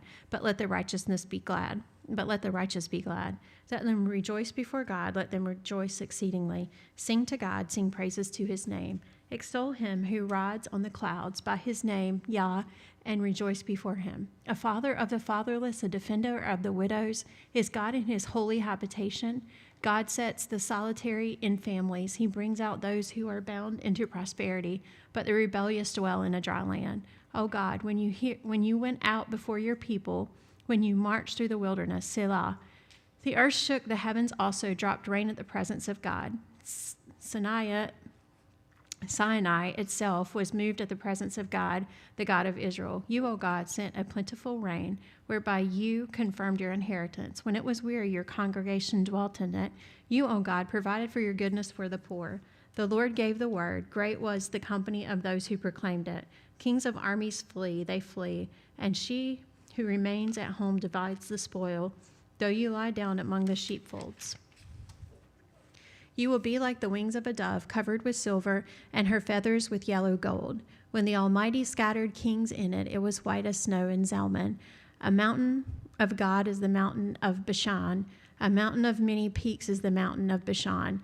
Why do you fume with enemy, you mountains of many peaks? This is the mountain which God desires to dwell in. Yes, the Lord will dwell in it forever. The chariots of God are 20,000, even thousands of thousands. The Lord is among them as in Sinai in the holy place. You have ascended on high. You have lived captivity captive. You have received gifts among men, even from the rebellious, that the Lord God might dwell there. Blessed be the Lord who daily loads us with benefits, the God of our salvation, Selah. Our God is the God of salvation, and to God the Lord belong escapes from death. But God will wound the head of his enemies, the hairy scalp of the one who goes on in his trespasses. The Lord said, I will bring back from Bashan, I will bring back from the depths of the sea, that your foot may crush them in the blood, and the tongues of your dogs may have their portion from your enemies. They have seen your procession, O God, the procession of my King, of my God, my King, into the sanctuary. The singers went before, the players on the instruments followed after. Among them were the maidens playing timbrels. Bless God in congregations, the Lord from the fountain of Israel. This is little Benjamin. There is little Benjamin, their leader, the princess of Judah and their company, the princess of Zebulun and the princess of Naphtali. Your God has commanded your strength. Strengthen, O God, what you have done for us. Because of your temple at Jerusalem, kings will bring presents to you. Rebuke the beasts of the reeds, the herd of bulls with the calves of the people, till everyone submits himself with pieces of silver. Scatter the people who delight in war. Envoys will come out of Egypt. Ethiopia will quickly stretch out her hands to God. Sing to God, you kingdoms of the earth. Oh, sing praises to the Lord, Selah. To him who resides on the heaven of heavens, which were of old. Indeed, he sends out his voice, a mighty voice. Ascribe strength to God. His excellence is over Israel, and his strength is in the clouds. O God, you have more awesome than your holy places. The God of Israel is he who gives strength and power to his people. Psalm 69, Save me, O God, for the waters have come to my neck. I seek in deep mire. Where there is no standing, I have come into deep waters. Where the floods overflow me, I am weary with my crying. My throat is dry. My eyes fail where I wait for God. Those who hate me without a cause are more than the hairs of my head. They are mighty who destroy me, being my enemies wrongfully. Though I have stolen nothing, I still must restore it. O God, you know my foolishness, and my sins are not hidden from you. Let not those who wait for you, O Lord God of hosts, be ashamed because of me. Let not those who seek you be confounded because of me, O God of Israel. Because for your sake I have borne reproach. Shame has covered my face. I have become a stranger to my brothers and an alien to my mother's children. Because zeal of your house has eaten me up, and the reproaches of those who reproach you have fallen on me. When I wept and chastened my soul with fasting, that became my reproach. I also made sackcloth my garments. I became a byword to them. and those who sit in the gate speak against me, and I am the songs of the drunkards. But as for me, my prayer is to you, O Lord, in the acceptable time. O God, in the multitude of your mercy, hear me in the truth of your salvation. Deliver me out of the mire, and let me not sink. Let me be delivered from those who hate me, and out of the depths of the water. Let not the flood water overflow me, nor let the deep swallow me up, and let not the pit shut its mouth on me. Hear me, O Lord, for your loving kindness is good. Turn to me according to the multitude of your tender mercies, and do not hide your face from your servant, for I am in trouble. Hear me speedily. Draw near to my soul and redeem it. Deliver me because of my enemies. You know my reproach, my shame, and my dishonor. My adversaries are all before you. Reproach has broken my heart. I am full of heaviness, and I looked for someone to take pity, but there was none, and for comforters, but I found none. They also gave me gall for my food, and for my thirst they gave me vinegar to drink. Let their table become a snare before them, and their well-being a trap. Let their eyes be darkened so that they do not see, and make their loins shake continually. Pour out your indignation upon them, and let your wrathful anger take hold of them. Let their delivering place be desolate. Let no one live in their tents, for they persecute the ones you have struck, and talk of the grief of those you have wounded. Add iniquity to their iniquity, and let them not come into your righteousness. Let them be blotted out of the book of the living, and not be written for the righteous. But I am poor and sorrowful. Let your salvation, O God, set me up on high. I will bring the name of God with a song, and will magnify him with thanksgiving. They also shall please the Lord better than an ox or a bull which has horns and hooves. The humble shall see this and be glad, and you who seek God, your heart shall live. For the Lord hears the poor and does not despise his prisoners. Let heaven and earth praise him, the seas and everything that moves in them. For God will save Zion and build the cities of Judah, that they may dwell there and possess it. Also the descendants of his servants shall inherit it, and those who love his name shall dwell in it. Psalm 70. Make haste, O God, to deliver me. Make haste to help me, O Lord. Let them be ashamed and confounded who seek my life. Let them be turned back and confused who desire my hurt. Let them be turned back because of their shame who say, Aha. Let all those who speak you rejoice and be glad in you. And let those who love you and those who love your salvation say continually, Let God be magnified. For I am poor and needy. Make haste to me, O God. You are the help and my deliverer, O God. O Lord, do not delay. Psalm 71. In you, O Lord, I put my trust. Let me never be put to shame. Deliver me in your righteousness and cause me to escape. Incline your ear to me and save me. Be my strong refuge to which I resort continually. You have given the commandment to save me, for you are my rock and my fortress. Deliver me, O my God, out of the hand of the wicked, out of the hand of the unrighteous and cruel man. For you are my hope, O Lord God. You are my trust from my youth. By you I have been upheld from birth. You are he who took me out of my mother's womb. My praise shall continually of you. I have become as a wanderer to many, but you are my strong refuge. Let my mouth be filled with your praise and with your glory all the day. Do not cast me off in the time of old age, for do not forsake me when my strength fails. For my enemies speak against me, and those who lie in wait for my life take counsel together, saying, God has forsaken him. Pursue and take him, for there is none to deliver him. O God, do not be far from me. O God, make haste to help me. Let them be confounded and confused who are adversaries of my life. Let them be covered with reproach and dishonor who seek my heart. But I will hope continually and will praise you yet more and more. My mouth shall tell of your righteousness and your salvation all the day, for I do not know their limits. I will go in the strength of the Lord God. I will make mention of your righteousness, of yours only. O God, you have taught me from your youth, and to this day I declare your wondrous works. Now also, when I am old and gray-headed, O God, do not forsake me until I declare your strength to this generation, your power to everyone who is to come. Also, your righteousness, O God, is very high, you who have done great things. O God, who is like you? You have shown me great and severe troubles. You revive me again and bring me up again from the depths of the earth. You shall increase my greatness and comfort me on every side. Also with the lute I will praise you, and your faithfulness, O my God. To you I will sing with a harp, O Holy One of Israel. My lips shall greatly rejoice when I sing to you, and my soul which you have redeemed.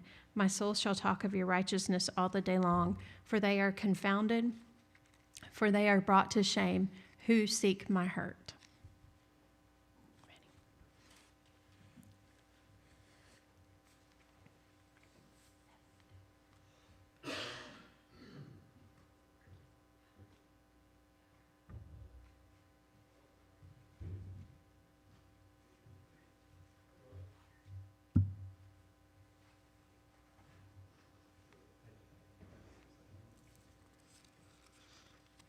Psalm 72. Give the king your judgments, O God, and your righteousness to the king's son. He will judge your people with righteousness and your poor with justice. The mountains will bring peace to the people, and the little hills by righteousness. He will bring justice to the poor of the people. He will save the children of the needy, and will break in pieces the oppressor. They shall fear you as long as the sun and moon endure, throughout all generations. He shall come down like rain upon the grass before mowing, like showers that water the earth. In his days the righteous shall flourish, an abundance of peace until the moon is no more. He shall have dominion also from sea to sea, and from the river to the ends of the earth. Those who dwell in the wilderness will bow before him, and his enemies will lick the dust. The kings of Tarshish and the isles will bring presents. The kings of Sheba and Seba will offer gifts. Yes, all kings shall fall down before him. All nations shall serve him. For he will deliver the needy when he cries, the poor also, and him who has no helper. He will spare the poor and needy, and will save the souls of the needy. He will redeem their life from oppression and violence, and precious shall be their blood in his sight. And he shall live, and the gold of Sheba will be given to him. Prayer also will be made for him continually, and daily he shall be praised. There will be an abundance of grain in the earth, on the tops of the mountains. Its fruit shall wave like Lebanon, and those of the city shall flourish like grass of the earth. His name shall endure forever. His name shall continue as long as the sun, and men shall be blessed in him. All nations shall call him blessed. Blessed be the Lord God, the God of Israel, who only does wondrous things. And blessed be his glorious name forever. And let the whole earth be filled with his glory. Amen and amen. The prayers of David, the son of Jesse, are ended. Psalms 73. Truly God is good to Israel, to such as are pure in heart. But as for me, my feet had almost stumbled. My steps had nearly slipped. For I was envious of the boastful when I saw the prosperity of the wicked. For there are no pangs in their death, but their strength is firm. They are not in trouble as other men, nor are they plagued like other men. Therefore pride serves as their necklace. Violence covers them like a garment. Their eyes bulge with abundance. They have more than heart could wish. They scoff and speak wickedly concerning oppression. They speak lawfully. They set their mouth against the heavens, and their tongues walk through the earth. Therefore his people return here, and waters of a full cup are drained by them. And they say, how does God know? And is there knowledge in the Most High? Behold, these are the ungodly, who are always at ease. They increase in riches. Surely I have cleansed my heart in vain, and washed my hands in innocence. For all day long I have been plagued, and chastened every morning. If I had said, I will speak thus, behold, I would have been untrue to the generation of your children. When I thought how to understand this, it was too painful for me. Until I went into the sanctuary of God, then I understood their end. Surely you should set them in slippery places. You cast them down to destruction. Oh, how they are brought to desolation as in a moment. They are utterly consumed with terrors, as a dream when one awakes. So, Lord, when you awake, you shall despise their image. Thus my heart was grieved, and I was vexed in my mind. I was so foolish and ignorant. I was like a beast before you. Nevertheless, I am continually with you. You hold me by my right hand. You will guide me with your counsel, and afterward receive me to glory. Whom have I in heaven but you? And there is none upon earth that I desire besides you. My flesh and my heart fail, but God is the strength of my heart and my portion forever. For indeed, those who are far from you shall perish. You have destroyed all those who desert you for harlotry. But it is good for me to draw near to God. I have put my trust in the Lord God, that I may declare all your works. Psalm 74. O God, why have you cast us off forever? Why does your anger smoke against the sheep of your pasture? Remember your congregation, which you have purchased of old, the tribe of your inheritance, which you have redeemed, this Mount Zion, where you have dwelt. Lift up your feet to the perpetual desolations. The enemy has damaged everything in the sanctuary. Your enemies roar in the midst of your meeting place. They set up their banners for signs. They seem like men who lift up axes among the thick trees. And now they break down its carved work all at once with axes and hammers. They have set fire to your sanctuary. They have defiled the dwelling place of your name to the ground. They said in their hearts, let us destroy them altogether. They have burned up all the meeting places of God in the land. We do not see our signs. There is no longer any prophet, nor is there any among us who knows how long. O God, how long will the adversary reproach? Will the enemy blaspheme your name forever? Why do you withdraw your hand, even your right hand? Take it out of your bosom and destroy them. For God is my king from of old, working salvation in the midst of the earth. You divided the sea by your strength. You broke the heads of the sea serpents in the waters. You broke the heads of Leviathan in pieces and gave him as food to the people inhabiting the wilderness. You broke upon the fountain and the flood. You dried up mighty rivers. The day is yours. The night also is yours. You have prepared the light and the sun. You have set all the borders of the earth. You have made summer and winter. Remember this, that the enemy has reproached, O Lord, and that a foolish people has blasphemed your name. Oh, do not deliver the life of your turtle dove to the wild beast. Do not forget the life of your poor forever.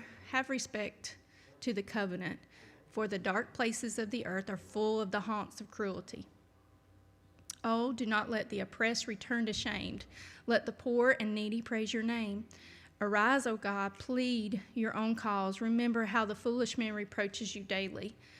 Do not forget the voice of your enemies. The tumult of those who rise up against you increases continually. Psalm 75. We give thanks to you, O God, we give thanks, for your wondrous works declare that your name is near. When I choose the proper time, I will judge uprightly. The earth and all its inhabitants are dissolved. I set up its pillars firmly. I said to the boastful, do not deal boastfully, and to the wicked, do not lift up the horn. Do not lift up your horn on high. Do not speak with a stiff neck. For exaltation comes neither from the east, nor from the west, nor from the south. But God is the judge. He puts down one and exalts another. For in the hand of the Lord there is a cup, and the wine is red. It is fully mixed, and he pours it out. Surely it dregs shall all the wicked of the earth drain and drink down. But I will declare forever, I will sing praises to the God of Jacob. All the horns of the wicked I will also cut off, but the horns of the righteous shall be exalted. Psalm 76. In Judah, God is known. His name is great in Israel. In Salem also is his tabernacle and his dwelling place in Zion. There he broke the arrows of the bow. He shielded and sword the battle. Selah. You are more glorious and excellent than the mountains of prey. The stout-hearted were plundered. They have sunk into their sleep, and none of the mighty men have found the use of their hands. At your rebuke, O God of Jacob, both the chariot and the horse were cast into a deep sleep. You yourself are to be feared, and who may stand in your presence when once you are angry? You caused judgment to be heard from heaven. The earth feared and was still, when God arose to judgment to deliver all the oppressed of the earth. Surely the wrath of man shall praise you. With the remainder of wrath you shall gird yourself. Make vows to the Lord your God and pay them. Let all who are around him bring presents to him who ought to be feared. He shall cut off the spirit of princes. He is awesome to the kings of the earth. Psalm 77. I cried out to God with my voice, and he gave ear to me. In the day of my trouble, I sought the Lord. My hand was stretched out in the night without ceasing. My soul refused to be comforted. I remembered God and was troubled. I complained, and my spirit was overwhelmed. You hold my eyelids open. I am so troubled that I cannot speak. I have considered the days of old, the years of ancient times. I call to remembrance my song in the night. I meditate within my heart, and my spirit makes diligent search. Will the Lord cast off forever? And will he be favorable no more? Has his mercy ceased forever? Has his promise failed forever? Has God forgotten to be gracious? Has he in anger shut up his tender mercies? And I said, this is my anguish. But I will remember the years of the right hand of the Most High. I will remember the works of the Lord. Surely I will remember your wonders of old. I will also meditate on all your works and talk of your deeds. Your way, O God, is the sanctuary. Who is so great a God as our God? You are the God who does wonders. You have declared your strength among the peoples. You, with your arm, redeemed your people, the sons of Jacob and Joseph. The waters saw you, O God. The waters saw you. They were afraid. The depths also trembled. The clouds poured out water. The sky sent out a sound. Your arrows also flashed about. The voice of your thunder was in the whirlwind. The lightnings lit up the world. The earth trembled and shook. Your way was in the sea, your path in the great waters. Your footsteps were not known. You led your people like a flock by the hand of Moses and Aaron. Psalm 78. Give ear, O my people, to my law. Incline your ears to the words of my mouth. I will open my mouth in a parable. I will utter dark sayings of old, which have heard and known, and our fathers have told us. We will not hide them from their children, telling to the generations to come the praises of the Lord, and his strength and his wonderful works that he has done. For he established a testimony in Jacob and appointed a law in Israel, which he commanded our fathers, that they should make them known to their children, that the generation to come might know them, the children who would be born, that they may arise and declare them to their children, that they may set their hope in God and not forget the works of God, but keep his commandments, and may not be like their fathers, a stubborn and rebellious generation, a generation that did not set its heart so right, and whose spirit was not faithful to God. The children of Ephraim, being armed and carrying bows, turned back in the day of battle. They did not keep the covenant of God. They refused to walk in his law, and forgot his works and his wonders that he had shown them. Marvelous things he did in the sight of their fathers, in the land of Egypt, in the field of Zoan. He divided the sea and caused them to pass through, and he made the waters stand up like a heap. In the daytime also he led them with the cloud, and all the night with the light of fire. He split the rocks in the wilderness and gave them drink in abundance like the depths. He also brought streams out of the rock and caused waters to run down like rivers. But they sinned even more against him by rebelling against the Most High in the wilderness. And they tested God in their heart by asking for the food of their fancy. Yes, they spoke against God. They said, "Can God prepare a table in the wilderness? Behold, he struck the rock so that the waters gushed out and the streams overflowed. Can he give bread also? Can he provide meat for his people?" Therefore the Lord heard this and was furious. So a fire was kindled against Jacob, and anger also came up against Israel, because they did not believe in God and did not trust in his salvation. Yet he commanded the clouds above and opened the doors of heaven. He rained down manna on them to eat, and given them the bread of heaven. Men ate angels' food. He sent them food to the full. He caused an east wind to blow in the heavens, and by his power he brought in the south wind. He also rained meat on them like the dust, feathered fowl like the sand of the seas. And he let them fall in the midst of their camp, all around their dwellings. So they ate and were filled, for he gave them their own desire. They were not deprived of their craving, but while their food was still in their mouths, the wrath of God came against them, and slew the stoutest of them, and struck down the choice men of Israel. In spite of this, they still sinned, and did not believe in his wondrous works. Therefore their days he consumed in futility, and their years in fear. When he slew them, then they sought him, and they returned and sought earnestly for God. Then they remembered that God was their rock, and the Most High God their Redeemer. Nevertheless, they flattered him with their mouth, and they lied to him with their tongue. For their heart was not steadfast with him, nor were they faithful in his covenant. But he, being full of compassion, forgave their iniquity, and did not destroy them. Yes, many a time he turned his anger away, and did not stir up all his wrath. For he remembered that they were but flesh, a breath that passes away and does not come again. How often they provoked him in the wilderness and grieved him in the desert. Yes, again and again they tempted God and limited the Holy One of Israel. They did not remember his power, the day that he redeemed them from the enemy, when he worked his signs in Egypt and his wonders in the field of Zoan, turned their rivers into blood and their streams that could not drink.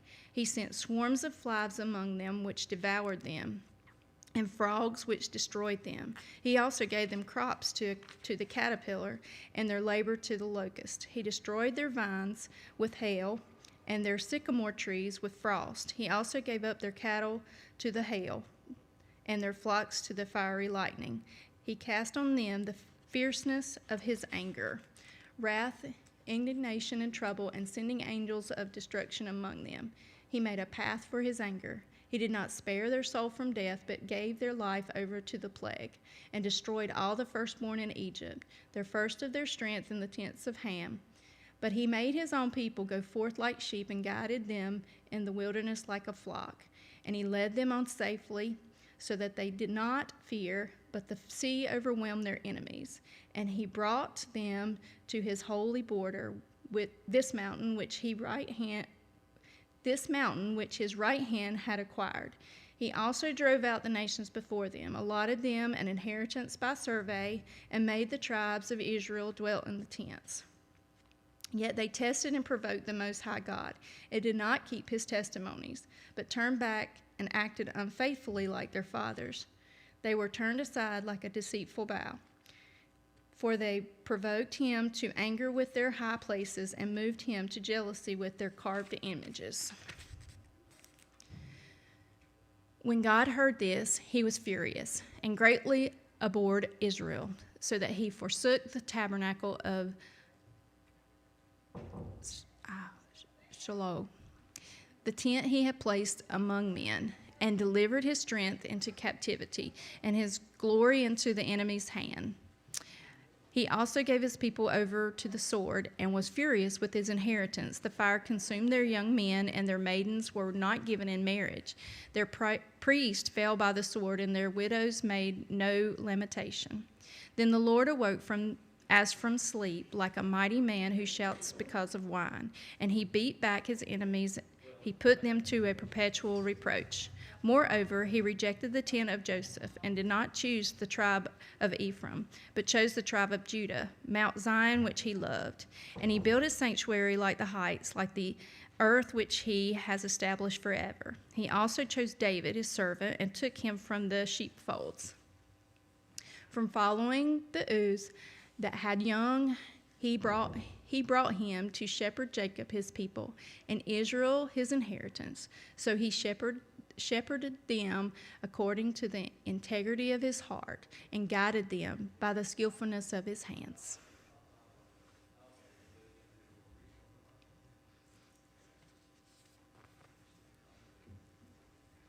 O God, the nations have come into your inheritance. Your holy temple they have defiled, and they have laid Jerusalem in heaps. The dead bodies of your servants they have given as food for the birds of the heavens.